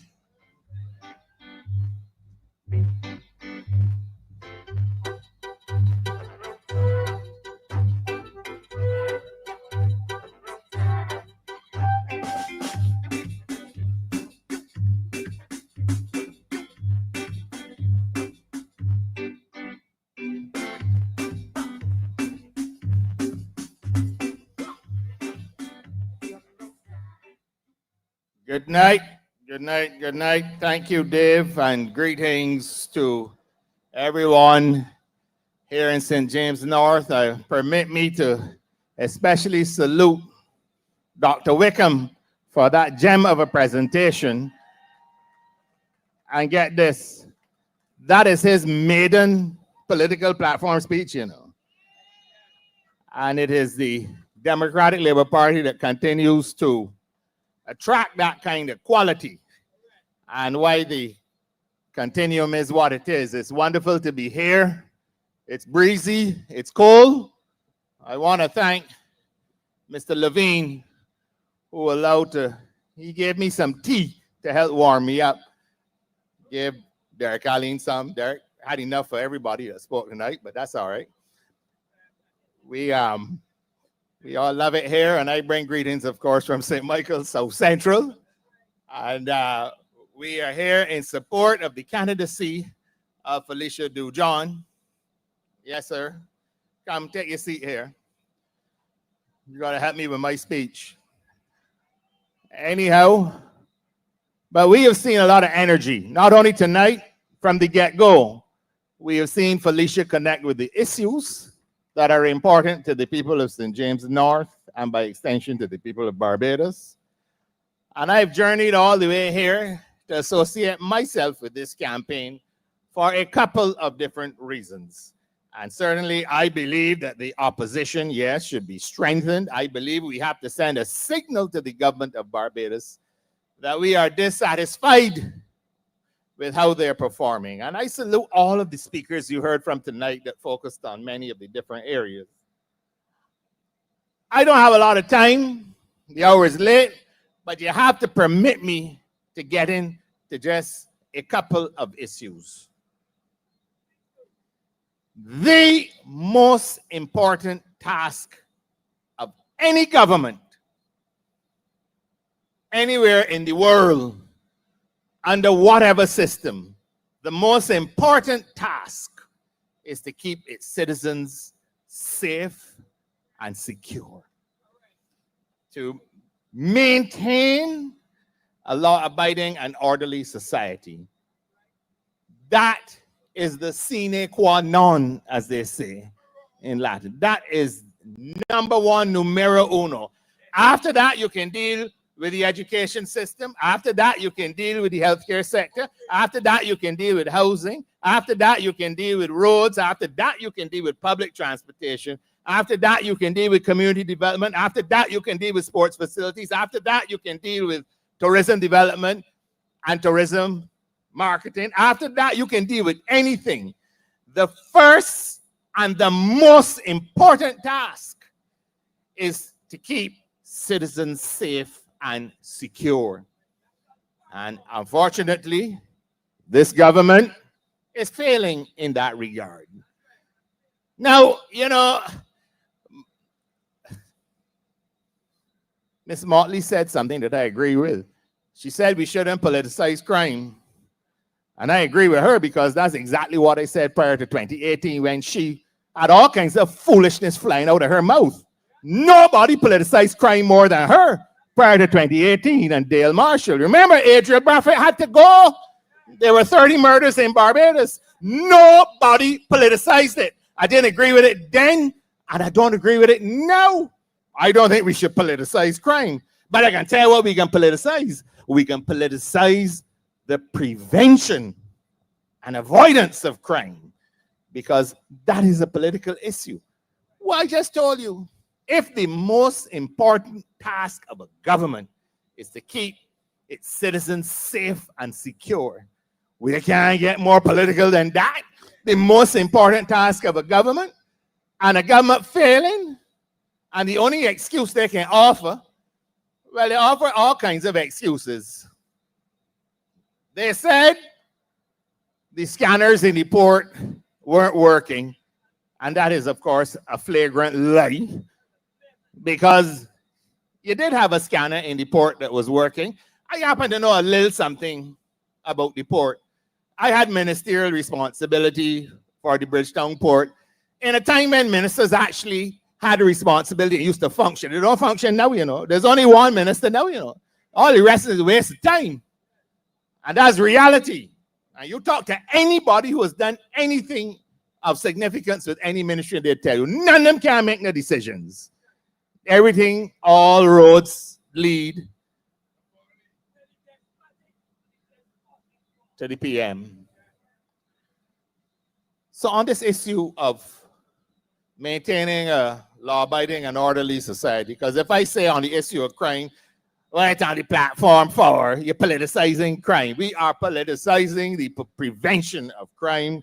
This government is failing in that regard. It is a multifaceted approach that needs to be adopted. And I can do something else, because they say that we don't put alternatives, that we only criticize. Well, I can give you some solutions right now. Starting with one, you see this business of giving money to murderers and criminals? That's a mistake. Stop it. Okay. Put the money in to the Barbados Police Service. put the money into intelligence gathering police operations. Effective policing is policing that is intelligence led. That is what you need to invest into. So that by the time you get avoidance of crime, and this is the difference between the two political parties, it is about where you accord priority.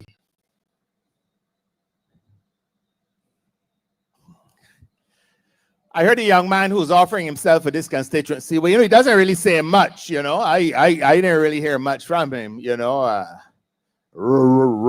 capacity, technology, young people.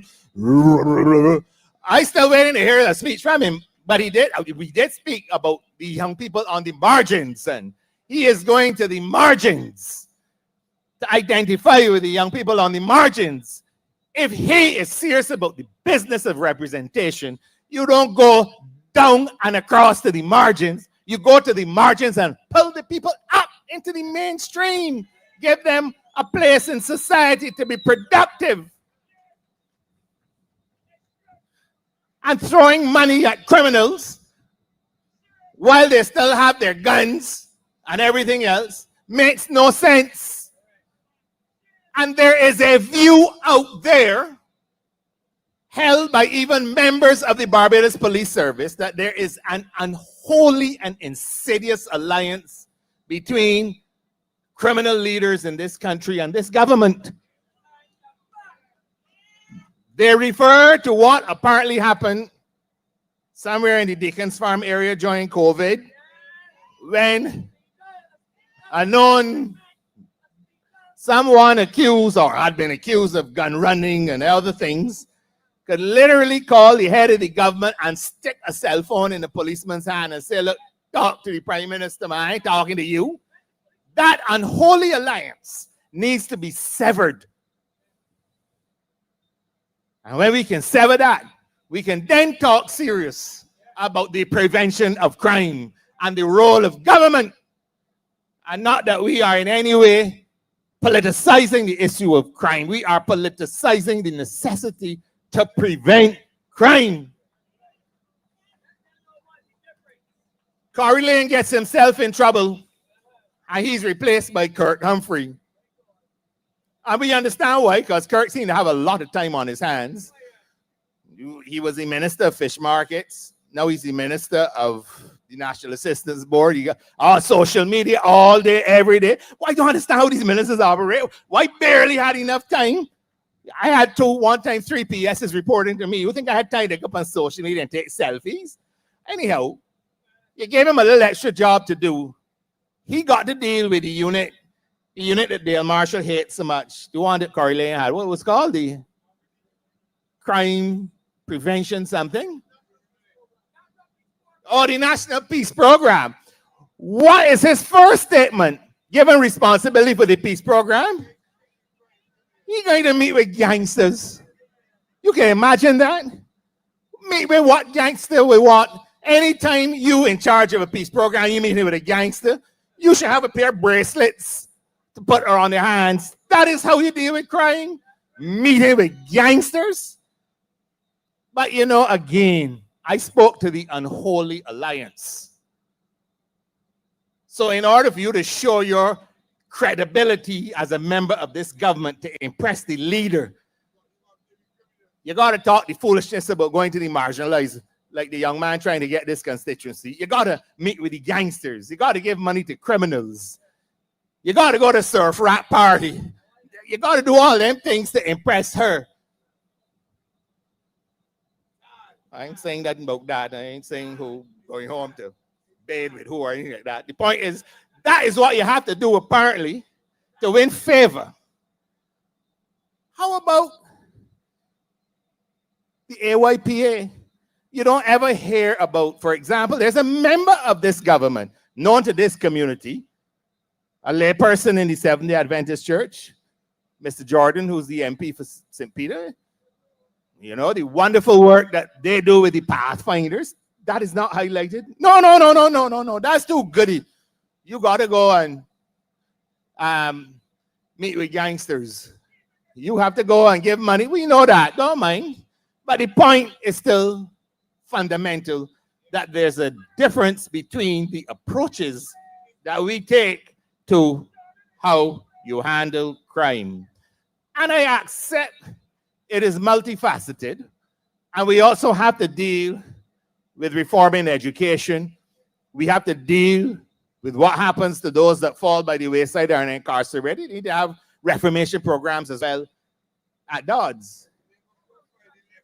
And it is refreshing, actually, to have someone in politics who is an internationally recognized human rights advocate, child rights advocate, like Felicia Dujon, the next MP for St. James North, who can help the DLP craft the programs as well, that you can have a complete approach towards dealing with crime and the prevention of crime, and not the nonsense that we are currently experiencing. I will not accept that we can simply throw our hands up.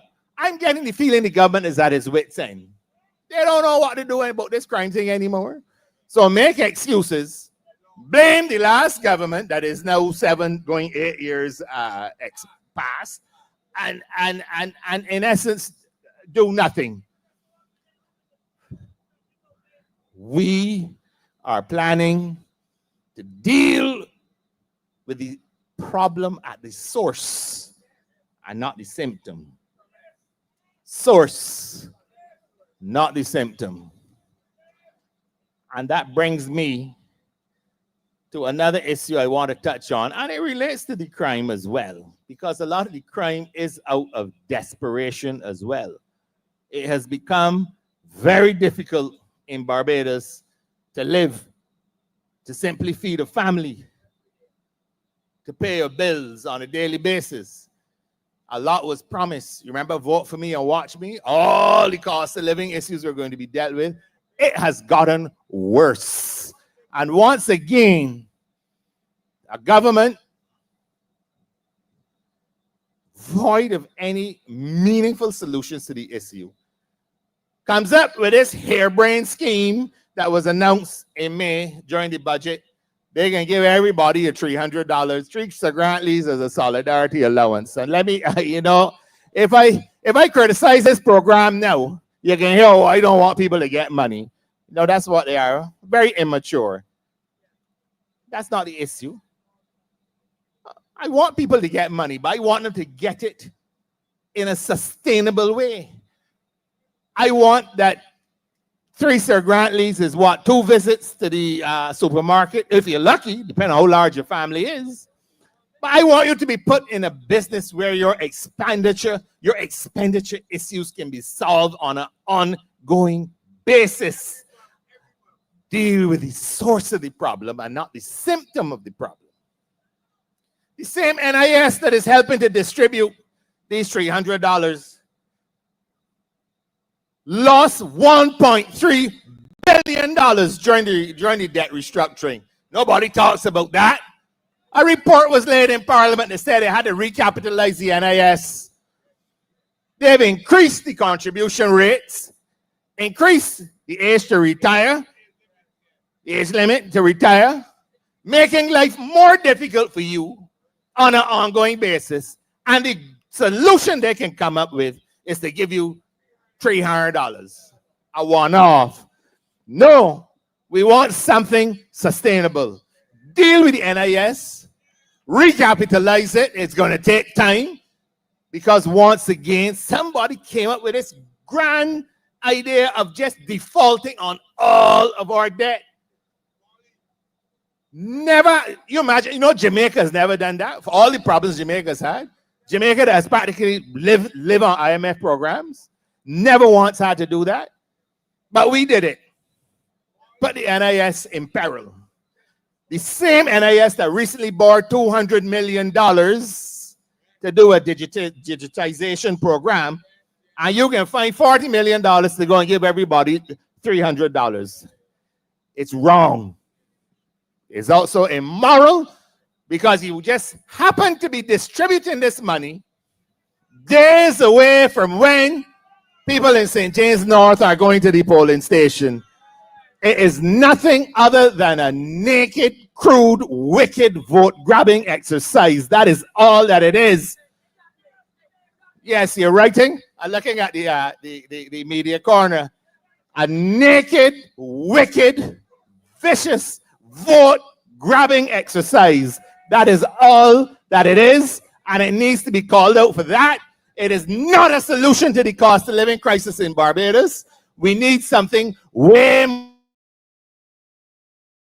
and we need to deal with that. Of course, I could deal with the taxes. You want me to talk about that? I can talk about that because, again, the Article 4 consultations from the IMF from the time we were in government spoke to the need to simplify, modernize the tax code in Barbados. And that would result in the greater efficacy in terms of your tax take. You wouldn't have so many people falling through the cracks. CARTAC, which is the Caribbean Regional Technical Assistance Center, that is basically a part of the IMF, went further than the Article 4 consultation and actually put firm recommendations to the government. We need to simplify the tax code. And that in itself would also get more money in people's pocket, that they would not have to come up with these naked, vote-grabbing, wicked, immoral exercises like just giving people $300 and saying, go along, go to the supermarket and shut up. It doesn't work that way. We need to do better than that. And I'm here tonight to ask the people of St. James North, on behalf of those in St. Michael's, South Central, and everywhere else in Barbados, to send a signal to this government. Send a signal to this government that you don't appreciate being used like that you demand better.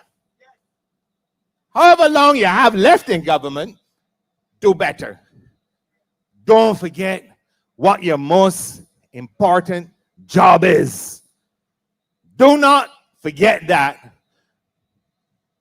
And for crying out loud, don't take people for fools and for granted. There will come an opportunity in the not too distant future for me to deal with the wickedness going on in the tourism sector, the guesswork. There's nothing going on in terms of collecting information. That is why people in this constituency who have spoken to me don't understand how a government could claim that tourism is doing so well and they get laid off from the villas down on the coast there. People that live here in St. James North, and don't worry, they will be voting for the Democratic Labour Party. They have to send a signal to this government and its wickedness. But all in all, I just want to say it's a real pleasure to be here on this platform. I want to thank you for bearing with me. I want to thank you for having me. And I want to encourage you all to come out and support Felicia Dujon on residents of Ashton Hall and the surrounding areas, Reservoir Road, everywhere. Come out in your numbers and vote for the Democratic Labour Party and vote for Felicia Dujon. Thank you very much. Felicia, we voting, we voting, we voting. Felicia, yes, we voting. Felicia, yes, we voting. Felicia, we voting. Felicia, yes, we voting. Felicia, cause Felicia, she is the one. Yes, we going with Tuja. Felicia, she is the one. Yes, we going with Tuja. Felicia, she is the one. Yes, we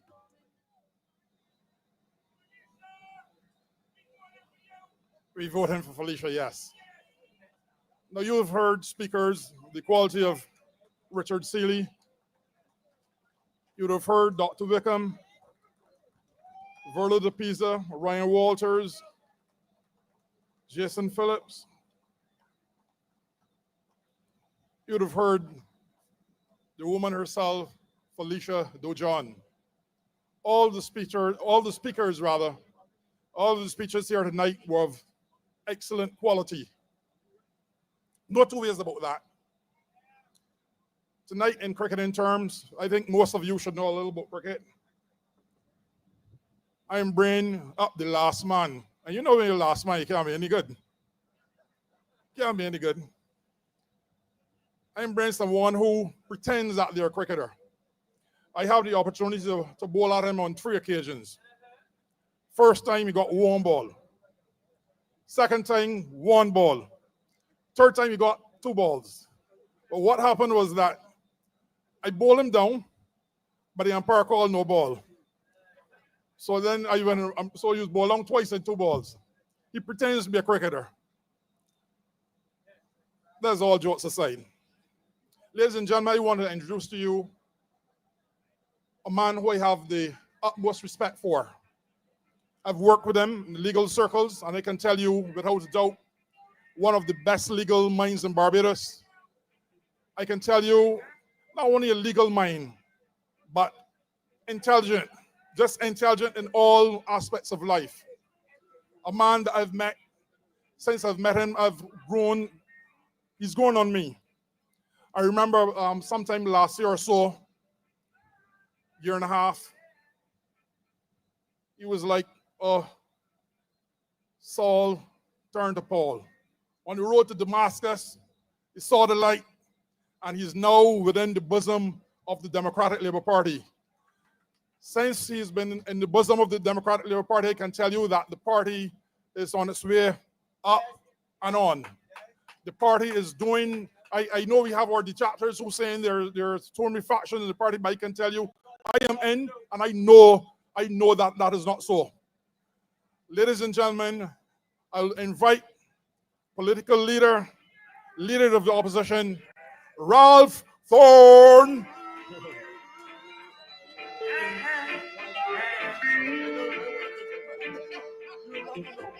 They can't keep a good man down. Always keep a smile when they want me to frown. Keep the vibes and I stood my ground. They will never ever take my crown. Oh, Jah bless, I say no man curse. Things getting better when they thought it would be worse. Here comes the officers asking for a search. They found no weapon, just only a drawers. But I'm so sad he does a rough. They just can't stop me now. Even when they said they're tough, they just can't stop me. You can't stop right now. How much time you all have? Okay. Good night to everyone. Good night to Reservoir Road. There's a spirit here tonight. There's a good spirit here tonight. Good night. Good night to my friend Dave Cumberbatch. I have to deal with that cricketing story later. But tonight, this match is being played against a team in raid. A team in raid. Led by a bully. Led by somebody that Oinatha called a despot. And that is our business here tonight. And I want to pause and express such deep feelings of pride. Dr. Elvis Wickham. Where are you tonight, Elvis? My goodness. Thank you very much. When they tell you, or if they tell you, the analysts, that this party is not in good shape, you heard Dr. Elvis Wickham tonight.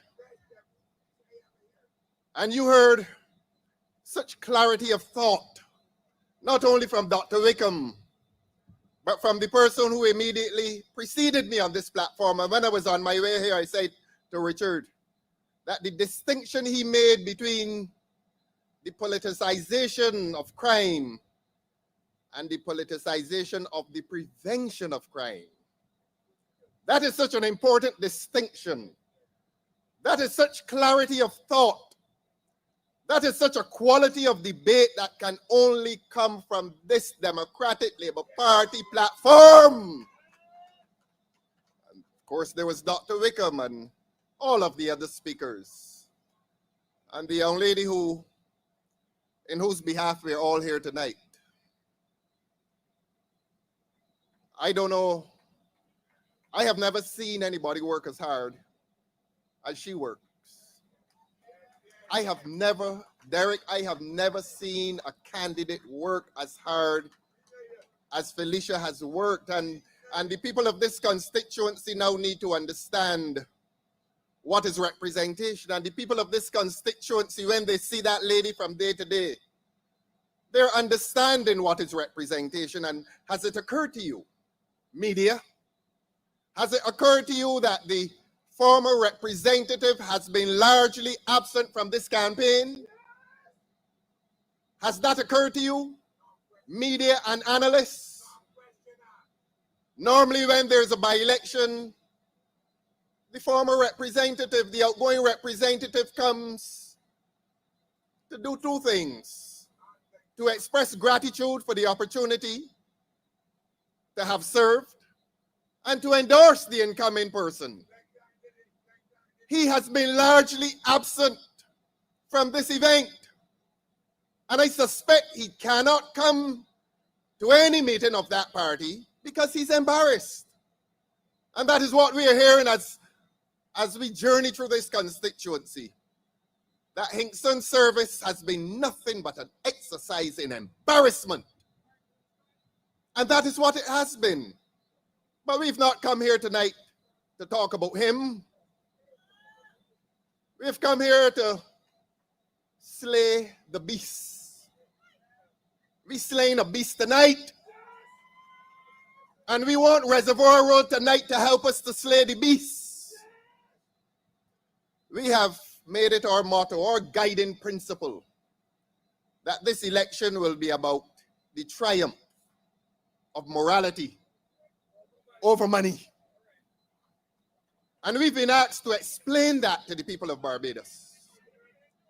This is a serious platform. As I said on the last occasion, if you want some jokes, find the people in right.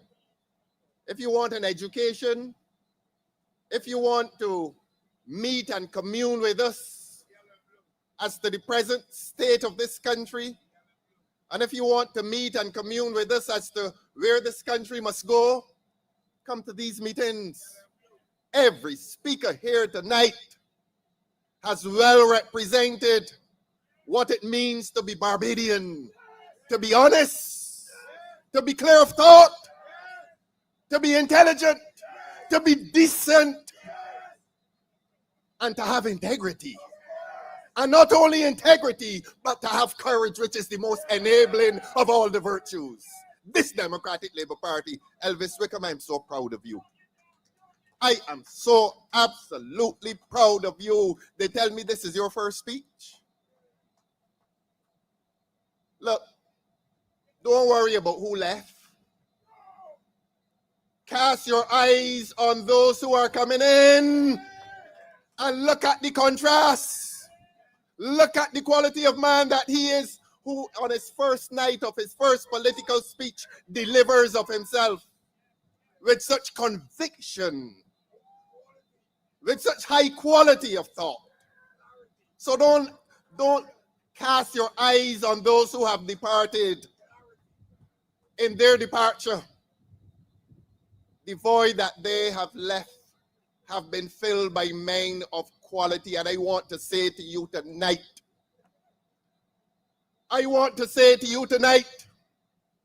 and remind you of what I said at the party conference last August. I meant it. I meant it. And I'm not afraid to say this. But Mayor Motley's tentacles that used to be in this Democratic Labour Party will be cut. They will be cut. And the people of Barbados have been silent on this, but the people of Barbados will come to discover. They will come to discover that all those who left had one thing in common. Mayor Motley. The time has come to unmask them. The time has come to tell the truth about what was happening in this great Democratic Labour Party over the last 2 years.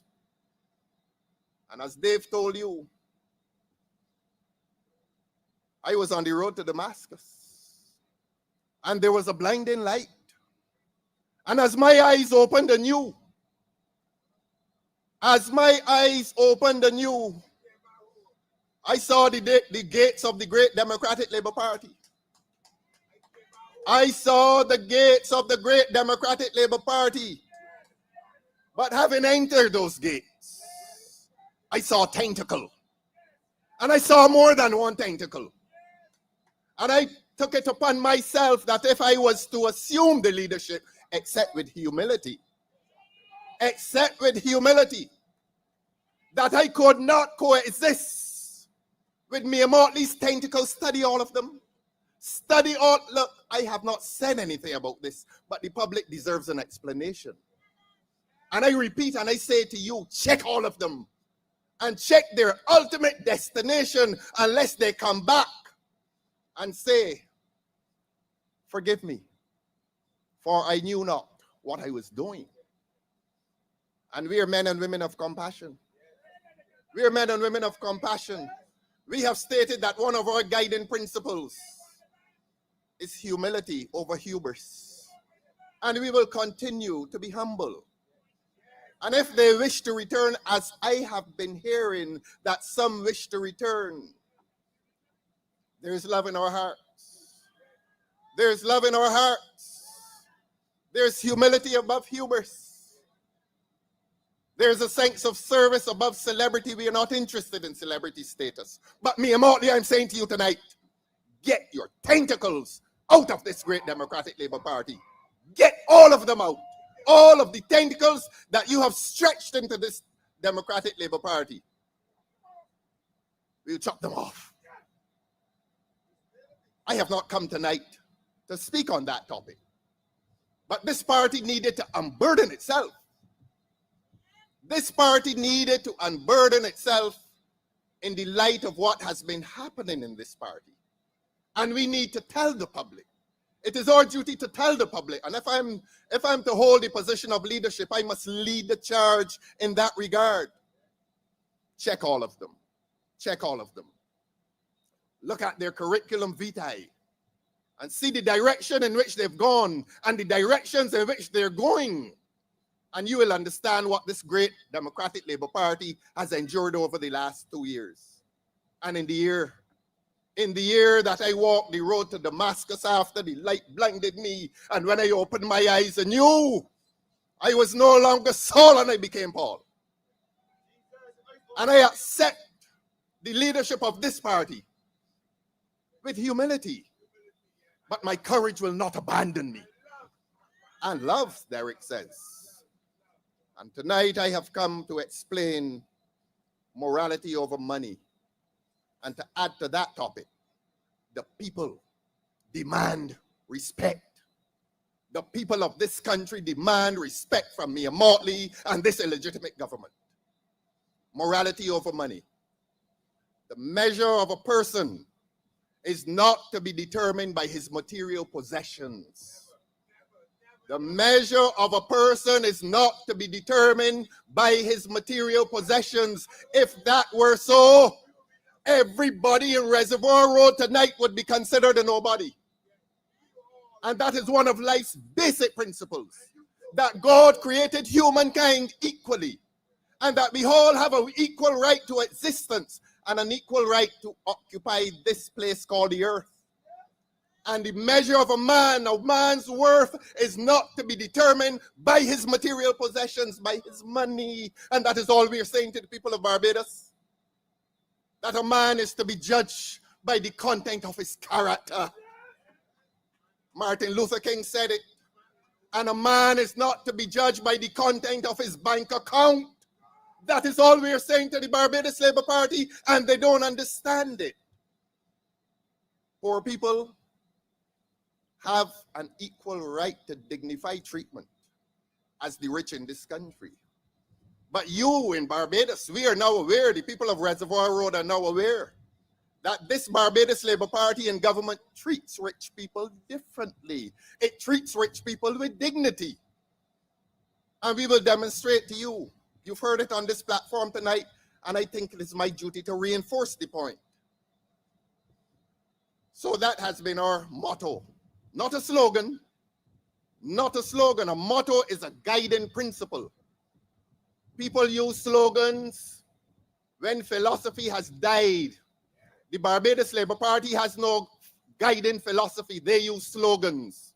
And the slogan that they have come to you with in this election, I have to read it because I want to read it. Go big or go home.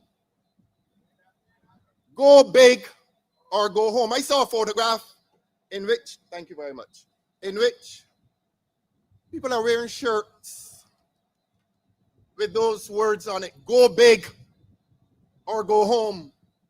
It is a message of intimidation. It is a message of violence. It is a message of exclusion. Go home, they say. If you're not big, if you're not going big tonight, Reservoir Road, go home. And you come to people and ask them to give you a vote. And you're saying to them that if they're not associating with big and wealth and power and might, go home. Do you believe that somebody would have done that? Do you believe that that would have been their guiding principle in coming to people and asking for a vote? Go big or go home. Leave the place. That's what they're saying to you. If you cannot identify with might and power, even if that might and power are unjust, go home. And I saw them driving through by our constituency office this evening. They did not have done it, you know. With these big vehicles, large trucks and SUVs, passing by the little street that on which our office is located. And they need not have passed through there. Their office is on the main road, but they want to drive through and intimidate because they're big and they're mighty and they're powerful. And everything they do is immoral. And that is why we have come to the people of this country. And that is why we have come and we have said that there must come a time in this country where morality must triumph over money. And bigness, Derek says. And bigness. So that we're not saying to you for a minute that money, that you must diminish the value of money. You need money. It is important. You need money to house yourself, clothe yourself, and feed yourself. But we say to the people of this country, not to the Barbados Labour Party, because they don't understand. They are proving us right all along. They are making it clear that there is a sharp distinction tonight between the Barbados Labour Party and the Democratic Labour Party. The difference between these two parties is clearly manifested. This campaign is showing up the fundamental, the profound difference between these two parties. And we say in this party, and we say to the people of this country, that there must be room for morality and that money is important. But you cannot judge a man by the possession of his money, and the possession of money does not give any man the right to treat others who don't have money with indignity. That's all we're saying to them. But their message is that there's no place in this society for the small man. As they say, you either go big or you go home. And as I said, big is not physical. I'm not interested in anybody's physicality. I am more interested in the fact that when they speak of big, they are speaking of the wealthy, the powerful, the brutal, the violent, the dominant, and the disrespectful. That is what the Barbados Labour Party is speaking about.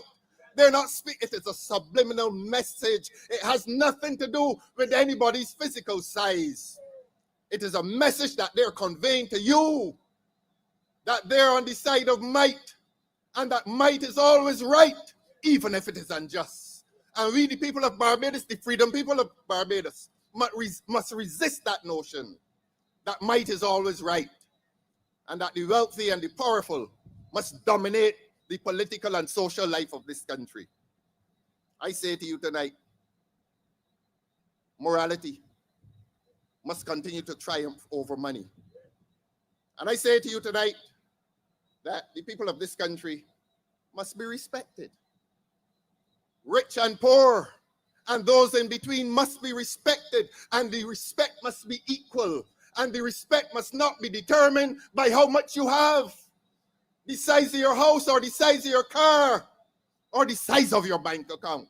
From the richest to the poorest, equal respect. And I want to demonstrate to you the ways in which this government has demonstrated disrespect for the people of this country. And I'm just going to give you 3 examples. Beg your pardon. Question of potholes. You know, let us not take these things for granted. We went into one of the most beautiful parts of St. Peter of Barbados, to my mind, a place called the Wim. It's a place of such natural beauty. And it is a self-contained community. It is there, it nestles within a part of Barbados that is not a thoroughfare. It is their place. And when we were driving through the section, that beautiful gully portion of it, the potholes were large. Clearly no conscientious representative had gone there. No conscientious representative could have visited the Wim and continue to describe himself as a legitimate representative. Potholes were big. You know, the second time we went back, they had filled some of the potholes. And as Richard said here tonight, I can't remember all the words he used, but nasty and vicious vote-catching exercises. I used the word cynical. Cynical. That a few days before an election, MTW or whoever comes there and fills a few of the potholes. Having failed to do it for many, many years, certainly having failed to do it for the last 7 years. And on the eve of an election, you come into Wim, and no doubt they will come through here as well, and fill potholes. They're not doing you any favor. It is a cynical device to catch your vote. It is disrespectful, and that is what the Barbados Labour Party is about. I say tonight, give the people some respect. Stop disrespecting, stop insulting their intelligence, stop believing that you can come on the eve of an election and fill up a hole and get people to vote for you as a result of that. Who do they think we are? And more so, who do they think they are? Who does the Barbados Labour Party think it is? Does it think that it owns the people of Barbados? Does it think that it owns the minds and the intellects of the people of Barbados? That you can do these things cynically and sail back into government? Well, we're not letting them sail back with this seat. A time will come when we will take the government. But the immediate business is to take this seat, because we're going to strengthen the opposition come Wednesday next week. And we are going to strengthen the opposition in the person of Mrs. Felicia Dujon. And so the first example of the insult to people's intelligence, the disrespect, was the potholes. I want to deal with the $300. I want to deal with the $300. And I pause because it hurts. I saw a photograph of dozens, perhaps scores, I don't know, hundreds perhaps, lining up for $300. $300. And Mia Motley is the Prime Minister of Barbados, and I say that because I'm going to say something else now. Under the charge of Mia Motley, decent and respectable Barbadians were forced to line up in the sun and all the elements to collect $300 that they call a solidarity allowance. Solidarity with who? Solidarity with who? Solidarity with indecency? Solidarity with contempt for the people? Solidarity with disrespect? In 2025, if this government claims to be a government pursuing digitization. Nobody should be lining up for $300 in the sun. They should not be. And we were in Trenks last night, and I said the same thing there. And a man in the audience said, why didn't send it by the postman? Why didn't send it directly to your account? But every week they're in Parliament with a lot of foolish words, digitization and sustainability and all kinds of monkey words. And they implement nothing. They mean nothing by what they say. And in an age of supposed digitization, Barbadians are forced to line up. Adults are forced to line up to collect $300 that might plug a hole, that might buy some food. But as Richard Seeley said here tonight, is it sustainable? What will happen next month? Will the government have lost its solidarity with the people by the payment of this solidarity allowance? It is cynical. It is a cynical device to catch your vote. That is how they feel about you, Reservoir Road. And that is the tradition in which Mia Motley lives. I said I came here tonight to slay the beast. And the beast must be slayed. She must be unmasked. We must do political surgery on her anatomy. And you will see who she really is. And you will see that she is the granddaughter of Ernest Dighton Motley. And what happened this week when the people lined up for $300 was a carbon copy of what happened in the 1960s when Ernest Dighton Motley was the mayor of Bridgetown. That is what happened. I repeat, what happened this week around those buildings, around those government buildings, was a carbon copy of what occurred when her grandfather was the mayor of Bridgetown and people formed lines in Queen's Park to collect food.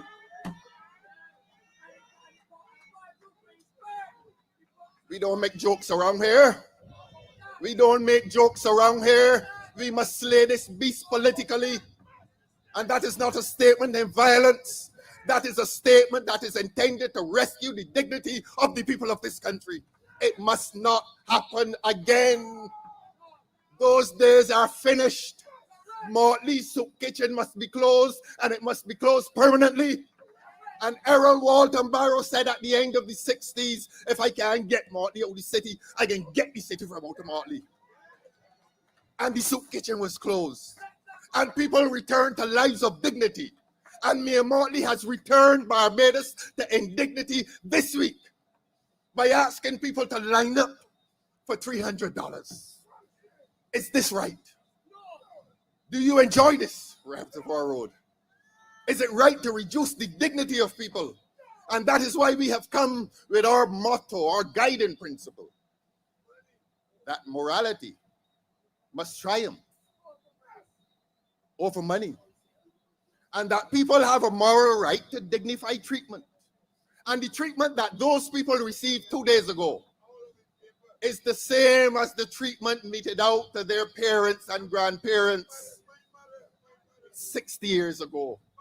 And 60 years later, the spirit of Ernest Dighton Motley is still alive in his granddaughter, Mia Motley. And that is why the people of this country must rescue their dignity. And that is why the people of this constituency must treat this election as a rescue mission for their dignity by electing Felicia Dujon.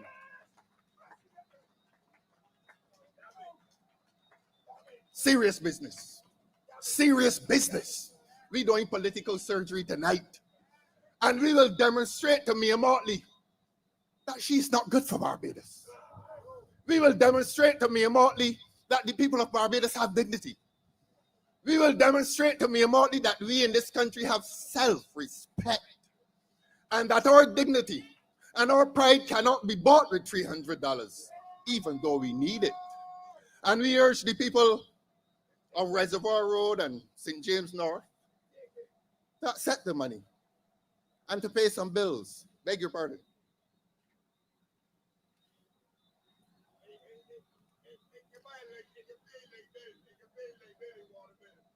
That's true. Pay a light bill, pay the water bill. Well, down here, we have asked the people in St. Lucie to stop paying those water bills because it is brown water. It is brown water. And I say that as a serious legal opinion. That if you're paying for the distribution of water into your house and it is contaminated, that is a fundamental breach of the contract. And when a fundamental breach of contract occurs, you have no obligation to pay.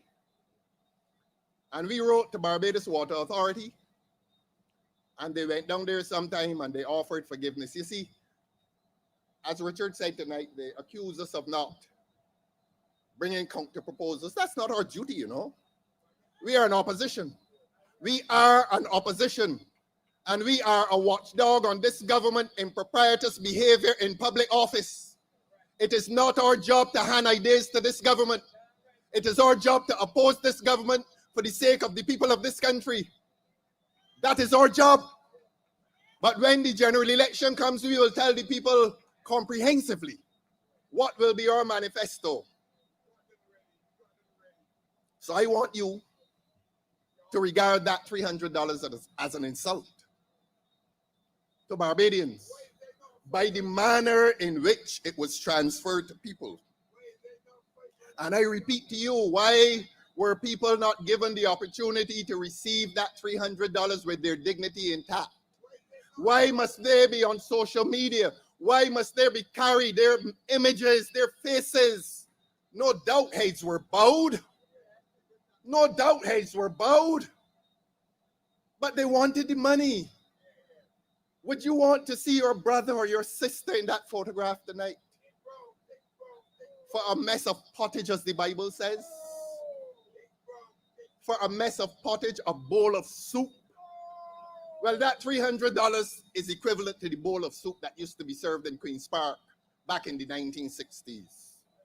And the same way Arrow Barrow got the city out of Motley, Ernest died of Motley, we're going to get the government out of Mia Motley. We're going to get the government out of Mia Motley. And this is the first step. Wednesday, the 21st, is the first step. We will strengthen the opposition, not for the sake of having an opposition, but we will strengthen the opposition for the ultimate movement to just government in this country. That is what next Wednesday is about. So the first insult was the potholes. Fixing potholes on the eve of an election.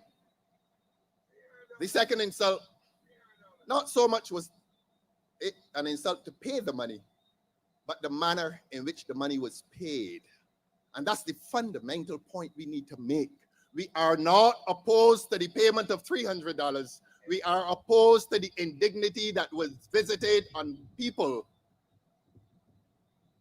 in the way in which they were dragged into the government offices in the sun with bowed heads, avoiding the cameras to receive that money.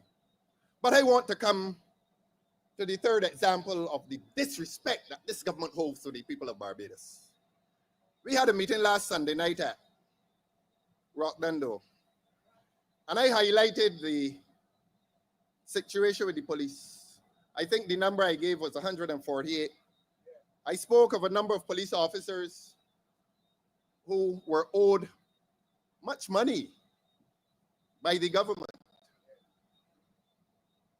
And some police officers called me and said, thank you. That is what an opposition is about. The opposition is a check on government's unjust power. That is my job. And that is the job that I will be assisted with after next week, Wednesday. We are not the government.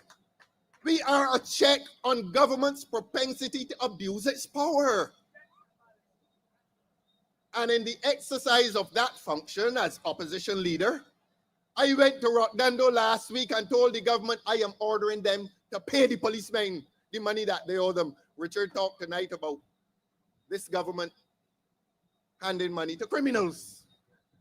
And a new minister meeting with gangs when the meeting ought to have taken place up in St. Philip. But I come to the police. You know, within a few hours of my having made a plea on behalf of the members of the Barbados Police Service, your Prime Minister made a call, and no doubt she wrote a memorandum and ordered that the policemen be paid. If I were sitting out there comfortably with them next to Nero, perhaps. Look, you know, they had me next to Nero. I used to sit next to Nero for what that is worth, but y'all ain't getting me to say anything else on that. I used to sit next to Nero. And if I had not removed myself from next to Nero, the police would not have got their money. I am no hero. I am just doing this job that God has driven me to do. And I intend to do it. And I raised my voice last Sunday night in Rockdando on behalf of the Barbados Police Service. And within hours, Mia Motley was writing a memo to the government department. I brought the correspondence here tonight. I'm going to read it. You may find this a little boring. Any police officers out here? Lovely. They do such good work. Let us pause and acknowledge the excellence of the Barbados Police Service.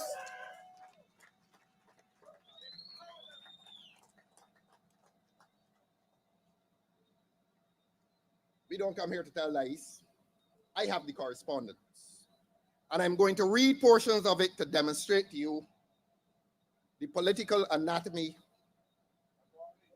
of this beast that we have in charge of this country. This is a copy of the memorandum. I'm sorry to bore you. The alternative is to make copies and give all of you.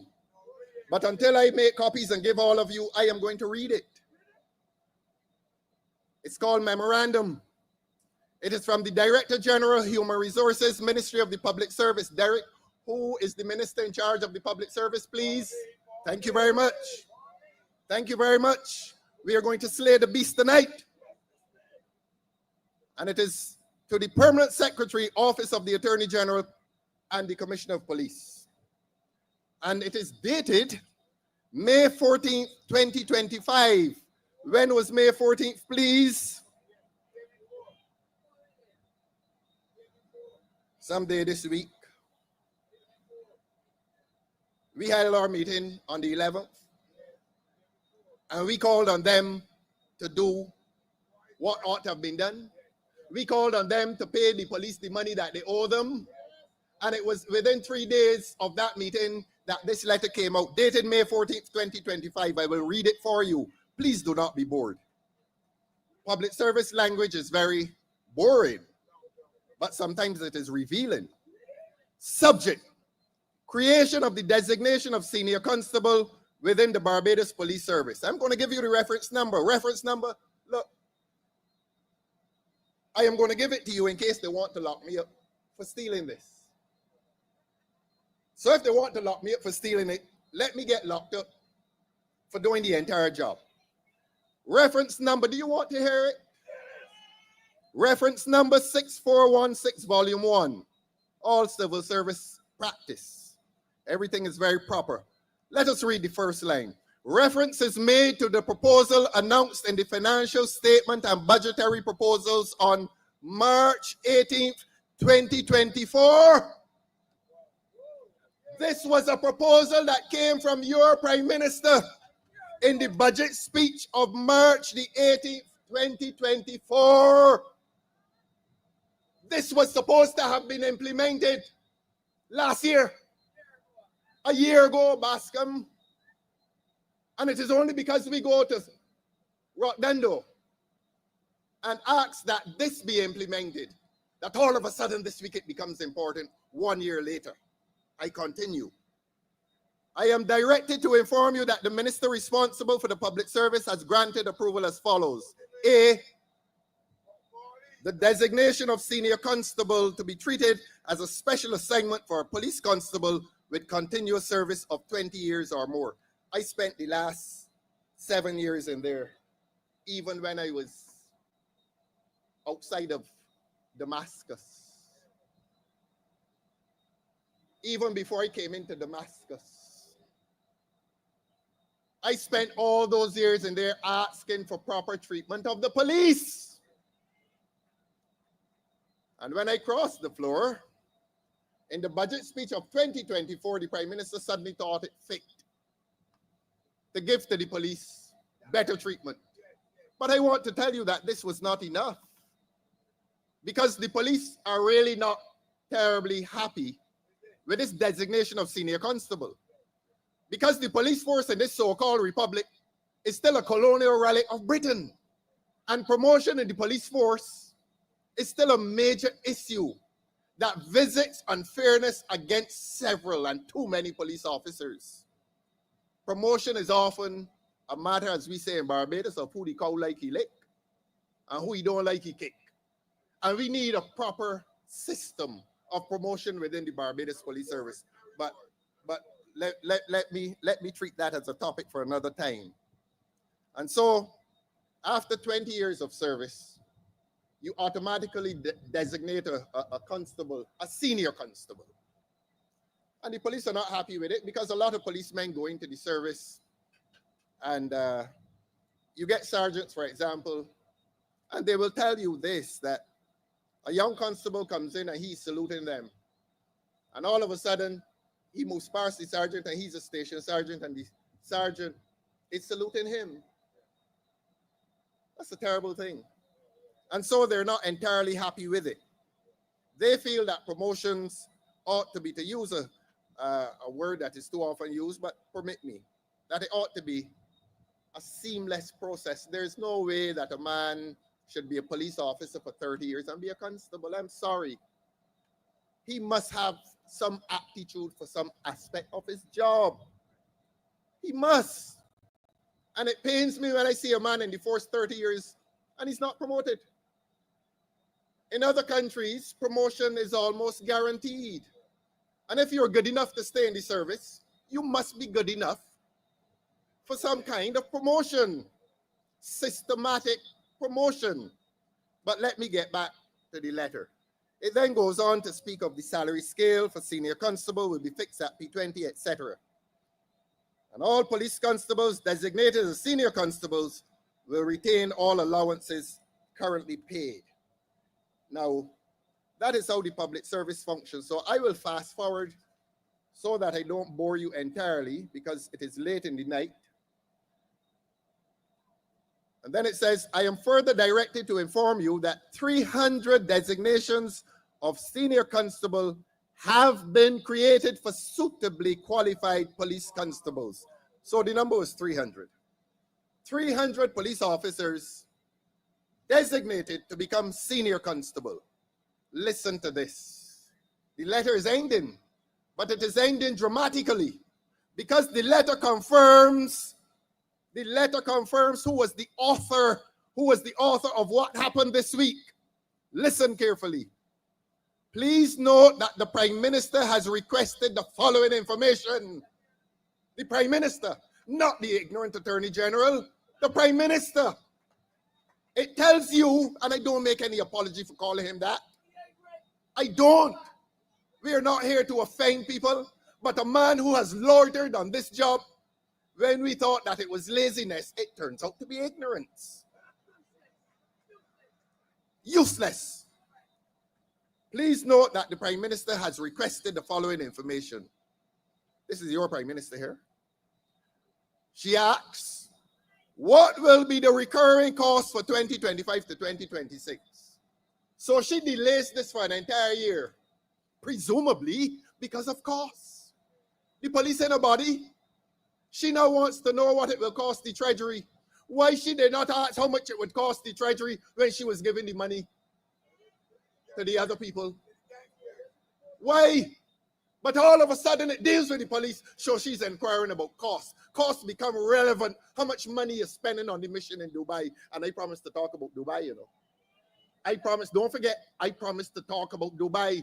I promised to talk about a government that knows how to waste money, except that it does not know how to spend money in lawful ways on the Barbados Police Service. And by this correspondence, it is established that your Prime Minister is concerned about the question of financial costs to compensate men and women who traverse this country at 2 and 3 o'clock in the morning when we are sleeping, trying to protect us from gangsters. Except that this government, while the police service is protecting us from gangsters, This government seems to be protecting gangsters and not the police service. So an increase of money for the Barbados Police Service becomes a matter of concern and inquiry by a prime minister. Why? They don't deserve it.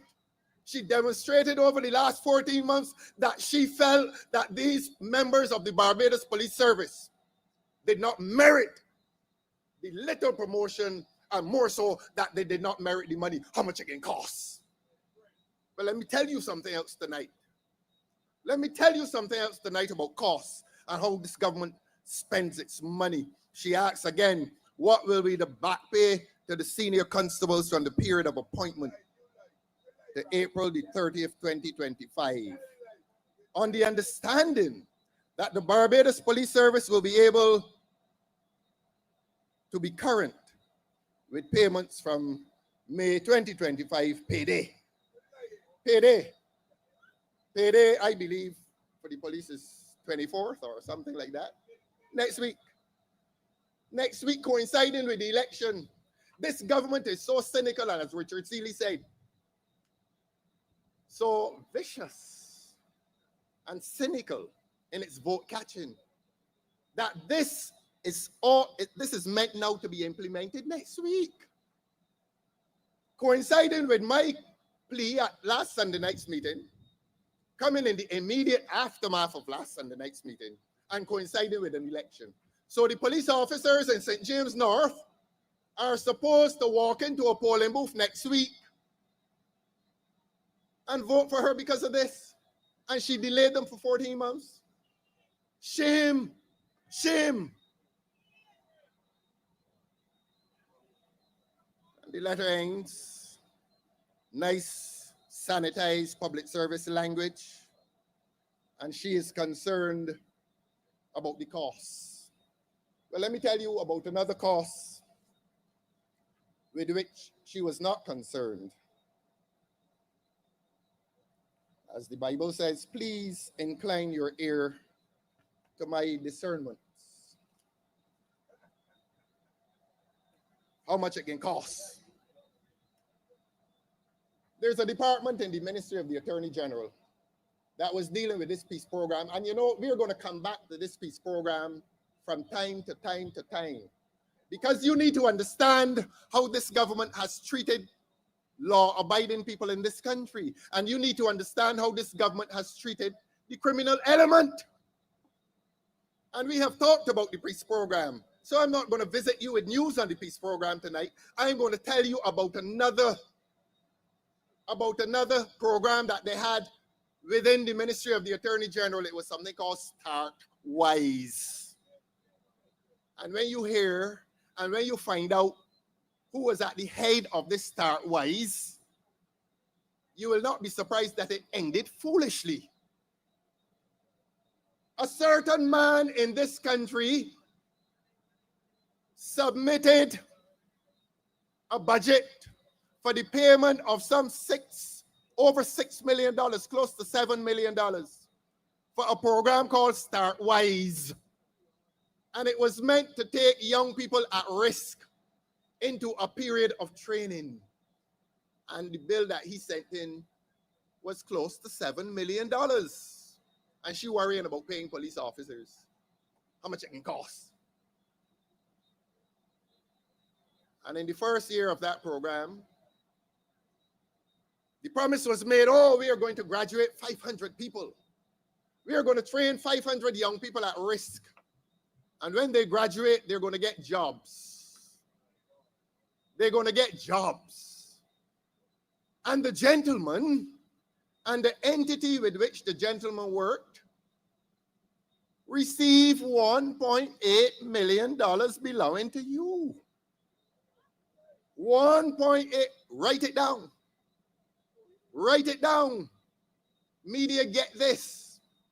This government paid $1.8 million for a program called Start Wise, which was meant to train 500 people, young people who they described as at risk. And they were told that we are going to graduate them and they will become worthy citizens and they will be fit for employment after the first period. 45 graduated, not one found a job. 45 out of 500, they only attracted 45 people. And tonight, not one has found a job. The program failed. It is called Start Wise. I told you it ended foolishly.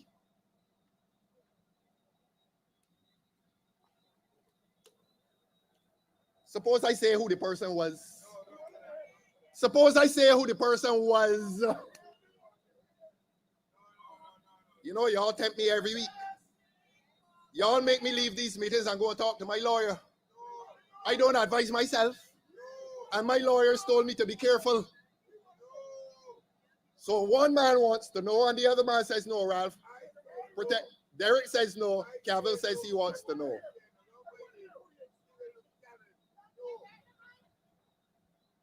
All I will say, I remember a speech made by Trevor Prescott recently. Listen carefully. Derek can get locked up. I ain't getting locked up. Trevor Prescott said in the House recently, he talked about somebody who was taken off the garrison. You got it? You got it? So what you want to name? $1.8 million.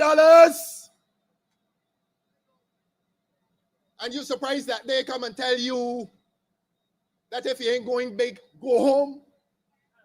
The people who going big in government and the people who pump a setting all about this constituency, one meeting with 10 and 12 BLP cabinet members, all big, powerful, mighty, and wicked.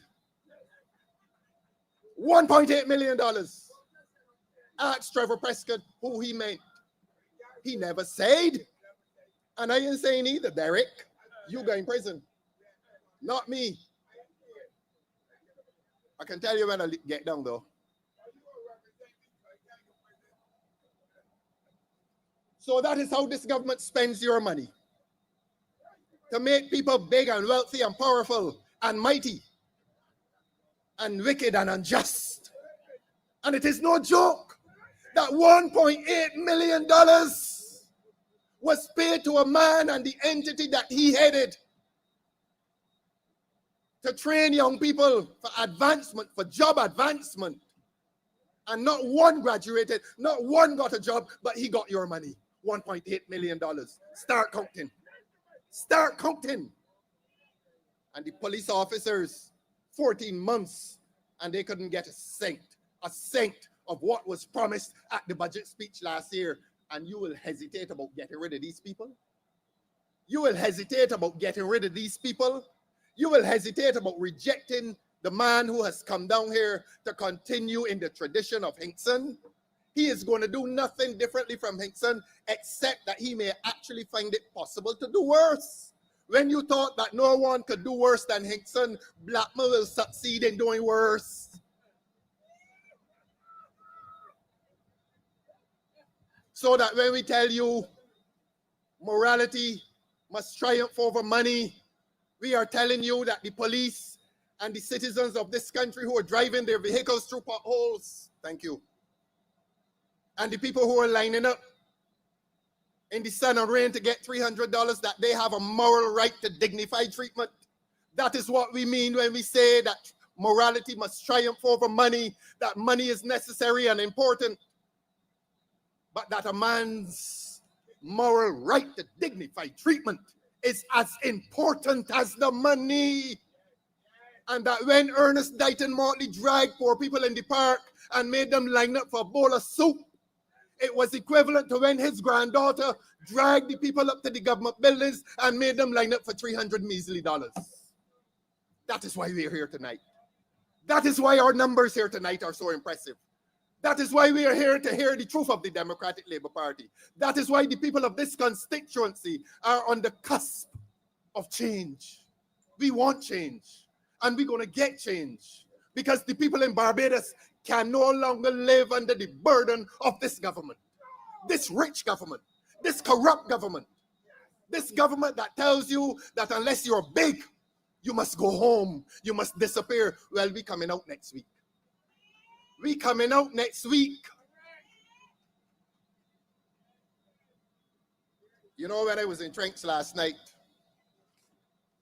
a gentleman said, why they didn't send the money by the postman? And I agreed with him. These days of, as I said earlier, digitization, send it to the people's bank account. You got all the people's information, TAMIS number. You know the smallest job you get now in government? You got to strip naked, TAMIS and NIS number and all kinds of things. Registration of everything. And he was wondering why they couldn't send the $300 by the postman.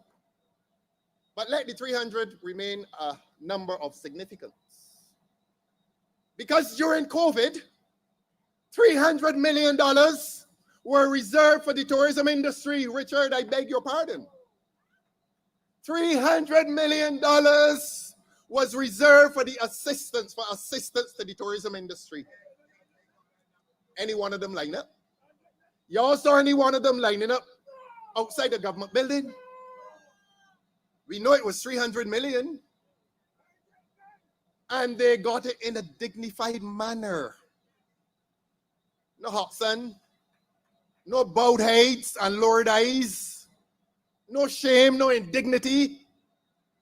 They got it with dignity. The money was passed to them. And they were happy. And you pass $300 measly equivalent to a 1960s bowl of soup and expect people to say thank you? Expect people to feel grateful? Expect people to feel grateful for what comes from the taxpayers' money in any event. And Felicia Dujon has been around this constituency and around this campaign, pushing a case for assistance to single mothers. And this government has not stopped, has not paused to think of that. That young single mothers in this country need some help. Young single mothers in this country need help with the children. And I say it at every meeting, and I'm going to continue saying it, that too many of our children are walking into school hungry. Too many of our children are pausing at lunchtime, and they're hungry. And because I've managed to say that, the Catholics at St. Dominic's called me to remind me, and I thank them and I applaud them, that they have been running a breakfast program for children in this country for a long time. And they're running it because what I'm saying is true. What I'm saying is justified by the fact that they had to telephone me and tell me, don't worry, that where government has failed the people of this country, the Catholic Church, the congregation at St. Dominic's, is succeeding with the children of this country because they recognize that somebody is failing the children. And they have filled the void of assistance to the young children of this country. And so we ask for respect from this government. We ask that morality be allowed to triumph over money. We tell the police officers tonight, take the promotion, but do not take the insult. We tell the people of Barbados, take the $300, but do not take the insult. And to those who use the roads that they're now hastily paving, there will be a smoother ride. There will be a smoother ride, and that ride will begin next week if you elect this young lady to your House of Assembly. And there will be a smoother ride eventually, because if and when she has the courage to call the general election, we have news for her. And we are bearing this news on behalf of the people of Barbados, that the time is coming when the life of this government will end. And because they cannot bring themselves to that belief, to that realization, they are rebelling. And they're not rebelling against injustice, as a good government must. They rebel against me in the House. And I sit there, and every conceivable insult And I said last week, and I'm going to say it to you again, that there's a man next door called Colin Jordan.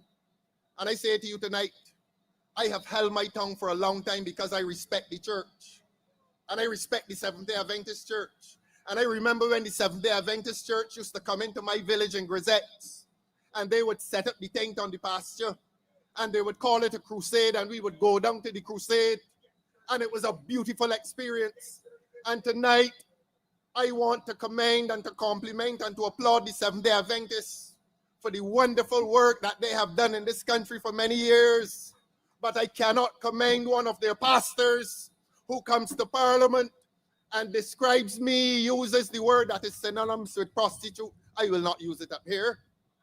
And he is down there polluting that organization with his presence on Saturday mornings and smiling at me. Smiling at me. Well, let me tell you all something. The Barbados Labour Party is the enemy of the people. And it cannot be my friend.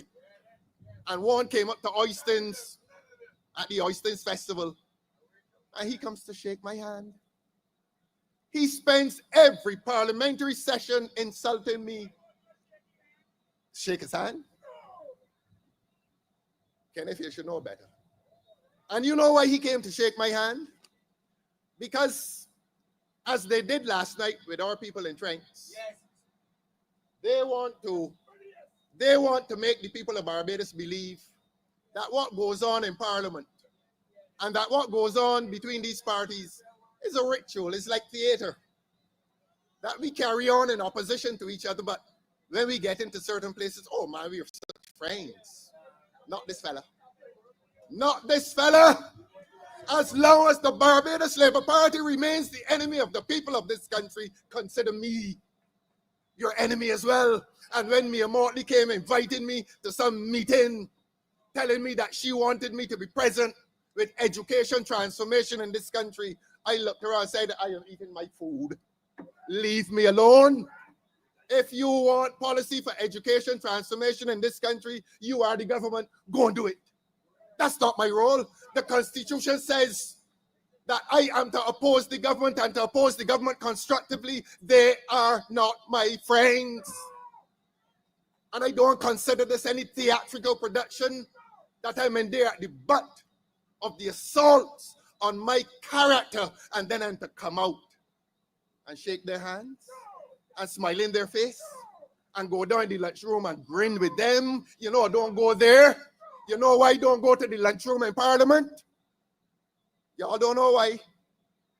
I want to live a little longer. I do not trust them. And you must not trust them either. Because any government that presides over a country in which people are hungry, in which young children are hungry, and they are getting fatter day by day, they cannot be your friend, and they cannot be my friend either. This is no ritual. This is no theatrical production. Wilfred Abrams, never again, as long as you live, extend your hand to me in public nor private. I will refuse it as I refused it at Oystins. And in my next speech, Abrams, I am going to speak to the people of this country as to the significance of what Nero said about you in court. And all the Peter Wickhams, not a word to say about it. Not a word to say about it. That represents a severe fracture in government. When one man, in the aftermath of his acquittal on a criminal charge, he makes two significant statements. He identifies a parliamentary colleague, not a parliamentary adversary. He identifies a parliamentary colleague and says, he lied on me under oath. That is perjury. And he says he's disappointed. And further, he went further and said, I was set up. Y'all tired? Y'all ready to go home? You understand the country you're living in? You understand that you are living in a country in which a parliamentarian says that he was set up on a rape charge. And in the same paragraph, he calls the name of a man who is in the cabinet. You ever heard of the United States of America? You ever heard of Britain?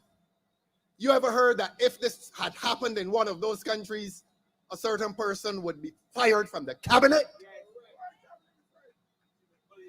And in your country, these so-called analysts, these sycophants, these cheerleaders for a government make absolutely no comment on it except to say, oh, well, Roe could become a folk hero in his constituency. Folk hero in his constituency. And his van is being used in their campaign. It drove by our office today. His truck, and I'm not going to identify the number, but his truck is being used in the DLP campaign in this constituency. Well, he may well be that. He gets set up, he says. You know, I am bound by the ethics of my profession. And I think you all know that for a while I was doing the case, you know. And there are certain things that I cannot say because of my professional ethics. A lawyer cannot do a case and then come out and make disclosures about the case. So I have to remain political, but my profession is also important to me. And he has even now, he has the right to expect that I will not disclose confidential matters that arose between he and I. He has the right to expect that, and I will not breach those confidences, those professional confidences. But, Roe said he was set up. Consider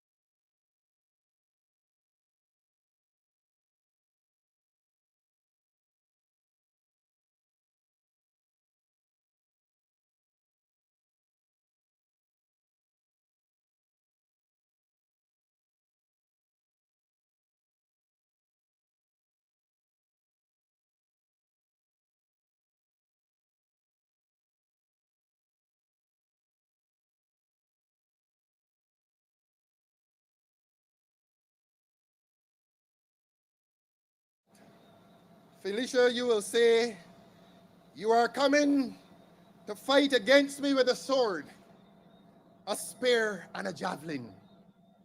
But I am coming against you in the name of the Lord who rules over all. Those words were said by David to Goliath. And I repeat, you are coming to fight against me with a sword, a spear, and a javelin, but I am coming against you in the name of the Lord who rules over all. And we say, on behalf of Felicia, you are coming to fight against us with your might and your power and your unjust power and your money. But we come with dignity. decency, and the morality of the people of this country. I thank you very much. Good night. Get home safely, and may God bless you.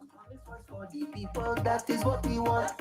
Cost of living, but we troubled and all the violence. A woman of integrity, good character and morality. The big man is a problem, but Dujan is the big solution. Felicia, she is the one. Yes, we going with Dujan. Felicia, she is the one. Yes, we going with Dujan. Felicia, she is the one. Yes, we going with Dujan. Felicia, she is the one. Yes, we going with Dujan. Look forward right to tomorrow. Let me make it clear. It is morals over money any day of the year. A confident visionary with mission-driven quality. Forget the old talk around, do jump, bring it to a presentation. Felicia, she is the one. Yes, we going with Tuja. Felicia, she is the one. Yes, we going with Tuja. Felicia, she is the one. Yes.